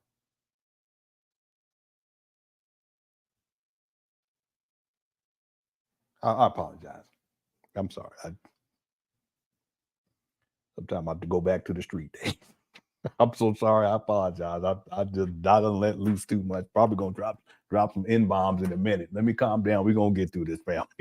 I just don't get it. This guy. I don't get it. I don't get it. Let's go. You rather keep them home, bored and unemployed. You can't have it both ways, sisters. Do you want a man who's economically viable? Or do you just want a Shango stick in the bedroom? Do you want a black man who's economically viable? Or do you just want a Shango stick? She said, how is this our responsibility? Because if I'm struggling, my black sister, upper echelon, you sound like you're an uppity queen. But if I'm a struggling brother, my sister, and you look at all of the black men who have been unfairly prosecuted and sentenced to jail, convicted of felonies, we come out, it's hard for us to get a job. So if we are in a relationship and you have enough disposable income to help invest in my economic vitality, why would you not? So are you telling me you only want me for my sexual vitality, but you have no interest in my economic vitality, sister? Are you telling me that Umar, you ain't got no job. you're only interested in my sexual vitality, Well, I'm gonna let it but go. you have no interest in my economic vitality, black woman? You have black women like that. All they want is a... Hey, hold on. Let me get over here.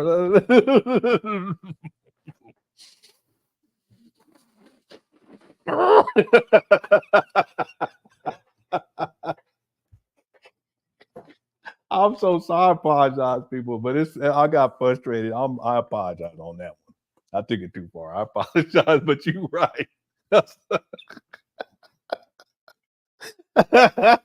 Iceman, man, you funny. Yeah, I start hulking out.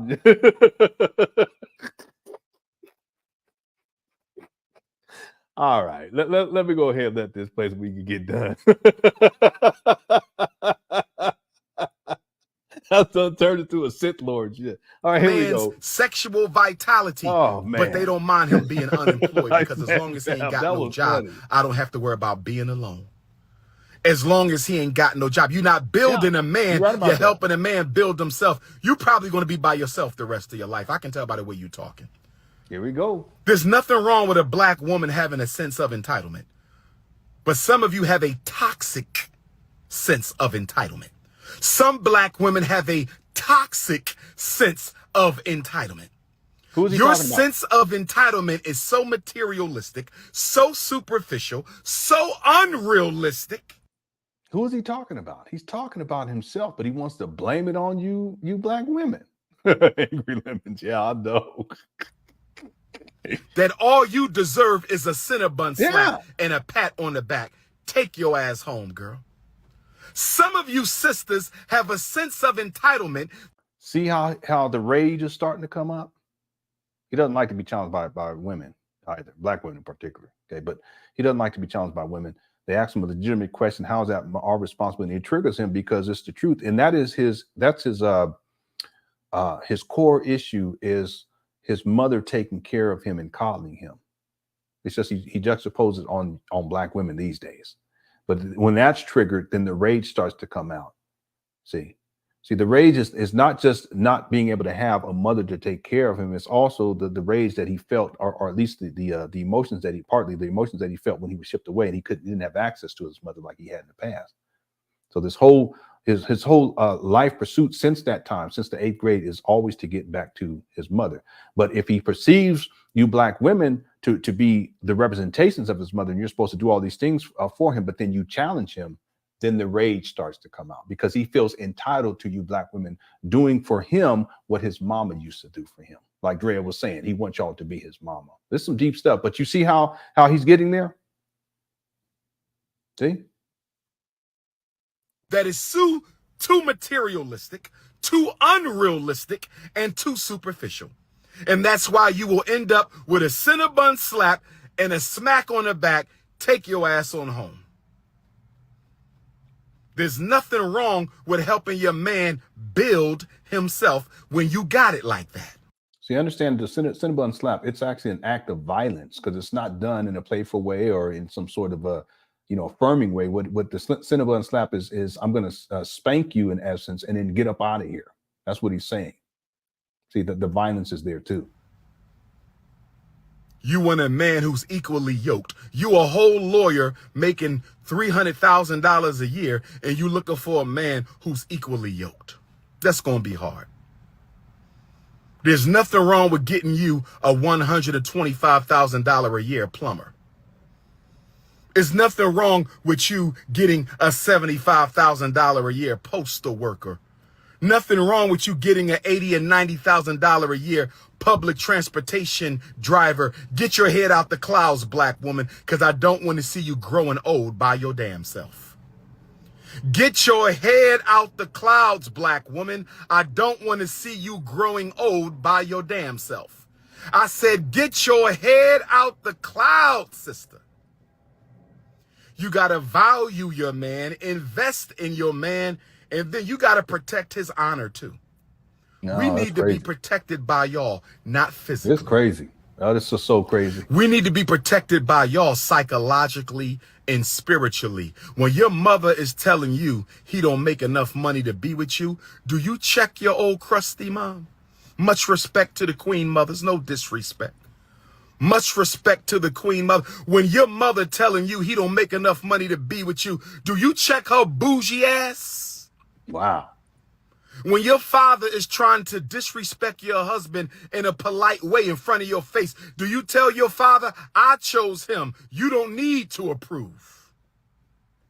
When your brothers and sisters is making jokes about your man formerly having been incarcerated, do you let them know that y'all got relatives who've been to jail too? Don't act like our shit don't stink.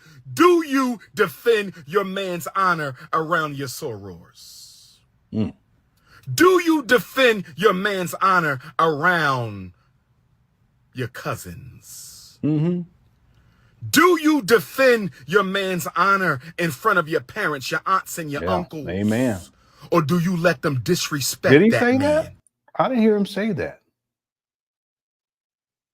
Hold on. You don't need to approve. He's telling you he don't make enough money to be with you. Do you check your old crusty mom? Much respect to the queen mothers, no disrespect. No, he's trying to clear it up. See, he's in such a state of rage that he's just letting loose, and then he has to correct it somehow. He says no disrespect, but he just disrespected. Wow. And to disrespect your husband in a polite way in front of your face, do you tell your father, I chose him, you don't need to approve? When your brothers and sisters is making jokes about your man formerly having been incarcerated, do you let them know that y'all got relatives who've been to jail too? Don't act like our shit don't stink.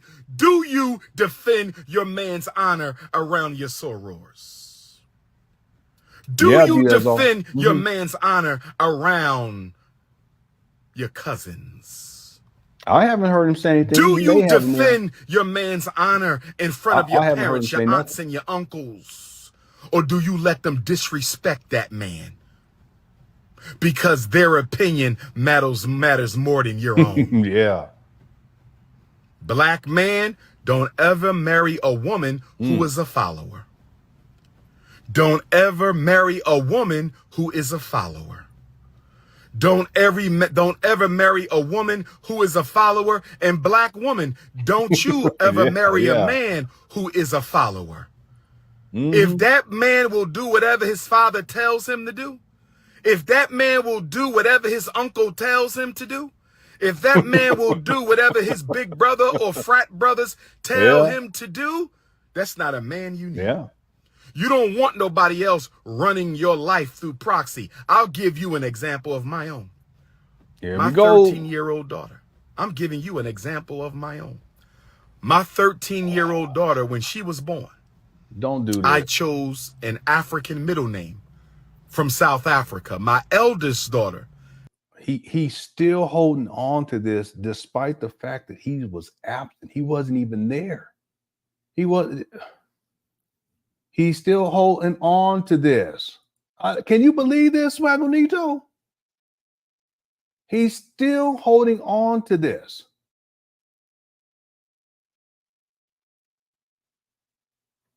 It's deeply personal. See, it was always about him from the beginning, and it is now. He's so angry, but he's been triggered. Yeah, I hear that. Can you imagine Umar? Boy, I tell you, he's something else.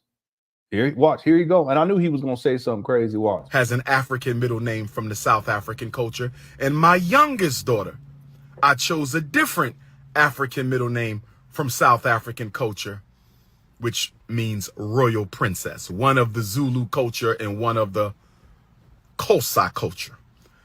And my youngest daughter's mother told me to my face, don't do this, Umar, that her brother did not like the name. And so she would not be giving it to my daughter. Did y'all hear what I said? She said, my brother, your bitch ass brother, excuse my French, brothers and sisters.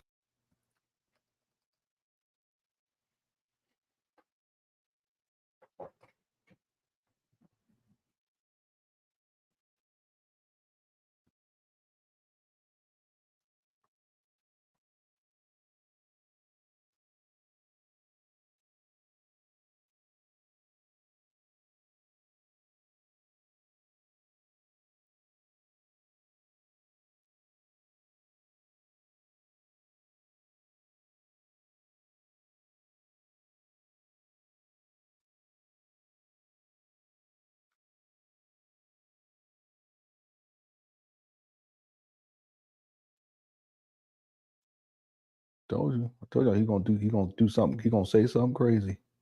Yeah, he is.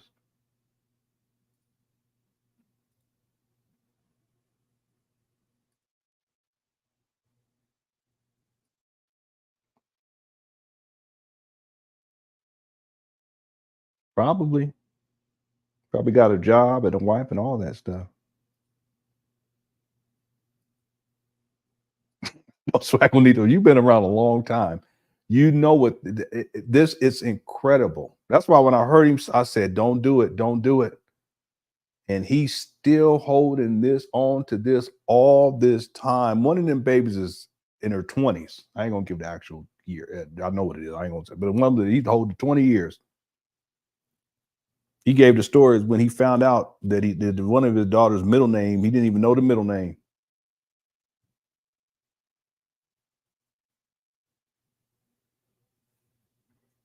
Well, one of the daughters is in her 20s. The other one is a teenager. I'm not going to get an age on that. I think he may even said it, but I'm not even going to repeat it just out of cybersecurity.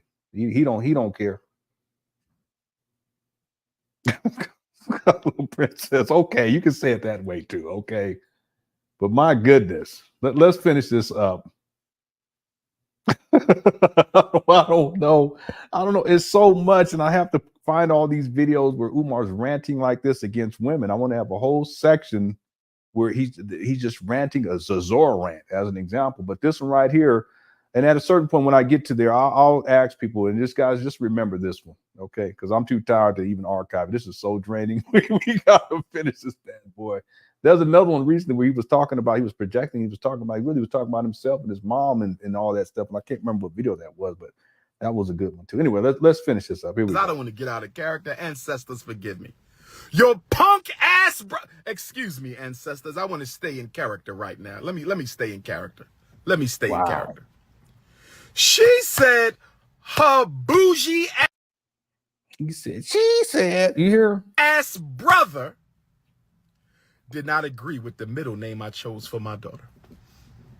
That's what I'm talking about when I say don't date or marry somebody who will listen to somebody else's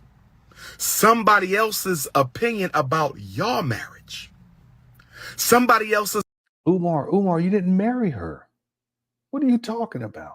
One of them, you said she wanted to get married, but you didn't. You a baby mama creator. That's what you do.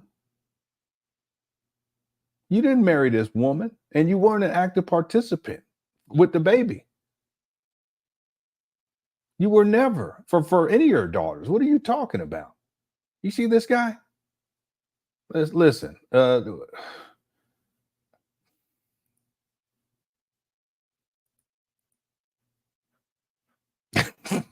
Okay, all right. If you want to say it that way, a lady, yeah, okay. What are the odds Umar said that too? Yeah, I know. See, Umar, he's like that. Everything that I say about Umar, I would say it to his face. I wouldn't even care. It wouldn't be no big deal to me. And I mean that sincere. I mean, Umar, you're a bum. Umar, get your life together. Umar, get out of your mama closet, sir.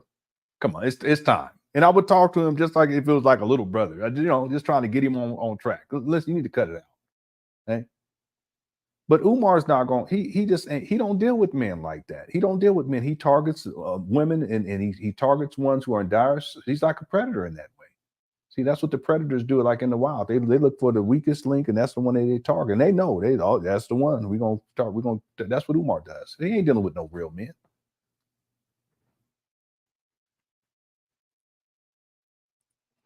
And he out here ranting. Like, it's crazy for him to be this almost 50 years. He's 50 years old acting like this. His opinion about y'all children. Somebody else's opinion about y'all household. Somebody else's opinion about what y'all were going to do. Y'all. The worst thing you can do is date somebody, marry somebody, engage somebody who always telling you, but my mama said, but my daddy said, but my cousin said, but my uncle said, but my auntie said. Nothing wrong with getting advice. I love advice from my elders. Nothing wrong with getting advice. I love advice from my elders. Nothing wrong with getting advice. I love advice. But they not getting advice. They are getting orders. See, you don't have to follow advice. You have to follow orders. And black man, don't you let another man run your house. Not your father-in-law, uncle-in-law, none of big brother-in-law. You might got, listen, I'm the man of this house. And if I need to tell your father that, if I need to tell your brother that, if I need to tell your uncle that, I'm going to tell him that. I respect them. But family, you don't run shit in these four walls. Be respectful when you do it, brothers. Umar don't even have his own residence. It's nuts. Because they still your in-laws. Be respectful when you do. And black woman, if you got to tell his sister with her lonely ass, if you got to tell his mother with her bougie ass, if you got to tell her aunt, tell his aunt, sisters. It's all negative. You go tell them, don't go too hard. Don't go into a post-traumatic relationship disorder temper tantrum now, black woman. I need you to maintain your honor at all times, my beautiful African sisters. Are you listening to me? Butter almond and butter pecan. Are you listening to me? Here we go. Sweet brown sugar and warm pistachio. Are you listening to me? Chocolate fudge and African butterscotch. If you got to check his mother, do it with a little bit of love. If you got to check his auntie, do it with a little bit of love. If you got to check his big sister, do it with a little bit of love. And then you practice a little bit of Ifa Tunde psychology. Because, I think I'm the greatest psychotherapist to ever walk the face of the earth. Here we go. You say, listen, big sister, I know you love your brother. You help your mama raise your brother. And I know it might be a little uncomfortable knowing that you are no longer the most important woman in his life. I know that might bother you a little bit, but I got to ask you this, and I'm saying this to you in love. This is how you get at it, my sisters. This is how you get at it, my sisters. A caramel honey queen, Lord have mercy. A chocolate fudge with a sweet honey dip complete, Lord. You say to her, are you afraid of being lonely? Are you afraid of being lonely and therefore you want your brother to be lonely so y'all can be lonely together? Say it as calm as I said it. See, when you really got to throw that shade, always throw shade in a calm way. Always throw your shade in a calm way because it hits home harder when you say it calm. Is the real issue you're afraid of being lonely? And so you rather your brother be lonely with you. And what look is at he talking about? Listen, I'm gonna say it sounds like some sort of incest type of thing. And I don't want to go here, but I've heard Umar say stuff. I don't comment on that like that. I just don't. I usually just leave it alone. But he's saying it over and over again. That's what it sounds like to me. Umar, why are you talking like this?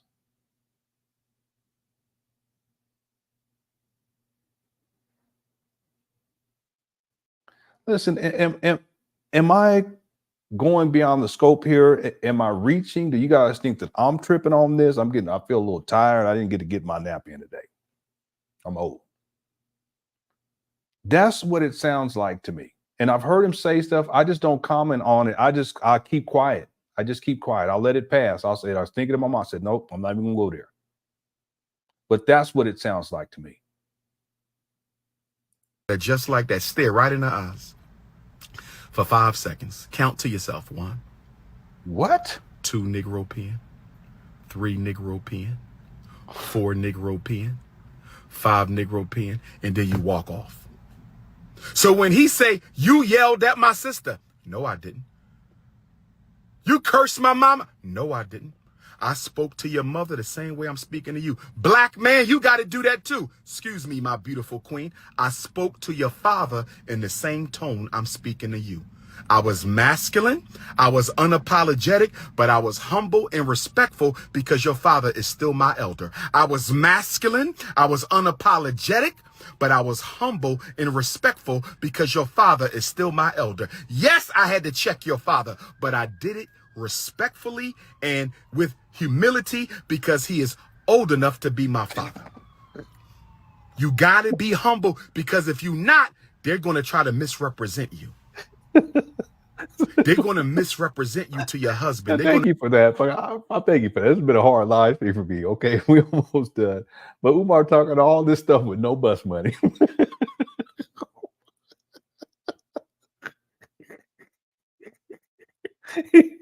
He really is. He really is. He said, check your mama, then get the oil ready. What in the world? Who is this?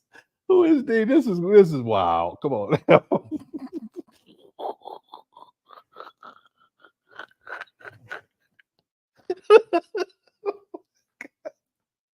Y'all crazy. Okay. Y'all crazy. Let's finish up, please. We gotta misrepresent you to your wife. So you got to use strategy. You got to use strategy. Thanks for the super chat too. Everybody, thank you. Yeah, he said check. Misery loves company. Okay, he talking about himself. Misery. When my homies come to me and say, Doc, I'm thinking about leaving her. First thing I say is, do we need a session together? I might think he need to leave her ass, but I'm not telling him that because black wives matter. I think he might need to leave her ass, but I'm not telling him that because black wives matter. I might think he need to leave her ass, but it ain't my place to say that because I might have too much influence. So I'm going to say, listen, brother, y'all been together 10 years. Y'all been together 5 years. Y'all just got married last year. How about y'all have a session with King Kong Consciousness? Let me come to the house.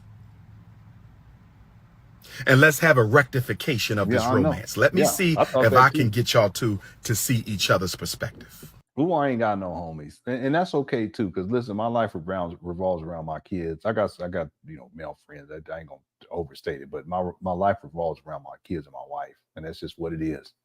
Okay, but Umar, he even said it in February of 2019. He said, "I don't have any friends." He says, "I have my mama." Y'all remember that? Hit the one. That's what he said. I said, I don't have no friends. I have acquaintances. I have my mama. See? But he'll come up with this whole narrative. It's just head movies. Because your ego might be out of control and hers too. Your pain body is awakened, and her pain body is awakened. And when you got two pain bodies woke up, it's not going to matter. You yelling, she's screaming. You acting like a woman, she is a woman. We got to do something. You acting like a woman, she is a woman. We got to do something about this. That is all. See, black man, you got to get in the habit of speaking your piece and leaving it. Yeah, that's what the let me stop. All right, thanks for the chat. Okay, we got to finish up. Because if you yell at me, I'm going to spend a night in the hotel. What's up? What's up, Keylogger? What? Umar, you always spend the night in the hotel. What are you talking about? Boy, Umar, he wild. Let's go. Yell at me again, my beautiful African wife. I'm going to go and spend a night at the hotel or my brother's house or my sister's house or my mama's house because I will not allow my woman to disrespect me. You can say whatever you want to say, but you will not treat me like a child. I am not your son. You are not my mother. I'm going to give you 5 minutes to get your pain body back in your unconscious. I want you to repack your pain body back in your unconscious because you're taking out pain from past lovers on me. I'm not your ex-husband. I'm not your baby dad. I'm not your boyfriend from high school. I don't know. I'm not those married men you had affairs with who told you they was going to leave their wife and they was only lying because they wanted that sugar box rock. I'm not them. I'm your current husband. And you're not going to take out the pain you have for them on me. I'm going to give you 5 minutes to regain consciousness over your emotions. 5 minutes. And black woman, you can look who's talking. Do the same thing. Black woman, you can do the same thing. Tell that man, I am your wife. I am not your slave. You will never talk to me like that again. You owe me an apology and a promise it won't happen. See, I got one rule in my relationships. I got one rule, the golden rule, the E5. He don't have no relationships. This guy be lying and just making up all kind of crazy in his mind. It's called head movies. Let's see what he say though. When was she going to end on him again? Because he did do a video a couple of days ago. Did she do another one? 5-day golden rule in my relationships. You know what that rule is? What? What is the E5-day rule? What? If I don't do it to you, you do not have permission to do it to me. If I don't curse at you, you do not have permission to curse at me. If I don't raise my voice at you, you do not have permission to raise your voice at me. If I don't come home late, you don't have permission to come home late. Oh, yes. What? If I don't talk to my baby mom after midnight on the phone, you don't talk to your baby dad after midnight on the phone. That's my rule. It's the golden rule. If I don't do it, you don't do it. The E5-day rule. And if you violate 3 times, on the 3rd time, there you go. I'm going away for 30 days. No conversation, no connection. 30 days, you won't hear from me. And in those 30 days, you better go find you a therapist because after 30 days like Nat Turner, I'm coming back to the village. After 30 days like Nat Turner, I'm coming back to the village. After 30 days like Nat Turner, I'm coming back to the village. And when I come back to the village, you better have had about 6 psychotherapy sessions with a strong black woman who respects black men. Don't get you. Black man, make sure your woman don't go to therapy with no damn feminist or rainbow ganger. Your marriage will be over after 5 therapy sessions. Black man, make sure your wife's therapist is not a rainbow ganger or a feminist. You will be done. There you go. He got to take shots at the LGBTQ. He always does. And you black feminists. He always does this. That marriage will be over. You tell her I need to meet your therapist. I got to meet my wife's therapist. When I marry my 2 queens, I got to meet the therapist. I got to meet them because I got to make sure this is not a rainbow ganger or a feminist because you're not going to destroy my house in the name of psychotherapy. You are not going to destroy my marriage in the name. I'm serious, my brother. I'm dropping knowledge. Now, your psychological IQ might be too low to understand the jewels I'm dropping right now. I'm giving out jewels right now. I'm serious. And black woman, you better make sure your husband's therapist ain't a rainbow ganger or an anti-black woman hater. Y'all better check these therapists now. Dropping jewels. Y'all better check these therapists. And when I come back after my 30-day hiatus to give you time to get yourself together, black woman, when I come back after my 30 days, my sugar box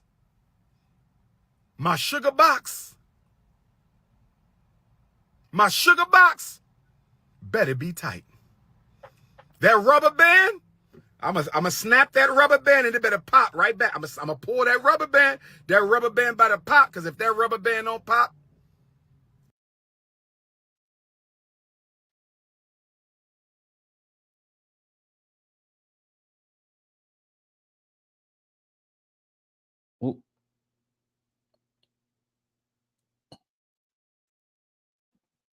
are you gonna reach in and what? What you need to do is cut those yellow fingernails. That's what you need to do, sir. Let's start there. Cut those yellow fingernails, the claws. Cut those yellow claws. If you're going to be doing all that and going to check the rubber band stuff and all that, at the very least, sir, I don't know if you know this, but you should at the very least cut your yellow claws, sir. I don't even know what this guy talking about anymore. This is y'all's principle. And it's all abusive too. I can't believe he even saying that. Your husband's therapist ain't a rainbow ganger or an anti-black woman hater. Y'all better check these therapists now. Yeah, right. Y'all better check these therapists. And when I come back after my 30-day hiatus to give you time to get yourself together, black woman, when I come back after my 30 days, my sugar box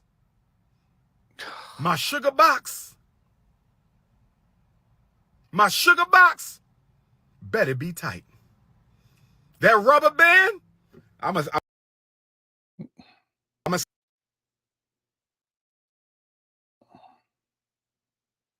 This guy.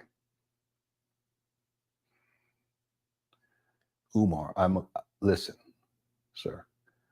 Between now and the next live stream, it's probably going to be next week. Okay, between now, because I can't take, unless you do something crazy, upload it, and it's going to be necessary for me to get to it tomorrow. Okay, I need a break. But between now and the next live stream, I'm going to need you to cut your yellow claws. Okay, I don't think that there's anything wrong with that. Okay, just cut these yellow claws. Right? Yeah, it is. I'm so worn down with this. I mean, we laugh and stuff, but that's the only way. Could Crush that. Thank y'all so much as we begin to close out this show. Thank you so much because you guys got me through this one. I did. So every once in a while this happens. Well, there's a video where it's like, what, and we don't realize what we're getting into, and then when we get into it, we like, what the and then we have to help each other to get through it. And you guys have helped me. I appreciate it. Okay, I don't know how we gotten through this. But it's only about 3 more minutes, okay? And Andre Singley sent, I think it's it doesn't show it though. It's I think it's a super. What do they call that? It says the message was retracted, but it's also there's an image on there too. Thank you, Andre. Andre Singley for the super chat, or it may have been a what do they call those? A super sticker. Okay, thank you so much. All right, let's finish this up for sure now, okay? Because this has been a doozy. Thank you everyone for hanging in there with me. I do appreciate it. Yeah, thank you. Okay, I got you. I appreciate it. And everyone who sent in the super chat, thank you so much. If you send the CashApp PayPal, thank you. I appreciate it. This just drained me. I'm so tired. Okay, but I love y'all. We're gonna get through these final few minutes, and hopefully Umar won't do nothing crazy between now and tomorrow, so I can have me some time off. But I will be working on the documentary. Okay, here we go. Snap that rubber band and it better pop right back. I'm gonna pull that rubber band better pop, because if that rubber band don't pop, you was out there getting your sugar box rock. Oh Lord, the marriage might be over. Oh yes. You want 2 husbands? Go ahead. They want to share the same sugar box? Be my guest. Your rubber band will be extra loose. I'm gonna tell you that. I don't know too many men who want that. That rubber band gonna be as loosey-goosey. You might as well get a t-shirt right now. You gonna have 2 husbands? I'm gonna send you a loosey-goosey t-shirt overnight. I got some loosey-goosey t-shirt. Black man, if you ever catch your woman cheating, I don't want you to say nothing. Black man, if you ever catch your woman cheating, I don't want you to say nothing. I'm talking to my unapologetically African alpha males. If you ever catch your woman cheating, don't say nothing. Order a loosey-goosey t-shirt from Dr. Umar and send it to her at the job, nicely wrapped with a vase of flowers, and you're going to put the loosey-goosey t-shirt inside of some nice gift wrap and put a nice gift ribbon on it, and you're going to send your wife a loosey-goosey t-shirt at the job. Oh, that's how you get her ass back. Oh, she ain't going to know what to do. She won't be able to do the rest of her work. She'll be like, oh my God, Tyrone found out I gave away one of his Cinnabons. Randy found out somebody had a couple tablespoons out of his sugar box. Raheem found out that somebody was sampling his peach cobbler while he was away for 30 days. Black man, that's how you get, oh yeah. Cheat on me, I don't say nothing. I don't say nothing. I catch a woman with a loosey-goosey, I'm not saying nothing. I'm going to send her a loosey-goosey t-shirt and a loosey-goosey trophy. Every time she get a loosey-goosey, I'm going to send her a loosey-goosey t-shirt and a loosey-goosey trophy. I'm going to say, wow, you got 6 like Michael Jordan. You got 6. What is going on? What's going on? I don't know. I don't even know what happened. What happened? Now you're talking about 6 trophies like Michael Jordan? You were just talking about the rubber band and the... Something wrong with him. Something is definitely wrong with this. I don't know. I don't know what it is. I don't know. I don't know. I have no idea. But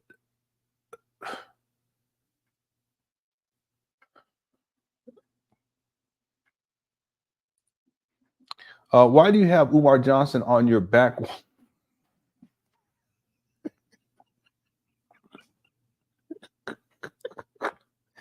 You guys, please stop doing that to me, please. Okay, I'm gonna have to take that down for the show, and I can do it. I can take it down. Okay. Come on. That's John Coltrane, Andre. So please, okay.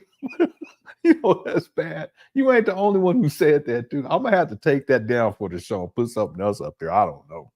Put Tariq Nasheed up there or something. I don't know. You know, put Tariq Nasheed up there. You know, who else? Who else I can put up? I'll put Zaza Ali. I put that one lady that be selling potions. You know what I'm saying? In that credit card, it was it was the womb card. I can't think of her name. I'm gonna get it. Just for you, Andre. I'm gonna get a picture. I'm gonna put her up there. But I wish you guys would stop that. Okay, please. That's John Coltrane. I've had that picture since 1994. It was given to me by a man who had an art gallery. You can barely, I can't see it without my other glasses. Yeah, it's 1994 on there. And I've had it all these years. This is only one of the only things, if not the only thing that I've had since from that time period. I tend to throw stuff away. Except clothes. I'll be holding on to my clothes for indefinite period at a time. Okay. Thanks for super chat, Andre. Okay, just for the record, I just want to let people know that is John Coltrane. It's not Umar. All right. Big man says Umar needs his bear claws. He needs his bear claws for defending against Zora bears and teeth deer. Okay. Now, real quick, big man, I know you really have a lot of love for teeth, okay, Tiff. But I have to say that Zora is back on the scene. And I'm not going to play the video. I did download it. But if you guys saw this video, you would be shocked. Big man, you do not want to see that. Tiff ain't around anymore. So, it's, you know, but Zora has made a return, and when she came back, I was like, what in the world? What in the world? Okay. Again, this Umar saga has been so filled with utter madness. We can watch an Umar video like we're doing right now, and it's like, what in the world is going on? But then we can talk about all of the other characters that's come through. Zora, especially Tiff. I miss Tiff. There's so many other characters that have come through. And thankfully, a lot of them woke up and they don't deal with Umar anymore, you know, including Tiff. She ain't around like she used to be. Good for her. And Zora, she did another video and she's kind of sort of going in on Umar. But if you guys ever saw that video and you guys be like, what in the world? Thanks for super chat, big man. And now we got to close. We got to close this out now. Okay, let's get, no. I ain't going to do that. And I'm going to tell y'all something. Something ain't right with her. Something's not right. Okay. If you guys saw the video, anyone see it, hit the one. Anyone see it, hit the one. And if you saw it, you know what I'm talking about. And then see, I don't want to do it because then people gonna start clowning her, and I don't think she deserves to be clowned. I think she got some problem. Okay. Yeah, I know I gotta go to bed. Okay, let's finish this up. Here we go. Trophies, just like Michael Jordan. You done brought me Lucy ass coochie crumbs 6 times in a row. I'm going to put you on Mount Rushmore with Michael Jordan. Not saying nothing. I'm going to send her a Lucy Goosey t-shirt and a Lucy Goosey trophy. Every time she get a Lucy Goosey, I'm going to send her a Lucy Goosey t-shirt and a Lucy Goosey trophy. I'm going to say, wow, you got 6 like Michael Jordan. You got 6 trophies just like Michael Jordan. You done brought me Lucy ass coochie crumbs 6 times in a row. I'm going to put you on Mount Rushmore with Michael Jordan. We need to have a Lucy Goosey Mount Rushmore in Black America. We need a Lucy Goosey Mount Rushmore. And oh, yeah. See, I got solutions for days. This guy. I got solutions for days. Let me close this poll out because we're almost done. But in all seriousness, as I wrap this up, podcast, you got to text me for that. 215-989-9858. Podcast, you got to text me for that. 215-989-9858. And guess what else you're going to send a black man? It's the Lucy Goosey package. I'm going to be selling these coming real soon. Dr. Umar's Lucy Goosey pack. She's going to get a Lucy Goosey trophy, a Lucy Goosey t-shirt, and she's going to get a gift certificate to the Yoni Spa to fix the goose. Oh, yes. That's how much we love our black women. We're not going to give up on you, black woman. Even though you climbed in my bed with some Lucy Goosey crumbs, I'm going to give you a gift certificate to the Yoni Spa in Baltimore, the Yoni Spa in Philadelphia, the Yoni Spa in Dallas, the Yoni Spa in Jackson, Mississippi, the Yoni Spa in Oakland, Detroit, Chicago, and Milwaukee, the Yoni Spa in Louisville, St. Louis, Kansas City, Memphis, Tennessee, the Yoni Spa in Nashville and Knoxville, the Yoni Spa in Fort Lauderdale, Miami, Orlando, and St. Petersburg, the Yoni Spa in Raleigh and Durham and Eastern Shore, Carolina, the Yoni Spa in the Hampton Roads of Hampton and Suffolk and Norfolk and Portsmouth. In fact, if you're a black woman and you own a Yoni Spa, or you sell Yoni treatments, text me the link to your website. I'm going to give y'all some free publicity. I'm serious right now. Because if you are a black woman and you have your own Yoni treatments, you sell Yoni treatments, or you have a Yoni Spa, Yoni Detox, text Dr. Umar. I'm going to give y'all some free publicity because there's some of my unapologetically African anti-snow bunny alpha males who got wives who've been coming home with a Lucy Goosey and he don't know what to do about it. He loved his wife, but before they got married, she put too many miles on the engine. Before they got married, she needs a new rubber band. She needs a new rubber band. That goose needs a new strap. That goose needs a new strap. So if there's any black women out there who got any kind of a Yoni Spa, Yoni treatment, Yoni pearls, so our black women can rebirth the sugar box. We got some black women who need to rebirth the sugar box. Text me, 215-989-9858. Black men, I'm going to post this on my social media. And all you got to do is call the closest one up and gift your wife with a gift certificate. And when she say, why you buy me this, just say because I love you. Almost, Don't baby. say because you need it. Don't say because your Yoni got a certain odor. Don't say because your rubber band pop. Don't be disrespectful to our black women. They've been through a lot, brothers. They've been through a lot. Don't say, just say because I love you. And I just want you to have a day to yourself. I'm going to drop you off and pick you up. You need this. I just want you to be I'm just investing in my wife. Is it okay for me to invest in my wife? Never tell her why you got the Yoni treatment. Don't ever tell her because you're going to hurt her feelings. Don't ever tell. If a woman ever gave me a Lucy Goosey, I don't tell them. I never tell a woman. I never tell them because that's too harmful. They know they gave me a Lucy Goosey when they get the t-shirt, the trophy, and the gift certificate to the Yoni Spa. Oh, yeah. See, I'm all about keeping the black family together. That's why I'm working on the black family retreats. That's why I'm working on the single black woman retreats, the single black man retreats. I'm working on the mixed race African retreats. I'm working for the chemically addicted retreats. I'm working on the Pan African political science class retreats. Oh, yes. Black woman, please VIP a man. Black man, please VIP a woman. I don't want no divorces in 2024. I don't want no more divorces. We got the whole September, the whole October, the whole November, we're in the last third of 2024. We are in the final third of the year. I don't want to see nobody else in divorce court. I don't want to see nobody else in divorce court. Black man, VIP your women. Black queens, VIP your man. The grass ain't greener on the other side. Trust me. The grass ain't greener. If you got a good woman, try to work it out. You got a good man, try to work it out. Stop rushing to be single, because the only thing out here waiting for your ass is damaged goods. The only thing waiting for your ass is damaged goods. Stay your ass in that marriage and work it out. Unless it is psychologically, sexually, or emotionally abusive, then you gotta go. If the marriage is physically, psychologically, emotionally, or sexually abusive, you gotta get the hell out of Dodge. But don't be breaking up and ending no marriage over no petty nonsense. You see Judge Mathis, and he's a millionaire. Judge Mathis said he going back to get his wife. Judge Mathis, shout out to Judge Mathis. He said, I'm going back to get my wife. Judge Mathis ain't play no games. He said, hell no, I want my queen back. Sometimes you got to swallow your pride, black man.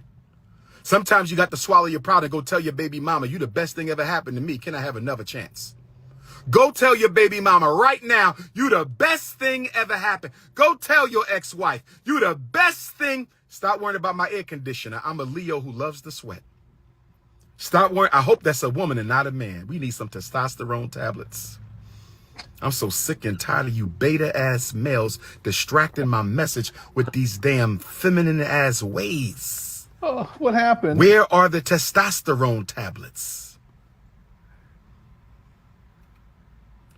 This your big brother King Kong Consciousness signing out. 215-989-9858. Hit the Cash App, $ FDMG School. Hit the PayPal, paypal.me/FDMG Academy. If you have any topics you want Dr. Umar to talk about, text my phone. What's something y'all want me to talk about? What's a topic? Romance, politics? What's a topic? It could FDMG for school. How about that? be romance or revolution.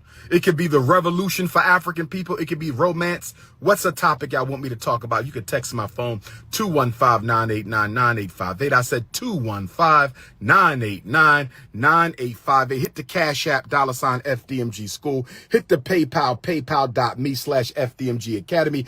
See us closed back there? This is what I was talking about at the beginning of this live stream 80 hours ago. We have a short stream. Well, I'll tell you, okay, we got to give me 4 more minutes. Y'all see us close back there? Hit the one. Told y'all. What? This your big brother King Kong Consciousness signing out. 215-989-9858. Hit the Cash App, $ FDMG School. Hit the PayPal, paypal.me/FDMG Academy. If you have any topics you want Dr. Umar to talk about, text my phone. What's something y'all want me to talk about? What's a topic? Romance, politics? What's a topic? It could be romance or revolution. It could be the revolution for African people. It could be romance. What's a topic y'all want me to talk about? You could text my phone, 215-989-9858. I said 215-989-9858. Hit the Cash App, $ FDMG School. Hit the PayPal, paypal.me/FDMG Academy. I said hit the Cash App, $ FDMG School. I said hit the PayPal, paypal.me/FDMG Academy. I love you too, Queen Kong. I love you too, Queen Kong. I love all my beautiful black sisters. Black queens forever, snow bunnies never. Black queens forever, snow bunnies never. I said black queens forever. From Africa to Alabama, from Jamaica to South Jersey, from Canada to Connecticut, from Britain to the Bronx. I said black queens forever, snow bunnies never. Then there you have it. Thank y'all so much for hanging in with me on this one. This is up there. I'm not going to say top 5. It's probably within the top 7 or 8 of Umar's all-time rants. I mean, it could be close to, I mean, it could be 5, but there's so many other ones. The Zora rant, the SETI rant. There's so many other ones to consider. Yeah, this was a disturbing one. I think probably out of all of them in terms of the psychosexuality, this is probably the most disturbing one, but there's plenty of other ones to consider. Umar is a troubled person. You know, he's a sexual deviant. He has no business being around children. To close out, I asked a question as we finish here. And I got one thing, the one last is the outro video, and that's I think it's apropos for what we just watched. And I think it's about 3.5 minutes and we'll be done. The poll question, I'm gonna close it out now, was given Umar's general behavior in his sexually explicit rant, should he be around children? We have 870 votes, 90% say no, and 10%, all Umar Johnson fathers, who have no sense, by the way, said yes. Umar has no business being around children. I would propose that he has no business being around women. He doesn't have any business being around animals. Okay. I think he's and I know he's a disturbed individual on many different levels. And, you know, he needs to get help. You know, he really does. And I'm hoping that this documentary, I don't know if I'm going to ever be able to finish it because there's so much stuff, but I'm going to put at least get some segments out. And I'm hoping that this will wake people up, but then also provide people with a level of understanding as to possibly why it is that Umar is the way that he is. I think that there's a whole lot of trauma within this guy. And that he has so much unresolved trauma that it dominates his life. And the sexual debauchery and the sexual violence that he speaks of, everything is in terms of violence, in essence. There's no love there. The debauchery, there's no love there. There's no genuine connection between a human being and another human being, a man and a woman. None of that is present in what he talks about when he talks about male-female relationships. Everything is about what he needs, what he wants. It's about his own sexual perversions. It's just masked under this idea that he's some authority, like we were talking about earlier. He's some authority that has all the answers, when the truth of the matter is that he's nothing more than a cyber bum who at this point is homeless and gets online talking all this sexually explicit talk, and people somehow expect him to be a principal of a school. Umar has no business being around children, period. Right? Let me get to these last super chats. I think there were 3 of them. Thank you all so much. I had a lot of super chats today. I really do appreciate it. Thank you guys so much for all the support. I hope you guys enjoyed the show. Thanks to all the moms for handling business too. I really do appreciate it. Everyone that's out to Cookie Chat, thank you for getting through this with me. I would not have been able to do it alone. That's for sure. Andre says, why do you have, oh, I already got that one. Okay. Umar needs to be, yeah, we got that one too. Okay. All right, we got that one. Ironically, the only woman who can heal him is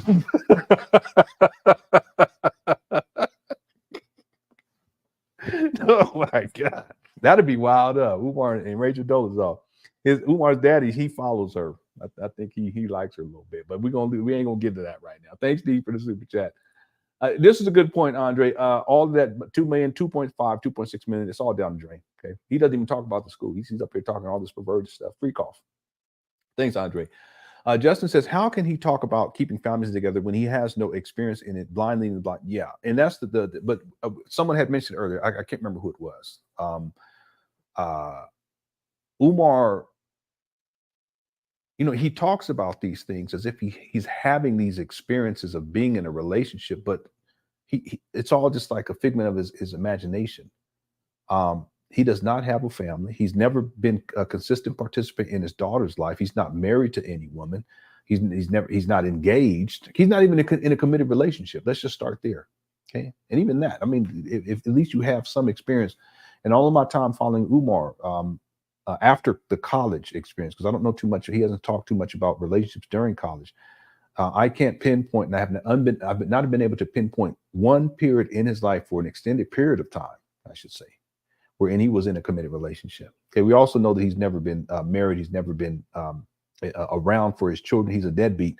And for him to speak on this, but like someone was saying earlier, that if you establish yourself as an authority and then you repeat this, and it's all lying, because he's talking as if he knows this stuff or that he's experiencing this stuff, like this is his life. None of this is real. It's just Umar spinning lies. But if he tells it over and over again, and if he spins a story and paints a narrative, and he does so with authority, there are people who believe it. And you're right. At the end of the day, it's the blind leading the blind. Umar's lost. He's a lost boy, like when he was shipped off. He was lost before he was shipped off. He's still lost to this day. And it's okay to get lost. I've been lost myself, but at some point you have to find your way and you have to make changes. Umar has not done that. Okay. He's always going to end right back up inside of his mama's closet, okay, or inside of his rental car, or inside a hotel motel, alone by himself with all this sexual frustration, and it comes out. Okay? Thanks, Justin, for the super chat.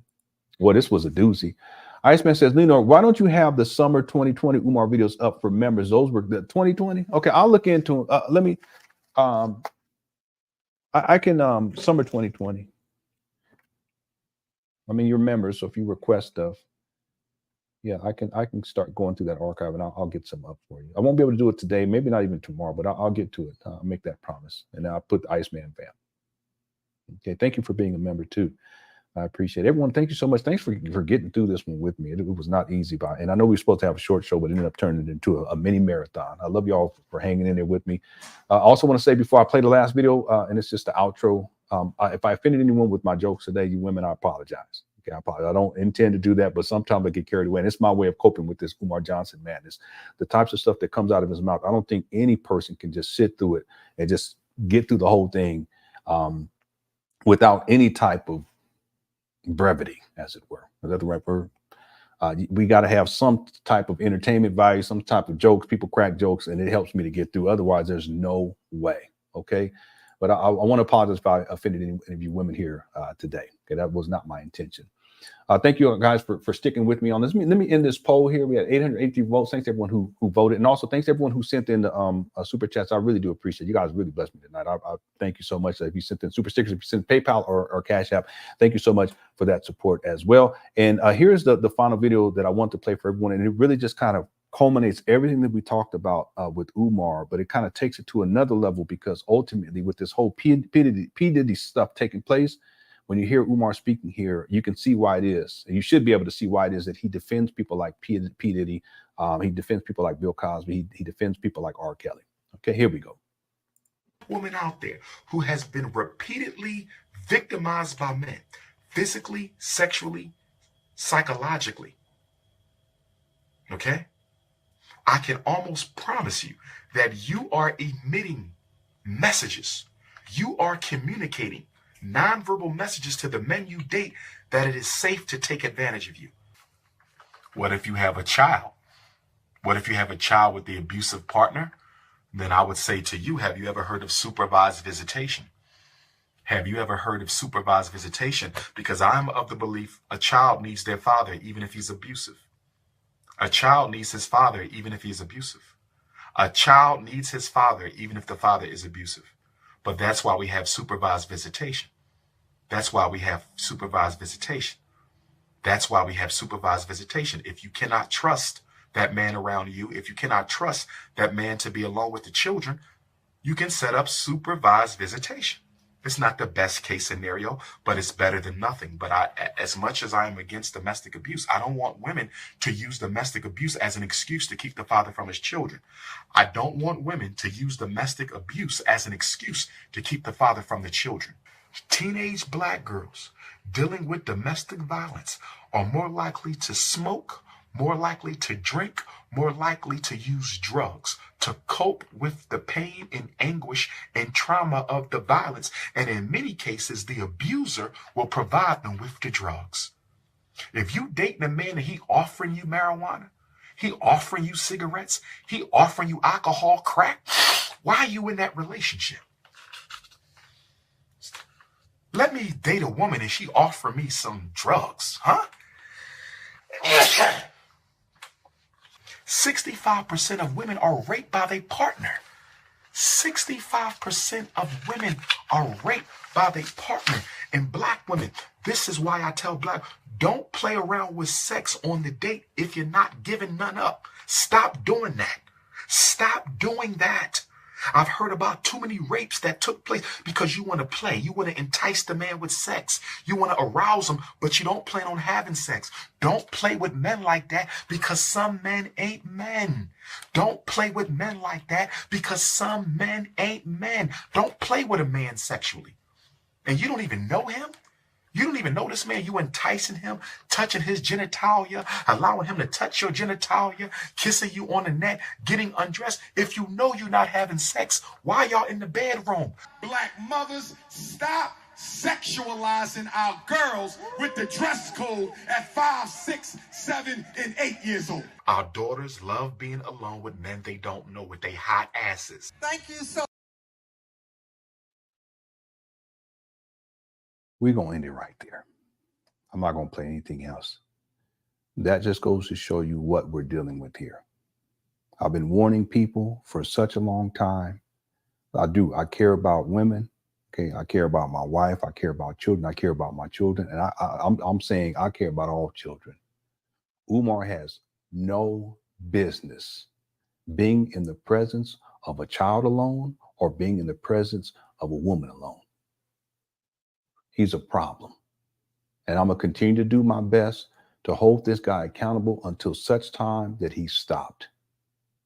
With that being said, thank you all so much for tuning on in. Everyone saw the Cookie Crush Chat. Thanks for getting through this one with me. This was a difficult one, probably one of the most difficult ones that we've ever gotten through. But we've gotten through it. Please enjoy the rest of your evening. And if I do the live stream tomorrow, it'll probably be during the day. If not, we can take a break until next week. Either way, I want you guys to know that I appreciate you. I appreciate all your support. And I love y'all. Okay, please take care. Peace.